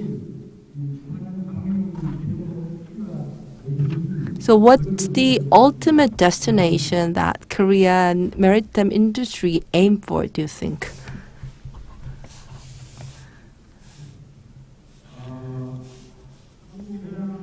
So the blue ocean for maritime industry in Korea, or ultimate destination, I think it's very difficult to answer that. Technology-wise, Korea is well prepared for various technologies, and we actually have made quick preparation for that. So when the carbon neutrality was announced, in fact, there was a phased approach. So first phase by 2025, and then 2030 and 2050 for eventual carbon neutrality. But then all the plans got capsized within 3 years with the rapid changes. But we quickly responded to that. Why and how? Because government, businesses, and also the academic institutions cooperated and came up with very quick response. However, the shipbuilding technologies, we have excellent technologies for shipbuilding sector, but we have to have technological advances for port and also the logistics as well. But in these sectors, Korea is actually lagging behind. So we have to take a comprehensive approach from where to take. And the technologies of different fields should be developed in tandem. Only then we'll be able to make a real progress. And what's important here is that thankfully the government and the relevant institutions as well as the businesses will really move quickly, and therefore I believe that Korea will be able to stay ahead of other countries, and especially for the shipbuilding sector. But now we also have to think about the navigation, operation, logistics, and so on. So logistics, shipbuilding, and the port, they should be developed in tandem in order to create a comprehensive ecosystem. Otherwise, we may not be able to make a substantial progress. So with that, thank you. So our time is almost up. So very unfortunately, we may have to close our session here because we have next session in store for us. Once again, I would like to thank all the 3 speakers. We are talking about and the future will the invitation, presentation. We are talking about. Thank you very much. See you next time. Thank you very much. Thank you. Thank you, Mr. Anand. We meet next year again. Okay, next year I'll take it. 다시 한번 큰 박수 yeah, 부탁드립니다. Why don't you give them another round of applause to moderator and also the panelists and speakers. Thank you very much for your contribution, and we would like to conclude our session here. We will have a short break, and we will also have a commemorative photo session together with the moderator and speakers. So I would like to ask you to remain on the stage for the commemorative photo. Ready, photo break now. Please stand there in front of the camera, and then we'll hand out this little souvenir for you.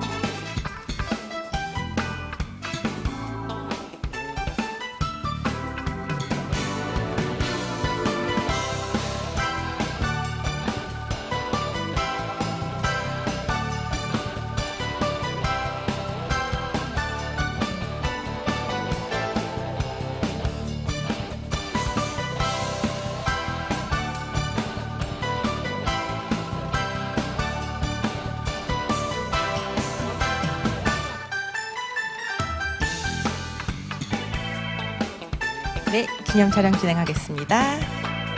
Thank you again for the wonderful session, our speakers and moderator.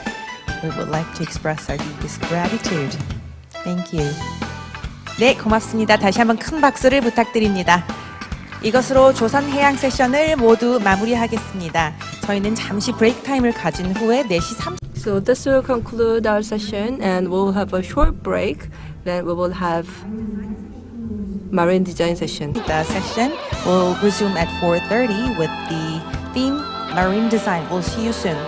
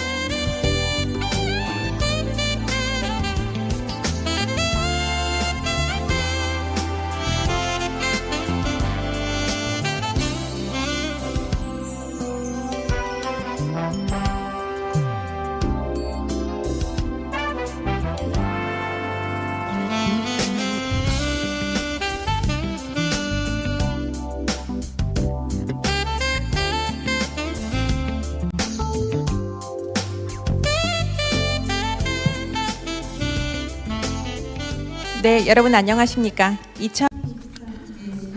Distinguished guests, welcome to the Marine Design session of the World Ocean Forum 2023. The Marine Design Session of World Ocean Forum 2023. 본 세션의 주제는 해양 디자인, 조선 해양 산업과 안전 디자인입니다. The theme of this session is shipbuilding and marine industries and safety design. During the session, we provide simultaneous interpretation. The channel number 1 is Korean and 2 is English. Tune the receivers into those channels. 그럼 먼저 본 세션을 So we will now invite the Kang Pil-hyun from the Busan Design Research Institute.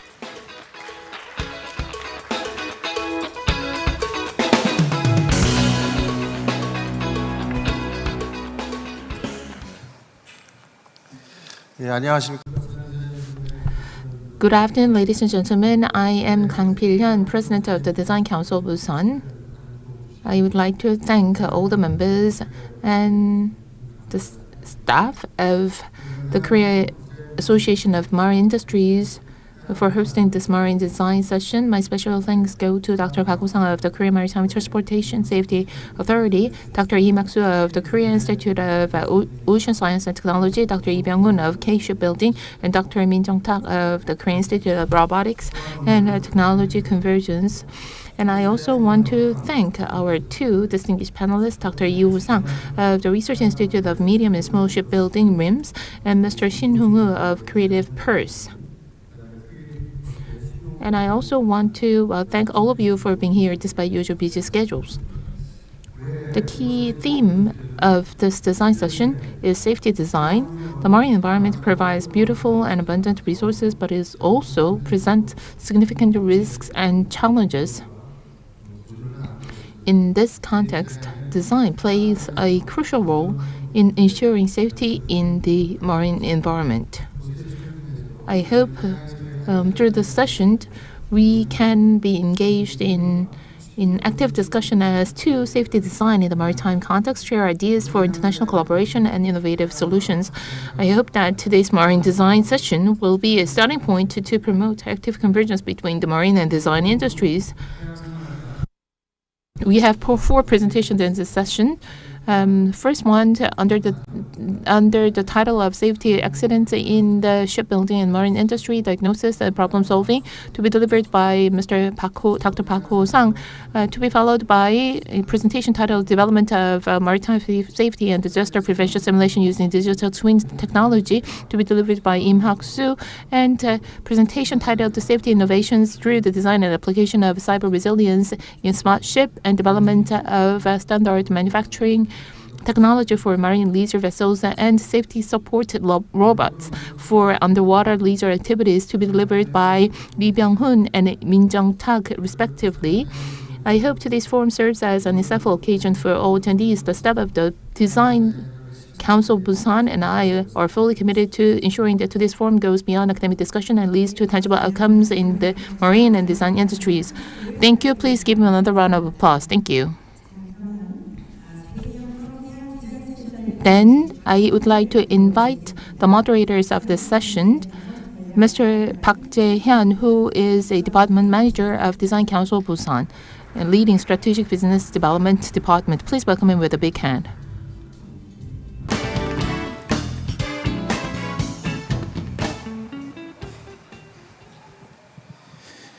네. Yes, so good afternoon. As introduced, I am Park Jae-hyun, department manager. Thank you very much for sharing your valuable time with us. I'd like to thank all the entrepreneurs and participants for taking part in this session. I sincerely hope that this session will be informative and useful to all of you. As mentioned by the speaker this year, we will be talking about the shipbuilding and marine industry and safety design in particular. We will be talking about how to establish a safety management system to ensure safe use of the marine environment, and thus requires the policy setting as well as the researches in order for the public to enjoy the marine environment in a safe and enjoyable manner, I believe we really need innovation. In particular, we have to strengthen our efforts to prevent the marine accident. And for this, we have to have a user behavior analysis in order to promote error-proof, accident-proof design and concepts. And for this, we will first hear from the Mr. Park Ho-sang, Head of Department of the Maritime Safety of the Korea Maritime Transportation Safety Authority. And he'll be talking about the safety accidents in the shipbuilding and marine industry, diagnosis and problem solving. So we would like to invite him to the stage. Please welcome him with a big hand.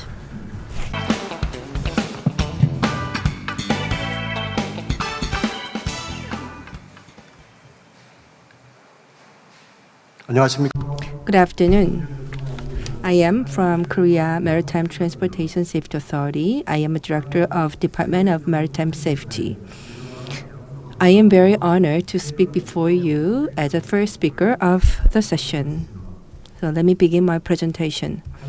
Here you see the contents of my presentation. I will first begin my presentation by talking about the current status of the maritime accident, and then I will delve into the cause of such accident.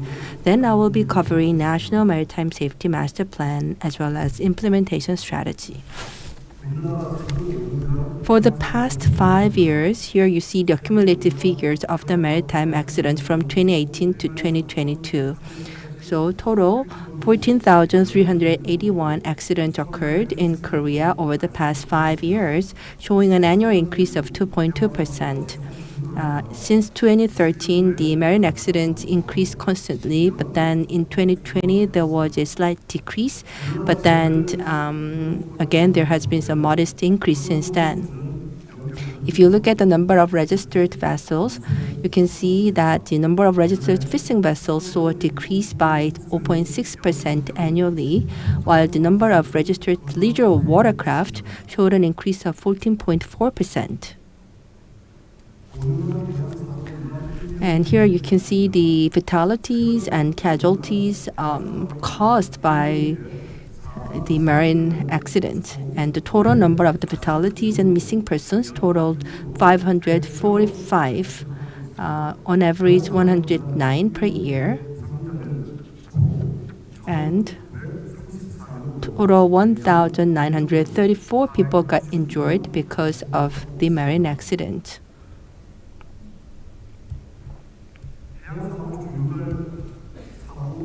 Here you can see the maritime accidents by accident types.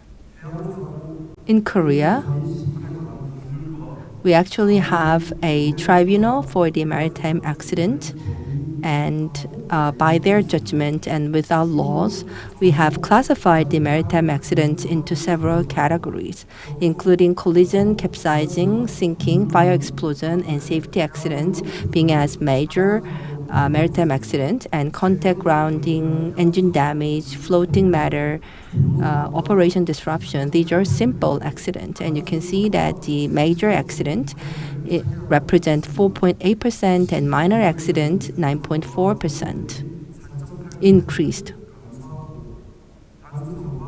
Rather, the major accidents decreased by 4.8% in 2022 compared to 2021, whereas minor accident increased by 9.4%. And also 2,168 ship vessels experienced the maritime accident.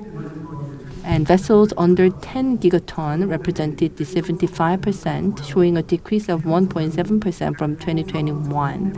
And non-fishing vessels ranging from 100 to under 1,000 GT made up 33%, showing an increase by 41.7% from a year before.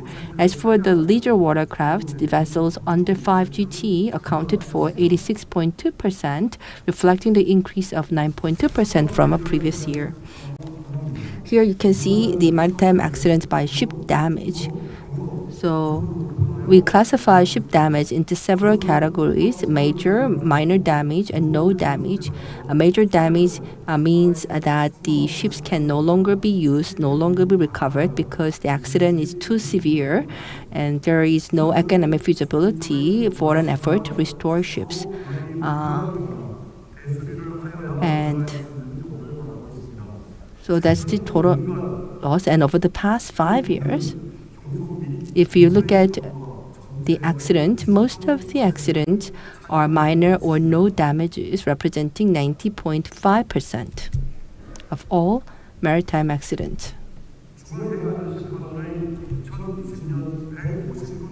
And here you can see 150 cases judged by the Korea Maritime Safety Tribunal, and collision represented 42%, safety accident 20%, grounding 13.3%, contact 8%, fire explosion 6%, capsizing 4%, and marine pollution 2.7%. And you can see that the contact decreased by 23.4%, and also the safety accident decreased substantially from a year before. Here you see the analysis of the maritime accident cause, and you can see that 76.7% of the accidents were caused by the operational faults, and among these, the poor vigilance and non-compliance with the onboard safety measures accounted for 39.3% and 8.4% respectively. And so for fishing vessel, the poor vigilance represent 48%, inadequate ship operation management 14.7%, non-compliance with the onboard safety measure 11.8%. For non-fishing vessels, poor vigilance 21.7%, inadequate shipbuilding 17.4%, violation of the navigation laws 10.9%, and non-compliance with the onboard safety measure 10.9%. And also for leisure watercrafts, the accidents are rare. So here you can see that most of the accidents are caused by the human errors.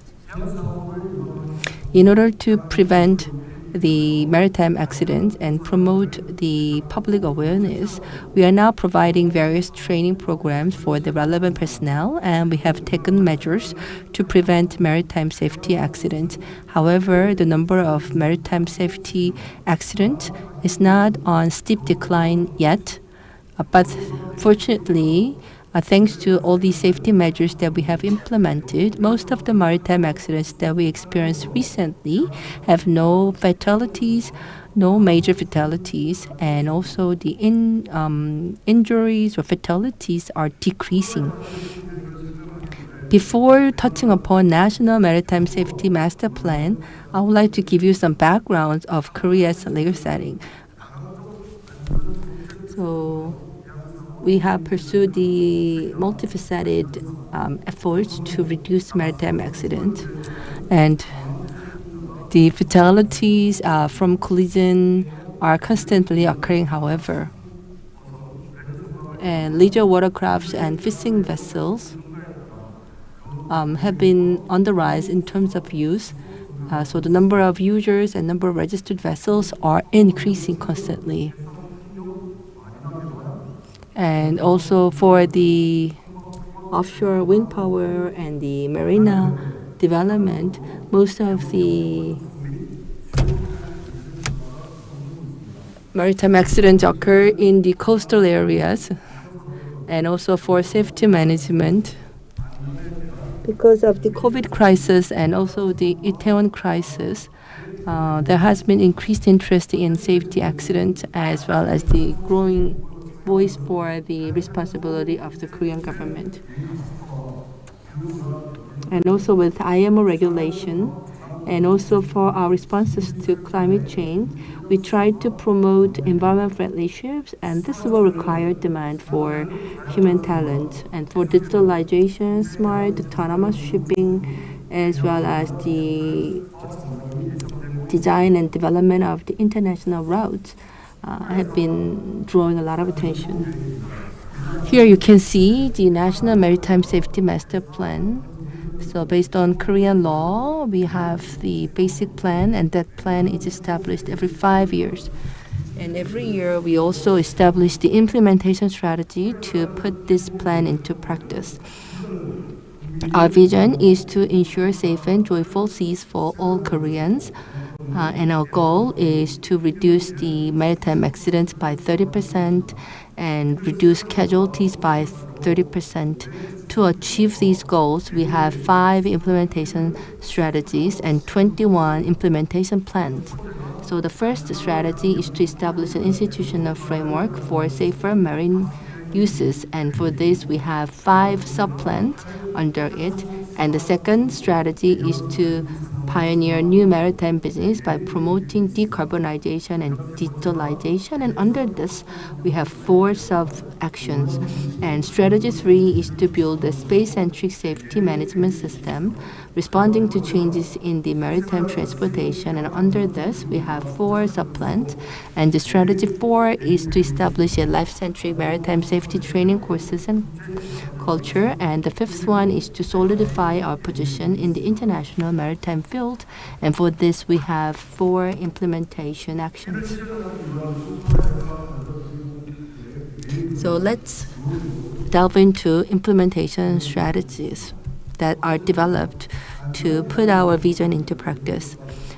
So the first strategy is about establishing an institutional framework for safer marine environment, and for this we will start the investigation for the industrial safety in the oceans and fisheries sectors, supporting the establishment of healthy and safety system for fishing crews. And in order to respond to cybersecurity, various legislative measures and comprehensive measures have been devised to counter cyber threats and attacks, and also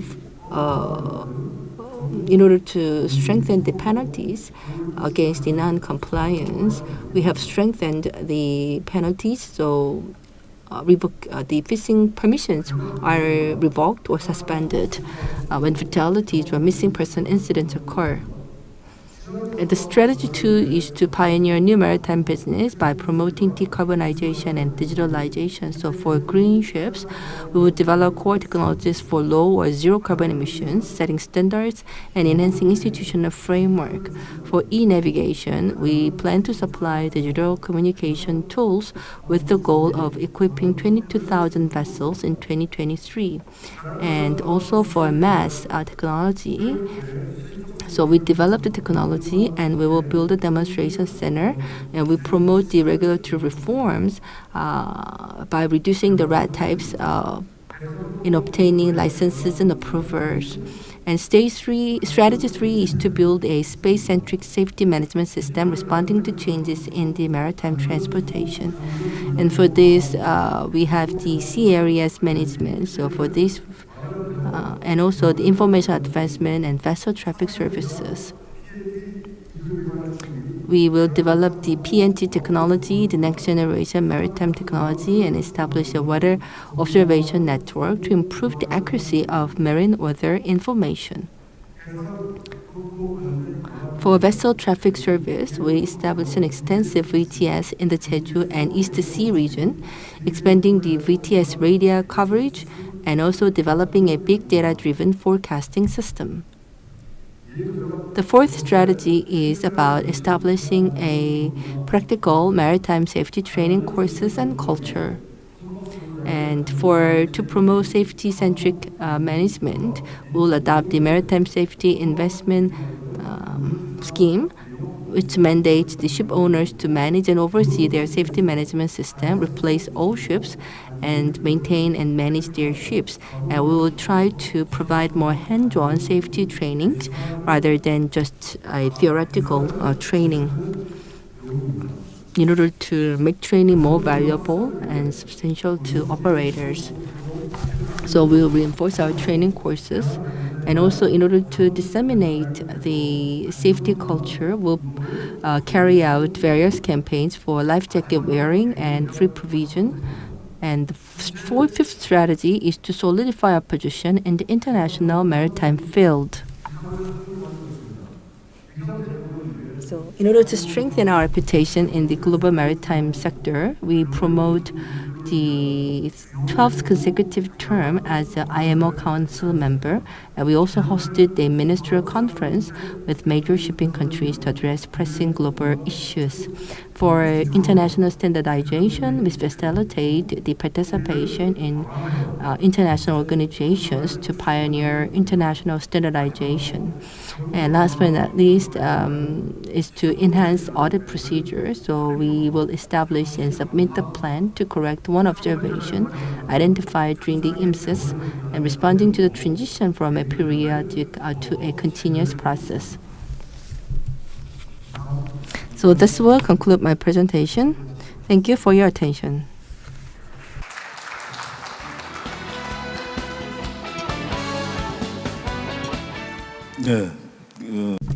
Thank you, Dr. Park, for your informative presentation. Covering various types of safety accidents, diagnosis, as well as the problem solving. Now I'd like to turn to our next speaker, Dr. Im-hak Soo of the Korea Institute of Ocean Science and Technology. His presentation is on the development of maritime safety and disaster prevention simulation using digital twin technology. Dr. Park is in charge of preventing maritime accidents, developing and operating maritime traffic safety information systems, and spreading maritime safety culture in Korea. He worked as the first engineer at HMM, and he joined the Korean Maritime Transportation Safety Cooperation and has been working until now. Please welcome him with a big hand.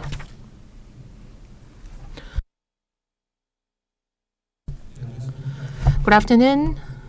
Thank you for such a kind introduction. I am Im-hak Soo.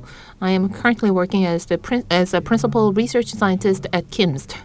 Today, I'd like to talk about the development of maritime safety and disaster prevention simulation using digital twin technology.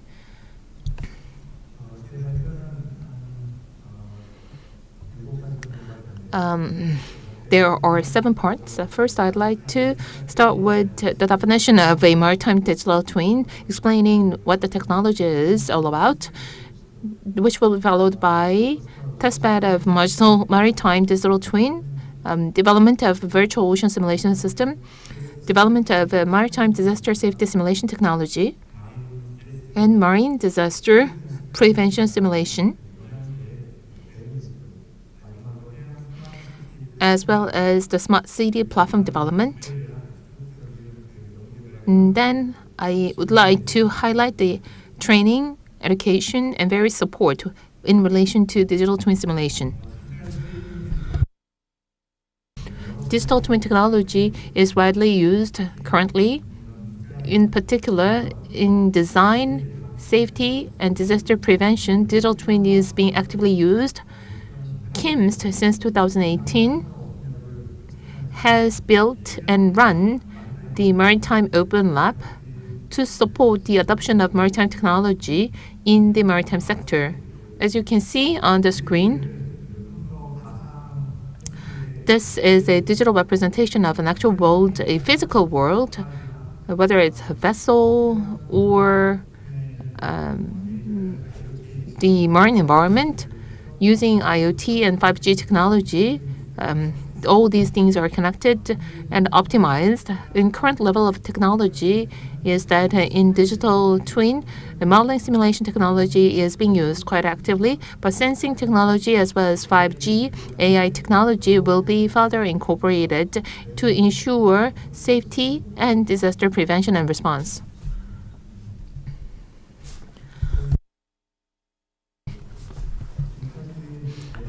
KIO's Digital Twin Open Lab has been around since 2018.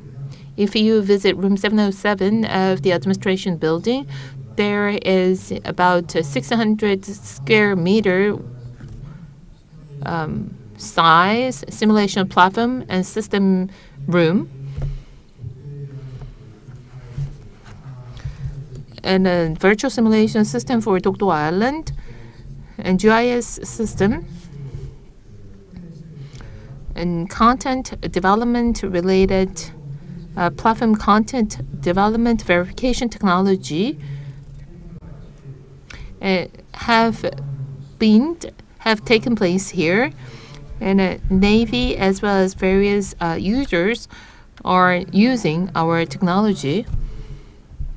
And this is the virtual ocean simulation system we have developed at Open Lab over the last 5 years. We have developed digital twin content for the marine industry, and in order for the verification of that content and technology, we have built this virtual ocean simulation system, and this accommodates various 3D visualization system and content implementation system and representation, 3D representation, and testbed lab are all in this open lab. HMD device or smart glasses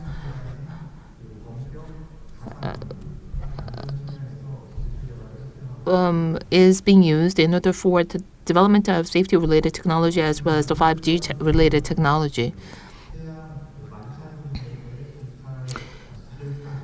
And the maritime disaster safety simulation platform technology, as I mentioned, in the case of vessel, the reverse engineering technology is required. So to that end, various 3D technology as well as point cloud technology should be in place. And through this, you can do the modeling, and through the modeling, you can do the VR and AR virtualization. And through that, you can link and put together various content, and to that end, you need simulation technology. Through various collaborative projects with academia as well as the industry, we have realized the various technologies, the convergence technology, and accused academia's AR and VR technology. And these all technologies were put together to give birth to this maritime disaster safety simulation platform. This year marks the 50th anniversary of KIMS. And maintenance and repair content can be put together and converged. And through this, the first the crew who are on board for the first time can train themselves and can be braced for any disaster-related situation. And in creating this content, I took part in as well.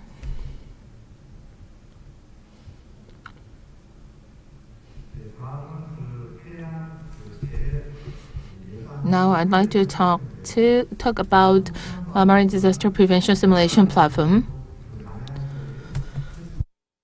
When there is a disaster, a typhoon, and tsunami, we should be able to know how to respond to that. That is why, KIMS has developed various marine disaster prevention simulation technology, and we have operation system.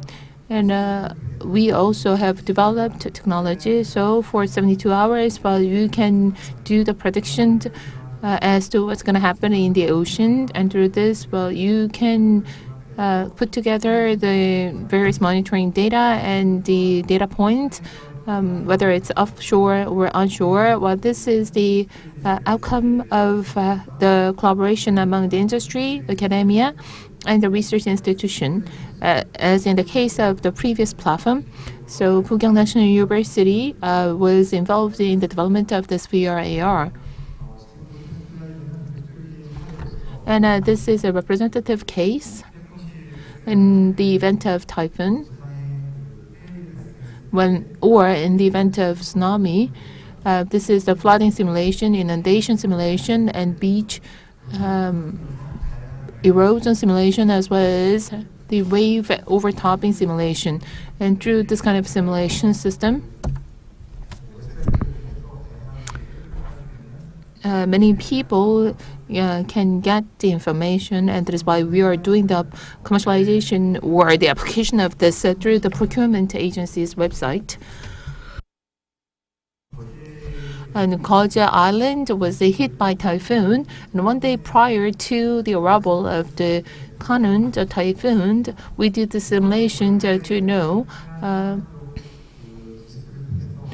And the marine digital twin linked with IoT, big data, and AI technology can predict and respond to changes and impacts in the marine environment. And even before the natural disaster comes, we can do the simulation to see how much part of the hinterland will be inundated. So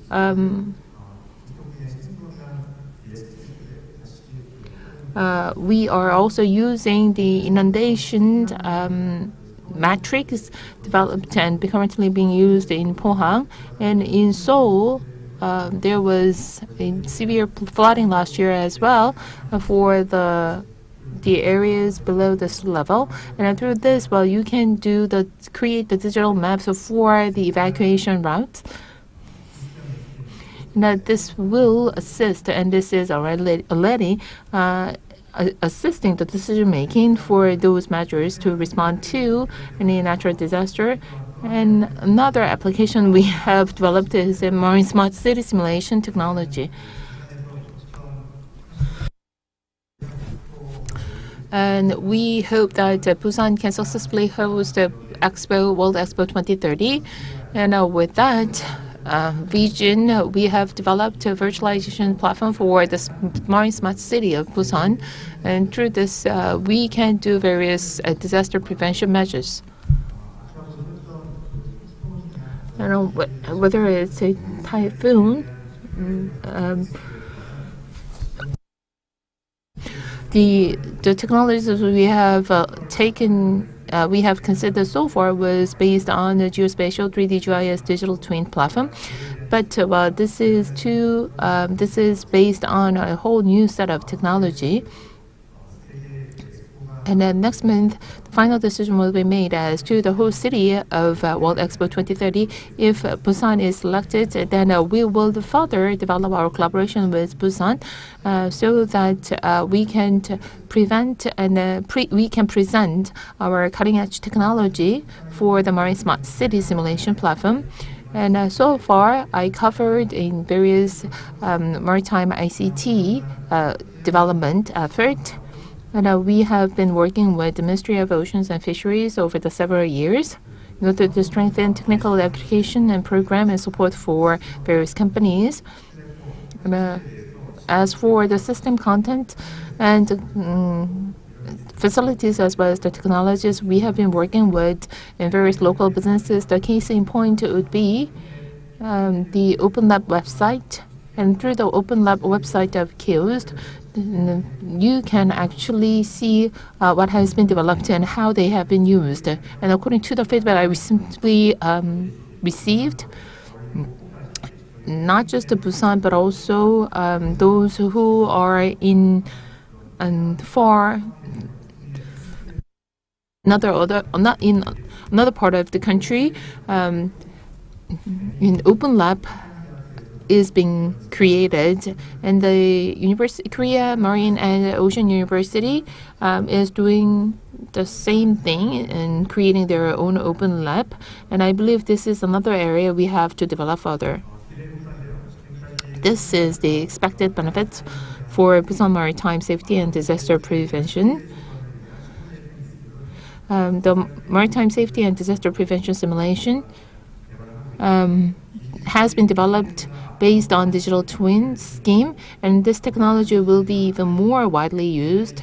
And with the incorporation of the artificial intelligence technology, that will be able to ensure, from a design perspective, the more wider and active use. Thank you very much for your time and attention. Thank you.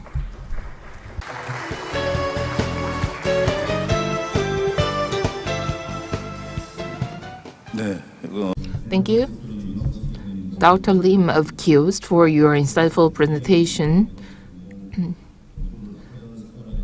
I studied digital design. That is why the presentation on the Open Lab was really impressive. I will make sure that I pay a visit to the Open Lab. Now I'd like to invite Mr. Lee Byung-hoon of K Shipbuilding Building. And his presentation is titled "The Development of Maritime Safety and Disaster Prevention." Safety innovations through the design and application of cyber resilience in smart ship.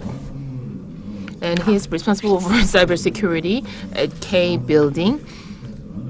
And he is working on the digital transformation of the ships built by the K Shipbuilding and related projects for the application of ship optimization. Please welcome him with a big hand. Good afternoon. As you introduced, I am Lee Byung-hun from K Shipbuilding.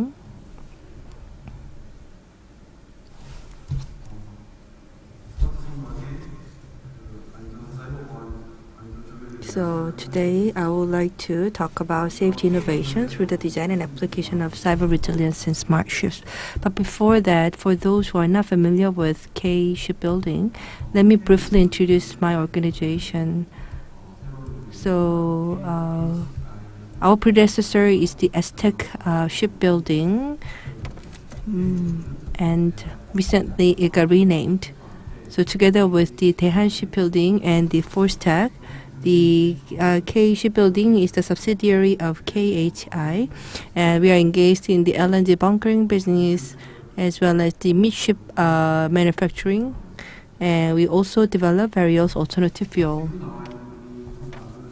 Here, this vessel, this is the LNG bunker vessel, and while the other vessels are powered by oil and fuels, but this one is powered by LNG. And this bunkering vessel is to provide the LNG supplies for other vessels to be operated. And here you see the numbers in relation with automation. And you can see that this bunkering vessel is highly automated already. In the previous session, as Mr. Lim from the Abacus mentioned, so in ship navigation, we already have a system just like the ADAS for ground vehicles. And from the departure place to the destination, the route of the ships are already optimized even without human intervention. So this indicates a lot of achievements that we have made in terms of automation. Here you see some keywords in relation with the maritime digital transformation. I believe that these words are already covered in the previous session as well. And in particular, when it comes to field, the issue that draws a lot of attention is the emergence of Starlink. So the existing communication environment is based on the 100 megabps, but then now we have a 150 megabps, 100 times faster than previous speed. This has become a reality, and as a result, the various data and services can be accumulated and also provided at a faster speed with this advanced telecommunication system.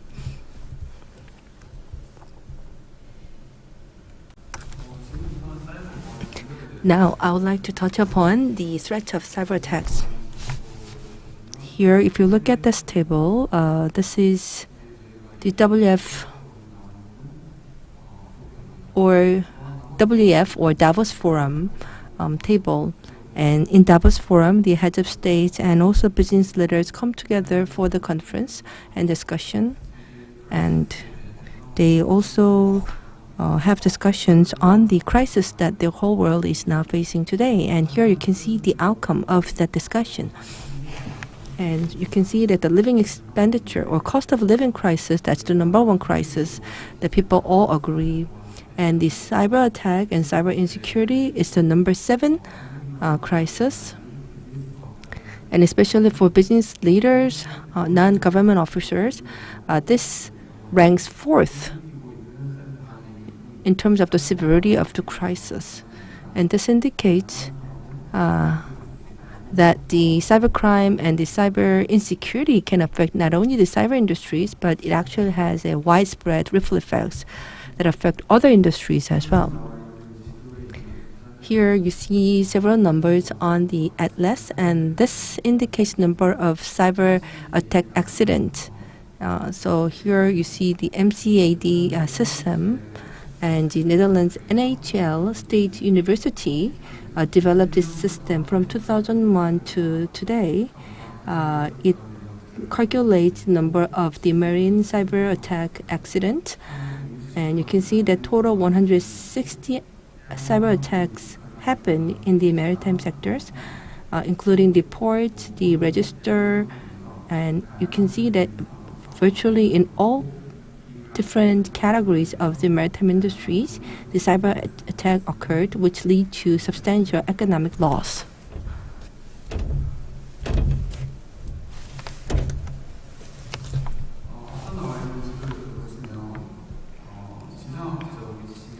And also the geopolitical location is critical. In particular, in conflicted areas, there are more attacks. And in that sense, Korea is very vulnerable to cybersecurity. Earlier, North Korea launched the cyber attack in order to steal Korea's submarine technology. They failed, but they tried to attack the shipbuilders of Korea. But thanks to the efforts of the National Intelligence Service, their attempts went down the drain. But here you can see that South Korea is number 2 in terms of the countries that are attacked with the cyber threats, only followed by the U.S. So if ships are under attack, if ships are under cyber attack, then what kind of accidents can take place? So here you can see some potential threat scenarios for a ship. And here you see these 3 different categories. And the 3 categories are actually something that have already been tried out by the terrorist organizations. So number 1 is about the ballast water management system, and this is to strike the balance for the vessel. But then here you see that the water moves to one direction in order to cause the capsizing of the vessel. And also there is a navigation system, and somehow it can cause the disturbances in navigation system and therefore rerouting the vessel. Or let's say that there is an automation system, and with this attack, that system got disturbed and fell down, and therefore the operator cannot guide the vessel in the direction that he wants. So in order to respond to these maritime cyber threats, each country has come up with the different rules and recommendations. From 2017, you can see the various regulations have come into effect. There are no binding regulations, but as of 2022, the IACS, the Register Association, they established the binding regulations. And also the EU, they have already implemented very strong policies against cyber threats. Von der Leyen, the president of the EU Council, said that we have to have the 6 policy priorities for the cyber security. And as a result, the EU NISS regulation came out. So by 2024 and 2025, the regulation will come into effect and become mandatory for everybody to follow. So, and it is applicable to the transportation and energy sector. And as for the ships, we don't have the regulation being developed yet. But maybe smart ships and autonomous ships, as well as the cyber attack and digital services. In relation with the ships, I believe that they will be subject to the strong regulation regulated by EU NISS, and if they fail to comply with that, then they have to pay the penalty of 100,000 euro. And this is the IACS, International Association of the Classification Society, and from 2020 they came up with a recommendation, and starting from next year, so the ships that will be constructed next year, this safety regulation will be applicable. And K Shipbuilding, we try to proactively respond to these growing maritime cyber threats, and also in order to establish the Korean version of the standards, we have launched a joint development project together with the Korea Register, Forstec, the Fortinet, and also the Igloo, which is a #1 vendor for security solution in Korea. And from January to June this year, we implemented this project. And finally, in July, we produced the final outcome, which was approved by the government or the KR. From 2016, the KR established the cybersecurity task force team in order to develop various approval programs and certificate programs for cybersecurity. And I understand that the Korean Register is one of the classification organization that has a very large database on this issue.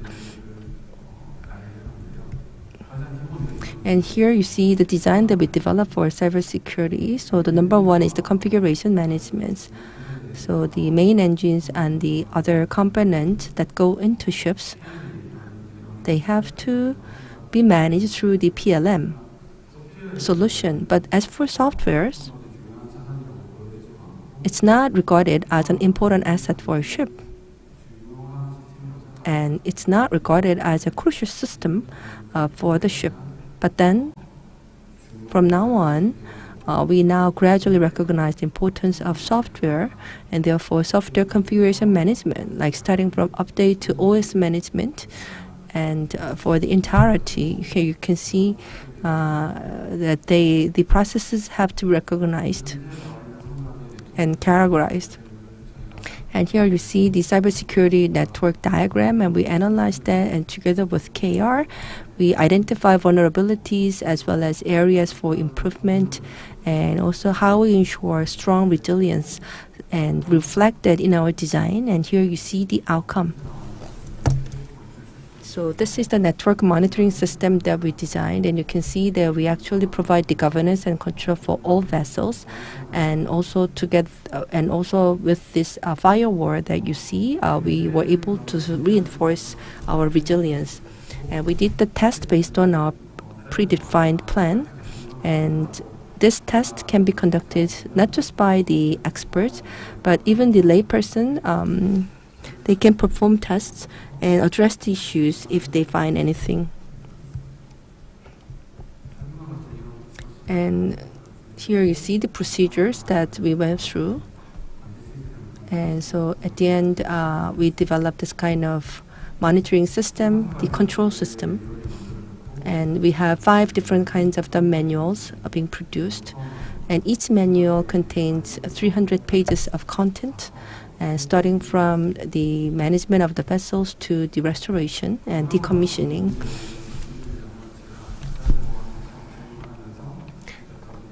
And this is the last part of my presentation, that the vessels and ships are becoming digitalized. And as a result, and also they will pursue decarbonization more and more, and this will inevitably lead to more data. And as mentioned by previous speakers, digitalization and decarbonization are something that should go hand in hand. And in the energy sector, I believe that they also understand the importance that these two should go in tandem. And that's why they developed the 3D energy grid in order to pursue the digital decarbonization and decentralization for industrial transformation. And this is something that I would like to deliver as my message, a key takeaway. Whether it's the digital or digitalization or decarbonization, none of them can be pursued single-handedly. Even if we create the vessels with a very, very strong cyber resilience, if the users intend, let's say that if the users deliberately avoid the safety system and try to break that, then I believe that there will be no perfect cybersecurity solution. And therefore, the stakeholders in the maritime security industry, they have to understand the importance of security and also strengthen the efforts to foster the relevant talent. And also, we have to make sure that each system that we have should fully recognize any kind of cyber threat. So digitalization and decarbonization, as I said earlier, they should go hand in hand. and not a single entity can address this issue, and therefore everyone involved in different industries, they have to do their best to address this issue so that we can be all in the same page and we can all enjoy safe and secure environment that could be beneficial for everyone. And with that, let me conclude my presentation. Thank you.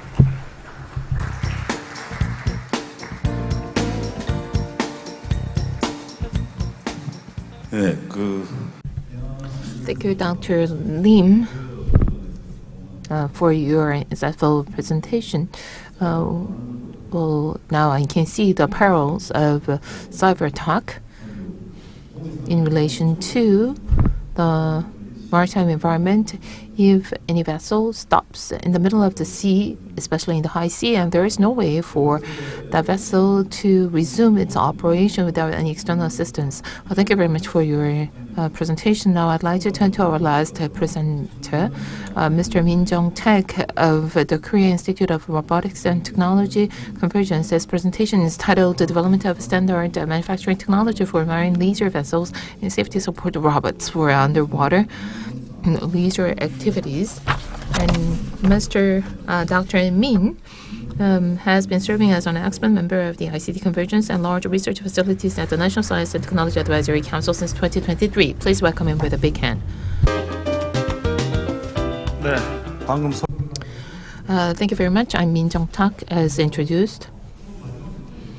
This is the last session of the day, and I'm the last speaker. Well, thank you very much. I feel very much honored to be the last one in today's program. Today, I'd like to talk about the development of standard manufacturing technology for marine leisure vessels and safety support robots for underwater leisure activities. You can see right next to the marine city, many people enjoy yacht riding. And in every beach in Korea, you can see surfing boat. In Jeju and in other islands, but there are many divers in the MZ generation.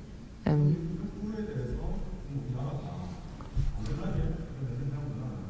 then we have to consider whether we are creating a healthy and safe maritime leisure environment.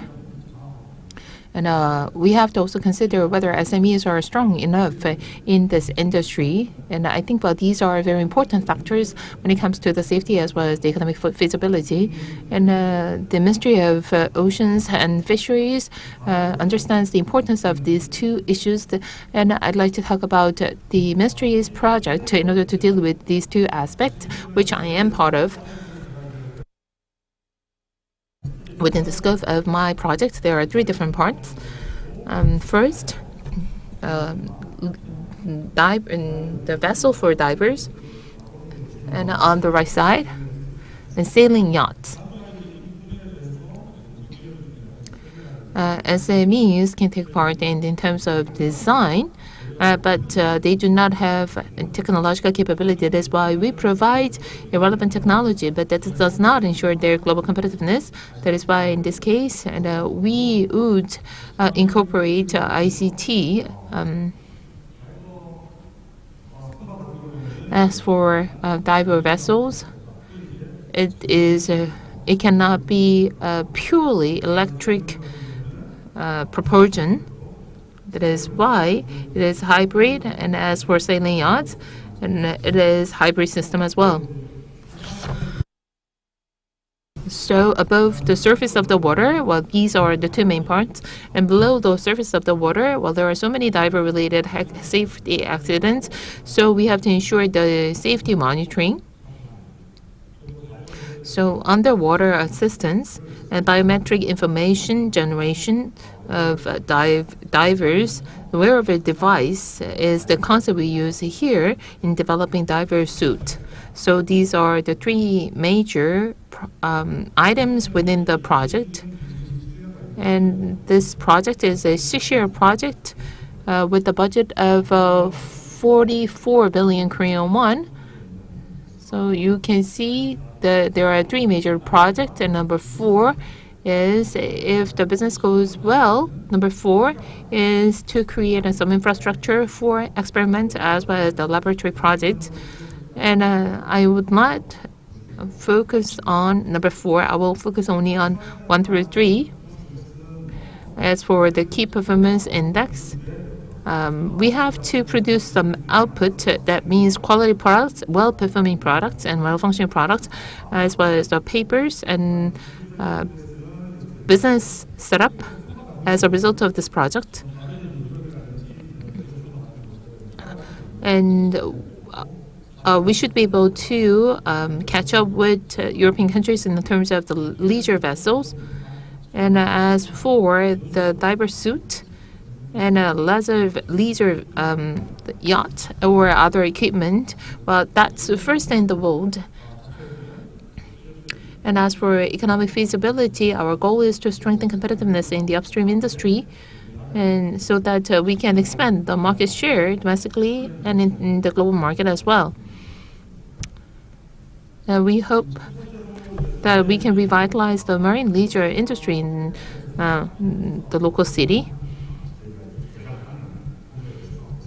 Now I'd like to turn to standards manufacturing technology of marine recreational craft. There are 2 main pillars. There are one hidden, actually. On the left side, you can see the sailing vessels. We do all the design, and even fabrication will be done by us. And this is electric propulsion system. And on the right side is diver vessel, and this will be 30 feet hybrid engine using electric propulsion as well. Then Abacus is part of this project and this part for autonomous sailing.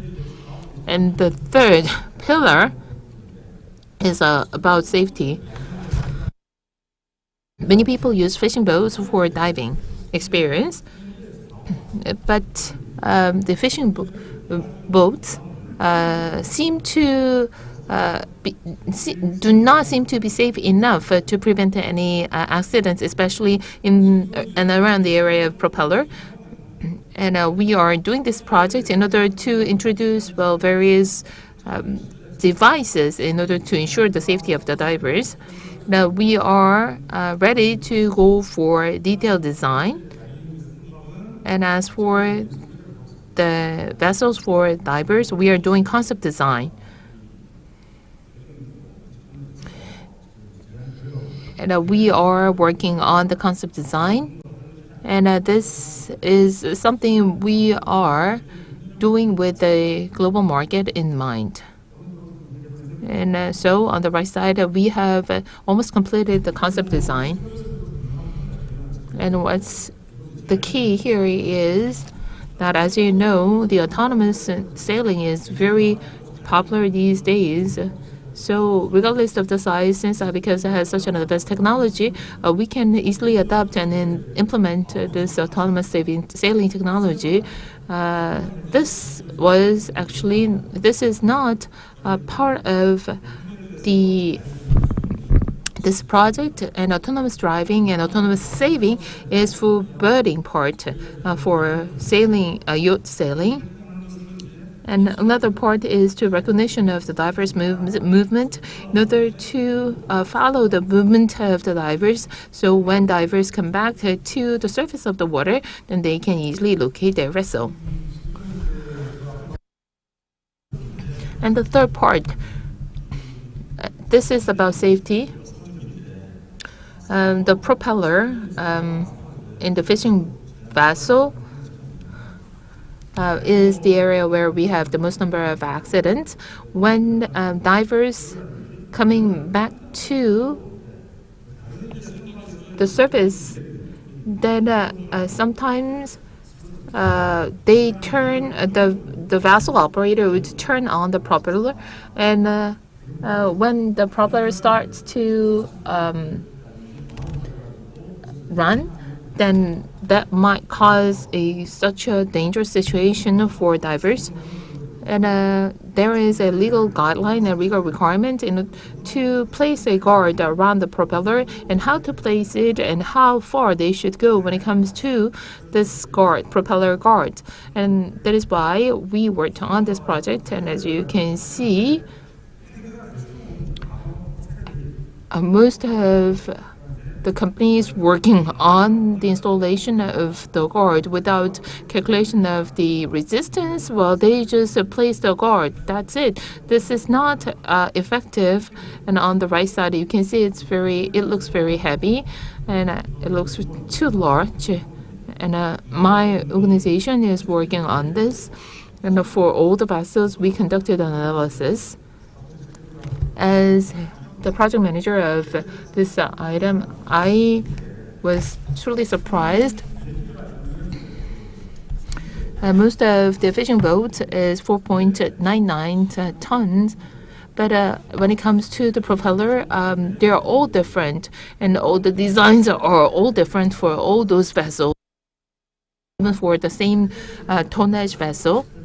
That is why we need to go for the optimal design of the propeller, and that should be propeller as well as the guard, and they should be affordable.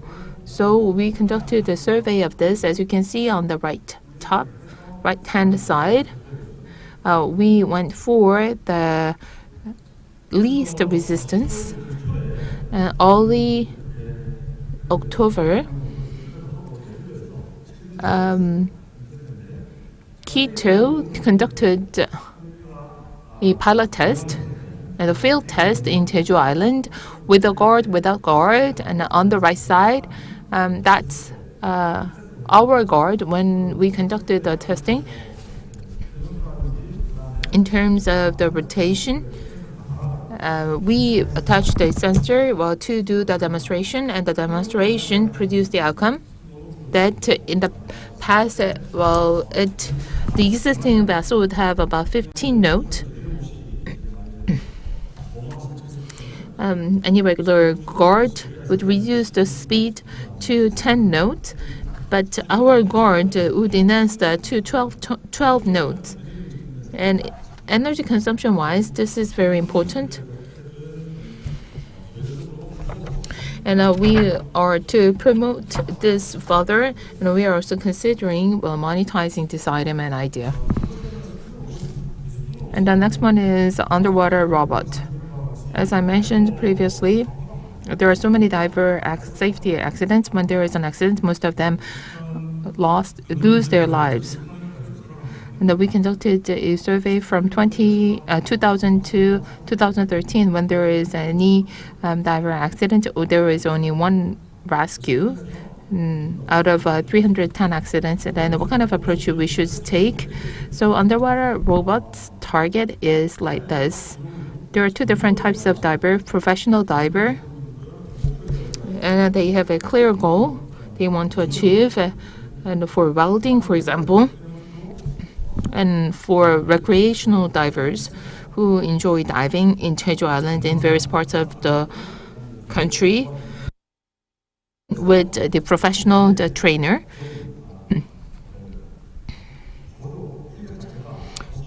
And if you have this robot, that you can ensure the safety monitoring even without anybody or assistant. And even professional divers, they're supposed to work in pair, but because of cost issues or because of other matters, they usually would go down all by themselves. The design would be updated, but this is just the implementation of the concept design, and it should be as light as 60 kilograms, because two persons should be able to lift it. And what's really important is to recognize diver underwater if there is any customized manipulation to be conducted, or if there is anyone to be rescued, and that should be able to be done with this underwater robot. And an integrated control and support system should be realized and implemented for this one, as well as we can see inland.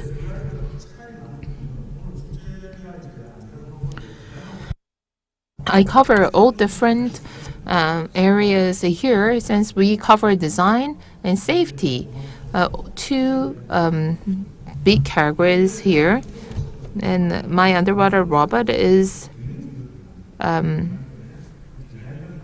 considered highly only when it fulfills its functional purposes, And the next one is about diver suit. And a diver suit is a whole new concept.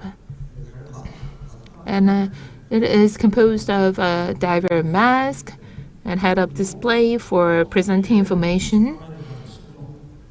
And the suit would receive a senses and signals from the body and transmit the information and the data signal to the system. And if there is any issue, then the diver should be able to be rescued, and there should be a diagnosis at hospital later. But even underwater, such a diagnosis should be made in order to see whether the diver is conscious or not. Currently, there is no data collected while the diver is underwater.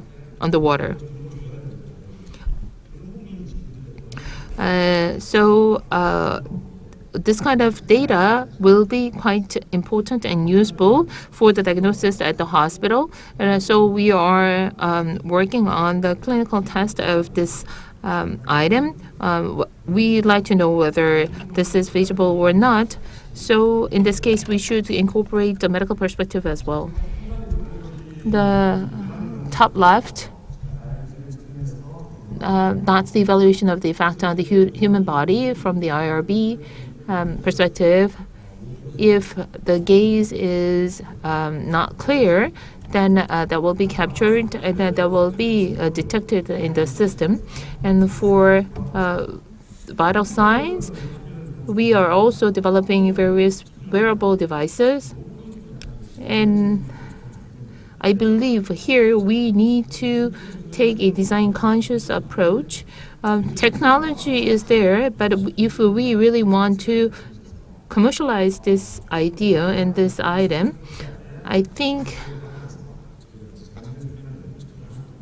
we need to consider the aesthetic aspect of these items. Although my time is up, I would like to share with you the project we are preparing for. The first one is that, as you know, in the birding and unbirding, well, there is high risk of accident. So, as you know, we have this parking robot system. Once that's fully automated, we wouldn't need such an assistance system, but it will take some time for boats to fully adopt this automation system. So, I think, well, birding and unbirding assistance system is something we can consider for development. And lifting the vessel and the sleeve, I think, well, that's where we can combine the robotic technology as well.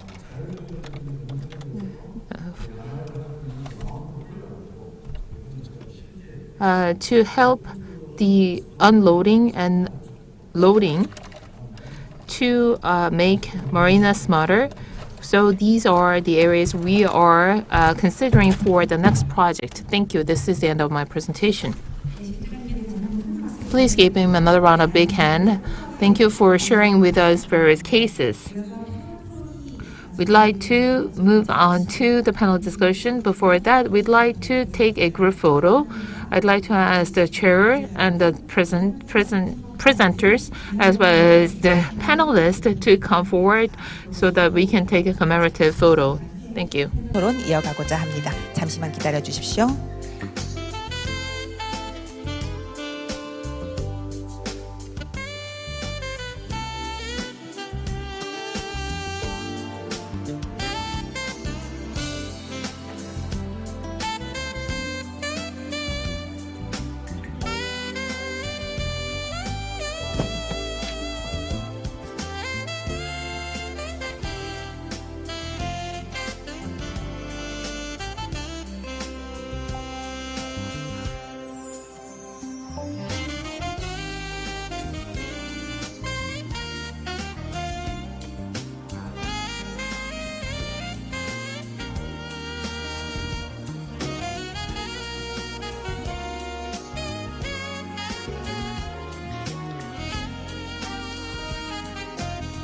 네, 고맙습니다. 그럼 저희는 장례 정리를 마무리한 후에 곧바로 패널 토론 이어가도록 하겠습니다. 감사합니다.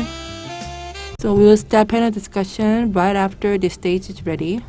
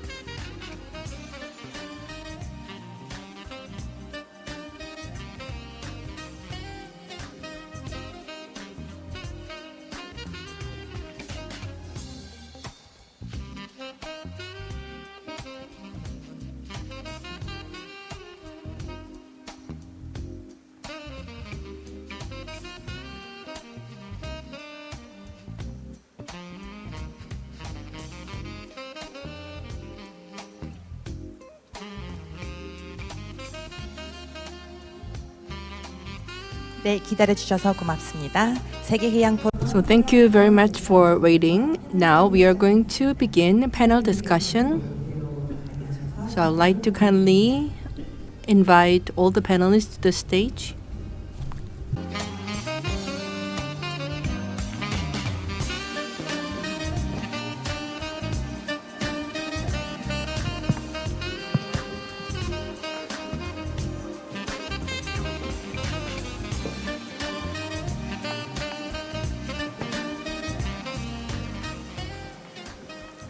네.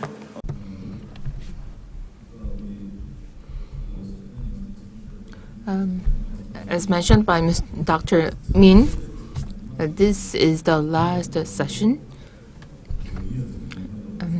That's why we will continue without break with the panel discussion. One thing I'd like to ask for your understanding.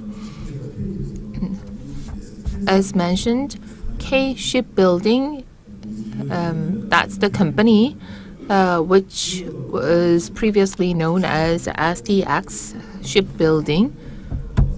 And disclosing information, especially in the case of private business, is quite difficult.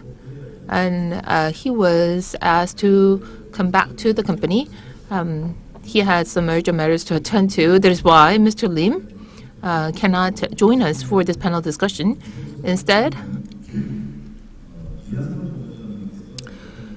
we invited Dr. Lee of Research Institute of Medium and Small Shipbuilding, LIMS. He is in charge of various R&D projects for small and medium-sized shipbuilders. And as in the case of last year, today we are joined by Mr. Shin Hong-woo of Creative Purse. And Mr. Shin is very active in various associations and groups. And he is also working as a member of the Technology Evaluation Committee. Before Lim left, I shared a question from the floor, and I received his answer. So my question is, in a large-scale vessel, cybersecurity is very important. And in designing a vessel, what are the greatest threats when it comes to the cybersecurity? And what are the values and the effects of risk management? And he mentioned that cybersecurity, the concept of cybersecurity and the threats can be better understood when we look back on what happened in our society when the Cacao data center caught fire and our entire lives suspended all of a sudden. And if a larger scale vessel, if they cannot operate for any reason, for especially cyber attack, then that will deal a serious blow to our daily lives. That is why it is quite important to ensure the proper cybersecurity related measures. Shipbuilders and shippers, ship owners, as well as the parts and component manufacturers should fully understand the importance of cybersecurity. And this should be taken into consideration not only in building and designing a vessel, but also in operating a vessel. So that was the message from Mr. Lim before he left.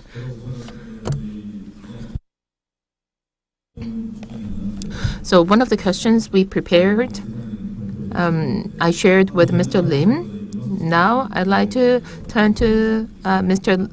Lim.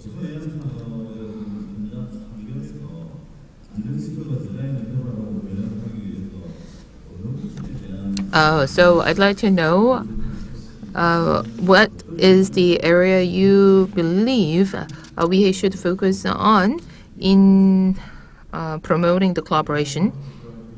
I am Im Hak-soo of KIOST in advanced shipbuilding and maritime industry with the development in the ICT. The industry is undergoing quite a high-paced digitalization, and based on the shipbuilding and maritime data,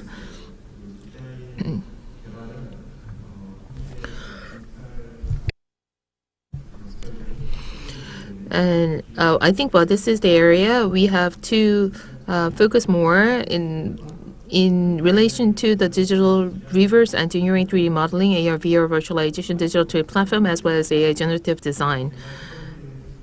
I believe that in that respect, what's the most important thing is the collaborative project among and between industry, academia, and research institutes. The local support and government R&D projects are very important and indispensable, but especially in the industrial field, in relation to the technological development as well as safety, we should be able to nurture resources, and we have to further promote collaboration between and among academia, research institute, and industry. Thank you. 아주 짧게 일부러 말씀을 하셨는데 저희하고 So, thank you very much. And we had very good discussions previously as well. So maybe we can visit his organization soon in order to explore further opportunities for cooperation with our agency. I would like to ask a question to Mr. Lee Han-sung, Director of the Research Institute of Medium and Small Shipbuilding.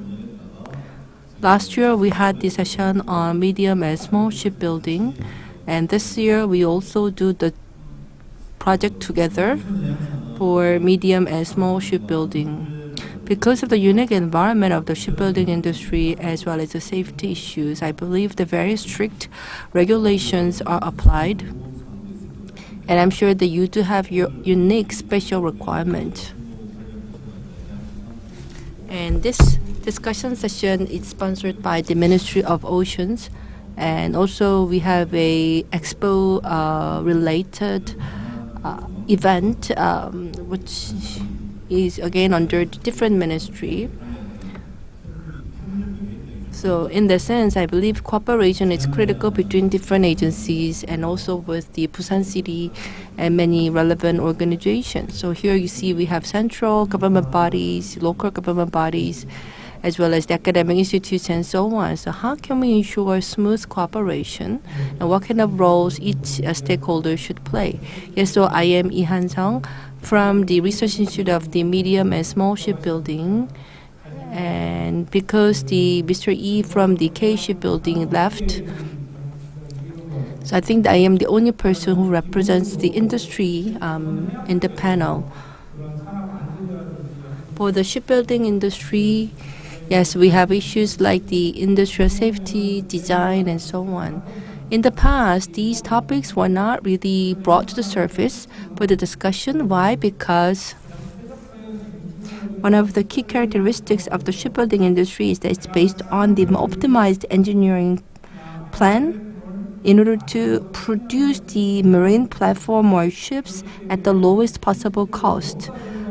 So cost saving was always the priority, and therefore the safety issues and design issues were somehow put on the back burner.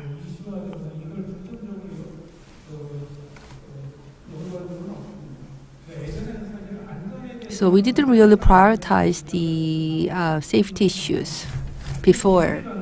We talked about the on-site safety, but safety technology is pretty new concept with the emergence of digital transformation. But before that, I don't think that we put a lot of focus on these issues. So for shipbuilders, the design, if they try to implement the design elements, then this will bring up, drive up the cost. So this is something that industry is reluctant to take. But then with the digital transformation and also with the emergence of approach to build human-centered environment, safety technologies become prioritized. And in Korea, actually, we are lagging behind in terms of the institution and policies that promote safety. I believe the leader or the country with the greatest institutions are those in Northern Europe. So they have a very, very strong foundation regulations to promote safety in shipbuilding technologies, and they have been a leader for safety-related technology development. And recently, only recently, Korea started to recognize the importance of this issue. And against this backdrop, the Ministry of Oceans and also other relevant ministries, they, I think, are trying to establish some policies and foundations, and for this they have conducted some R&D projects, but that started only 1 to 2 years ago. So I believe the government should continuously provide support for R&D projects, and at the same time they should monitor and establish a surveillance system for industries and business players and local government, especially focusing on the city of Busan. You see that the business environment has a lot of areas for improvement. So the hydrological environment, compared to large shipyards, Busan players are suffering from poor environment. So in that sense, I think we have to get some support from local government. And also these players are suffering from various economic disadvantages as well. So when introducing safety technology, sometimes it can actually pose a direct threat to the very existence of this business because they cannot afford the cost for safety technology. And this therefore shows that they need some financial support or policy support from the local government. And for academic sector, they should engage in R&D activities for safety standards and establish relevant policies. And also they have to foster talent who can tap in these safety technologies. So generally in shipbuilding sector, we have to have talent. We are short of talent who can utilize and lead the development of safety technology, and therefore the universities should develop a training program, and also the industries and business players, they have to realize that shipbuilding is a labor-intensive industry, and they try to turn a blind eye to safety accidents. That's just sort of the tendency. But I believe that the business players should be mature enough to put priority on this issue, accept and embrace government monitoring and surveillance, and also proactively develop the relevant technology. Otherwise, I think the shipbuilding industry could suffer a lot from safety issues. So thank you very much for the great answer. Since I work for the Design Promotion Institute, so I'd like to make this suggestion that up until today, we only pursued the price competitiveness, and we tried to minimize the cost as much as possible while trying to enhance the performance. So that was the approach that most shipbuilders have taken so far. But in the coming future, in order to gear up ourselves for the coming future, I believe that we really have to target premium customers, a premium clients who have some special demand. And therefore, we have to pursue both price competitiveness, and also we have to target some niche market with special demand, and we have to be prepared for this. And in doing so, our institute can help the business players who mainly focus on hardware sectors. But with our soft skills, maybe we can also have some meaningful cooperation with them. Any other comments from other panelists? 의견을 더 개진하시고 싶으면 이제 좀 자연스럽게. Please feel free to jump in.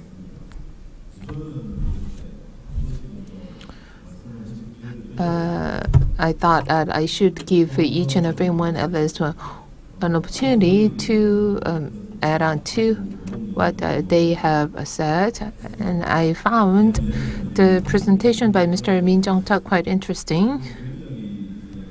He is from the Korean Institute of Robotics and Technology Convergence. The presentation was very easy to understand, very intuitive. And as you have designed various projects in terms of the efficacy or effectiveness, I'd like to know, although you are focusing on technology, is there any experience? Do you have any experience when it comes to the power of design or benefits of design? And if you have any such experience, please share with us today. As I mentioned in my presentation, it's only the second year of the project, and I don't think it's time for me. It's a bit too early to give you any kind of feedback, but there are three main pillars of the project. The first one is shipbuilding.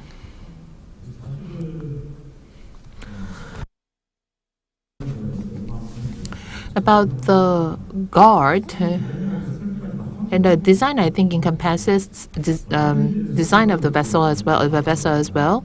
So I think what's the key here is to incorporate the feedback. We are working with RIMS, and we've witnessed RIMS working with in Design Council Busan. We clearly saw the design need or the request for the design implementation, and the result was quite satisfactory. So I think, well, we should start from where customers want, what customers want. I have been developing robots quite expensively over the last 10 years. We have developed 80 different types of robots, and some of them have been commercialized.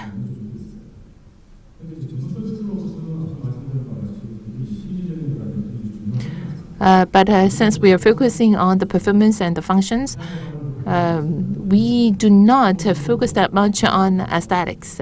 As for for example, underwater robots, well, their functions are way more important than their design, how they look like.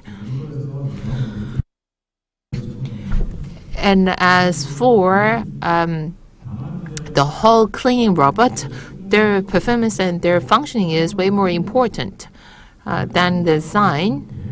But we were wrong when we designed the cleaning robot, hull cleaning robot.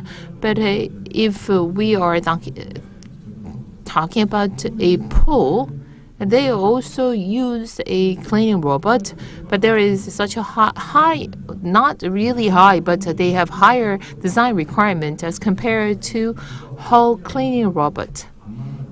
But designer focusing on aesthetics, what they want is not exactly aligned with the function designer.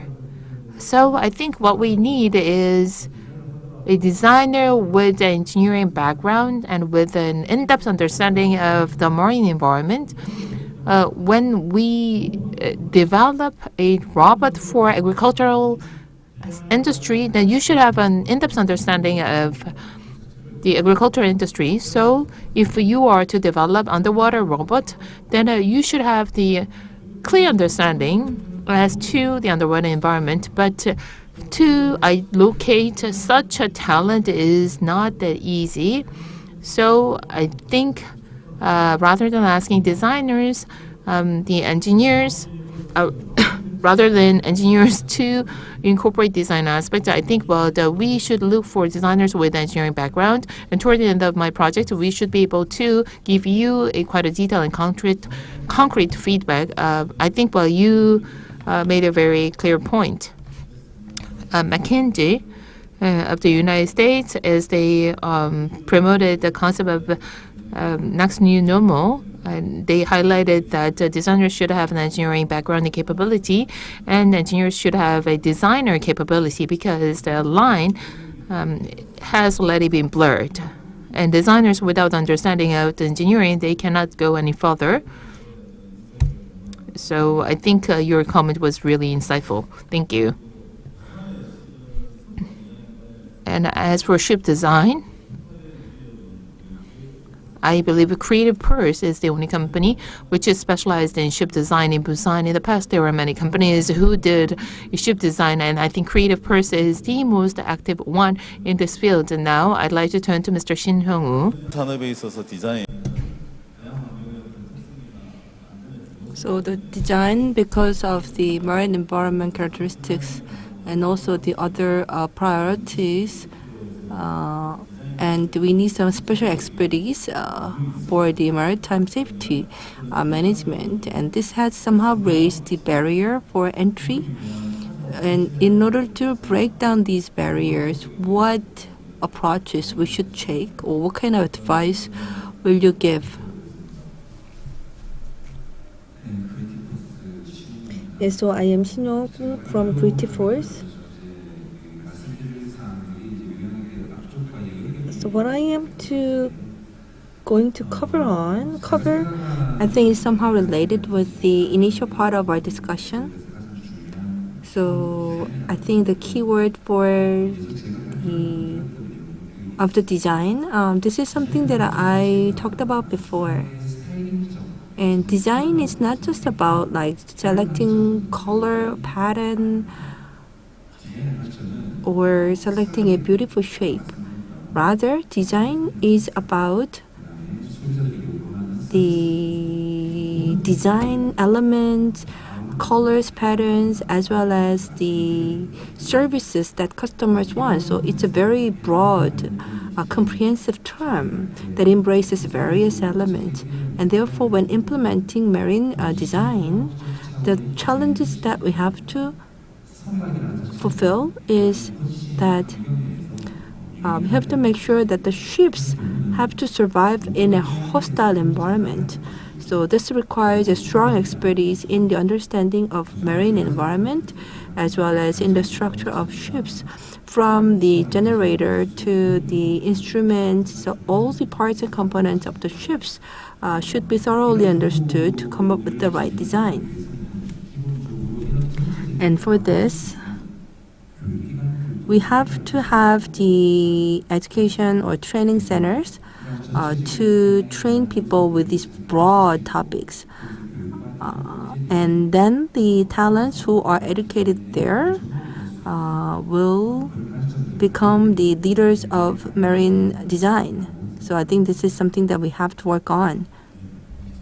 Thank you very much. So yes, the human resources, they are truly an important asset. And I completely agree with what you said. Moving on. And Dr. Lim, although you made a comment, although we have rims in the shipbuilding industry, the safety-related design, and in order to facilitate the development of such a design or safety-related technology, the central government support toward consistent and continuous sustainable policy support is indispensable. Since you are at the KIMS, if you have any take on this, please share with us. Mosie designated Busan as an ICT hub for the maritime industry. And currently, a National Maritime Cluster R&D is underway for Busan. And Busan-based cluster projects is about maritime safety and design as well on the way. And the Ministry of Land and Transport has a plan to adopt the smart technologies in design, encompassing construction, maintenance, as well as monitoring. And I believe the government has a plan to make a huge investment in this regard. And the Ministry of Oceans and Fisheries are also making a significant investment in the North Port development. And the Marine City and Underwater City are also part of the government plan. Since Busan is a marine city, it is exposed to natural disasters, and it is quite important to build a disaster-proof city. That is why smart design and digital twin technologies are indispensable. although the current administration has been reducing the government R&D project quite significantly, but I believe that smart design technology will help Busan to go farther in advanced technologies, and I believe that KIMST, my institute, can play a role in attracting government budget for the development of marine and maritime technology. And since Busan is well positioned to benefit from those technologies. And next month, it will be finalized whether Busan will successfully host the World Expo 2030. And once Busan is selected, then Busan will enjoy a bountiful opportunity to further develop satellite, bio, as well as other design applications and related technologies. Thank you. Thank you for your great answer. I totally agree. Since you are in charge of the R&D project at KIMST, if there is any opportunity for you to work with Design Council of Busan, that will be very much appreciated. Thank you. Anyone from the floor? Do you have any questions to our panelists? So if you do have any questions or comments, please raise your hand and we'll give you the microphone. I have been serving as moderator for various forums and also participant, and somehow I think time management is just to the dot perfect. So while thinking about the question, I will make some additional comment that Mr. Park Ho-sang from the Korea Maritime Transportation Safety Authority, and his presentation was about the various safety accidents. So this is to set the stage for our session and panel discussion today. And so because it was only for like setting the stage, so I didn't really have particular questions. That's why I didn't ask the questions to him.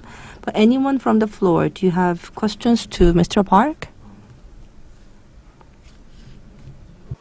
Oh, yeah. So good afternoon. I am from the Busan Design Promotion Institute. My name is Hong Yo-sun. And I really enjoyed all the presentation. So whether it's the ICT or the robots, so I think these new technologies have been the focus of our discussion. And for the marine and shipbuilding, my personal impression is that they are very unique. In particular, the architectures are built on the sea, in the sea, and on the surface of the sea. So in architecture, the safety design has been incorporated in order to beef up the safety. So for ships or shipbuilding, let's say with the simple modification of the design,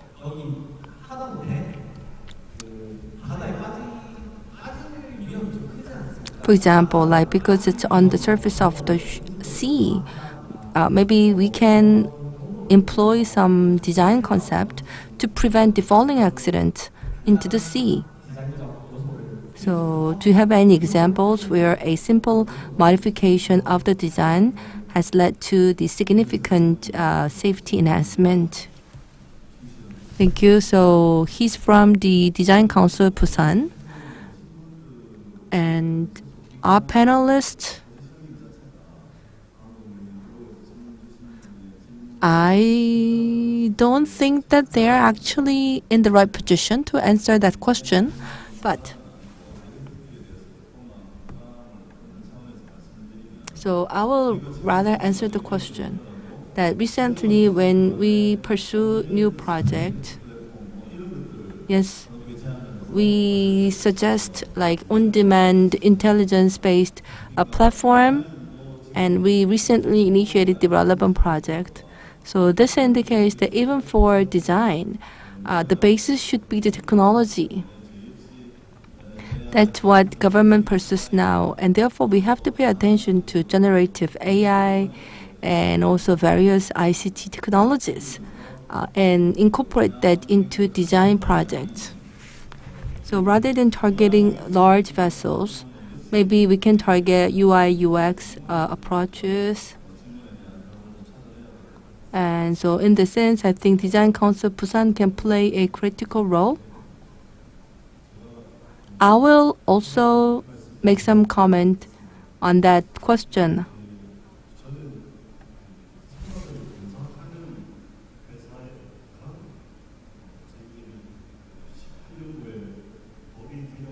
In 2019, with the amendment of the law, our organization got renamed, and our major mission is to conduct investigation for vessels and as well as manage passenger ships. And I think safety and design, they should go hand in hand. Safety has been emphasized, but somehow design has been overlooked, and we haven't really had the strong institutions or foundations for beautiful design. So we have a lot of international conventions and regulations for sea and shipbuilding, and also we have national regulations, for example, like fishing ship law and the leisure watercraft law and so on. And we have to comply with these laws for safety management. So when constructing fishing vessel, let's say,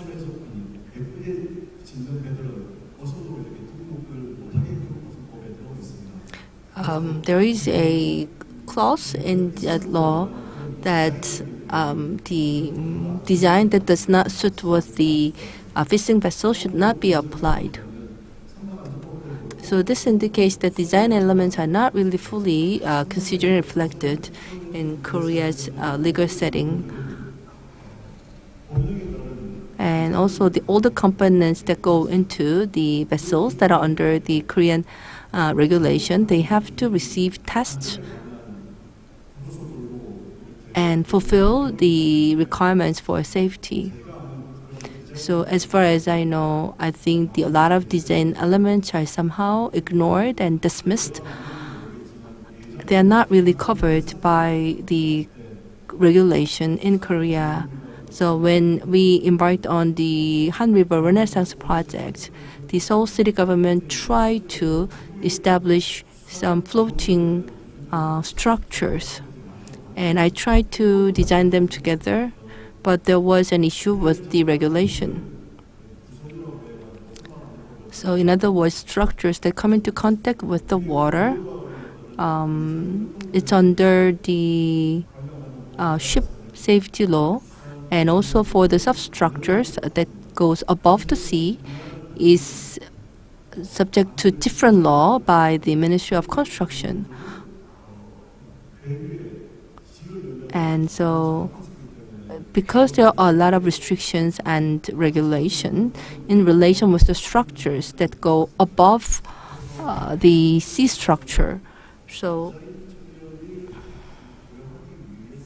in order to take into consideration the design element, I believe that there should be some amendment of the existing regulations so that they can deal with more design elements, especially the notices and ordinances have to be amended. So this is my comment. Thank you. 도움 주셔서 감사드리고요. Thank you for your comment. When the concept of design was introduced into Korea, it was categorized as applied art. So design has been considered to be something pleasant to see and easy to use. So color, touch, and texture, external appearance, that's not all about design. That's not the end of the design. I think, well, features should be incorporated into design as well, and design is bigger than that. So when I say to my team members, I say that, well, you should not go too much. And design is all about doing only as much as it is needed. And I also believe that that captures the current positioning of design in the society. I think we run out of time. In 8 seconds, we are to be finished. Thank you very much for your participation. And I'd like to thank all the panelists and speakers for taking their precious time despite busy schedules and responding to the invitation of Design Council Busan. Please give them another round of big hands. And with that, I would like to conclude this marine design session under the theme of shipbuilding and marine industries and safety design. Thank you for your participation. Thank you.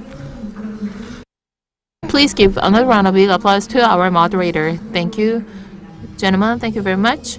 And this concludes the Marine Design session, the last session of day 2 of the 17th World Ocean Forum. Thank you for staying with us till the last minute of this program. And we will begin at 10 a.m. in the morning. And we have prepared various sessions, including marine bio. And I'd like to ask for your continued interest and participation. Thank you.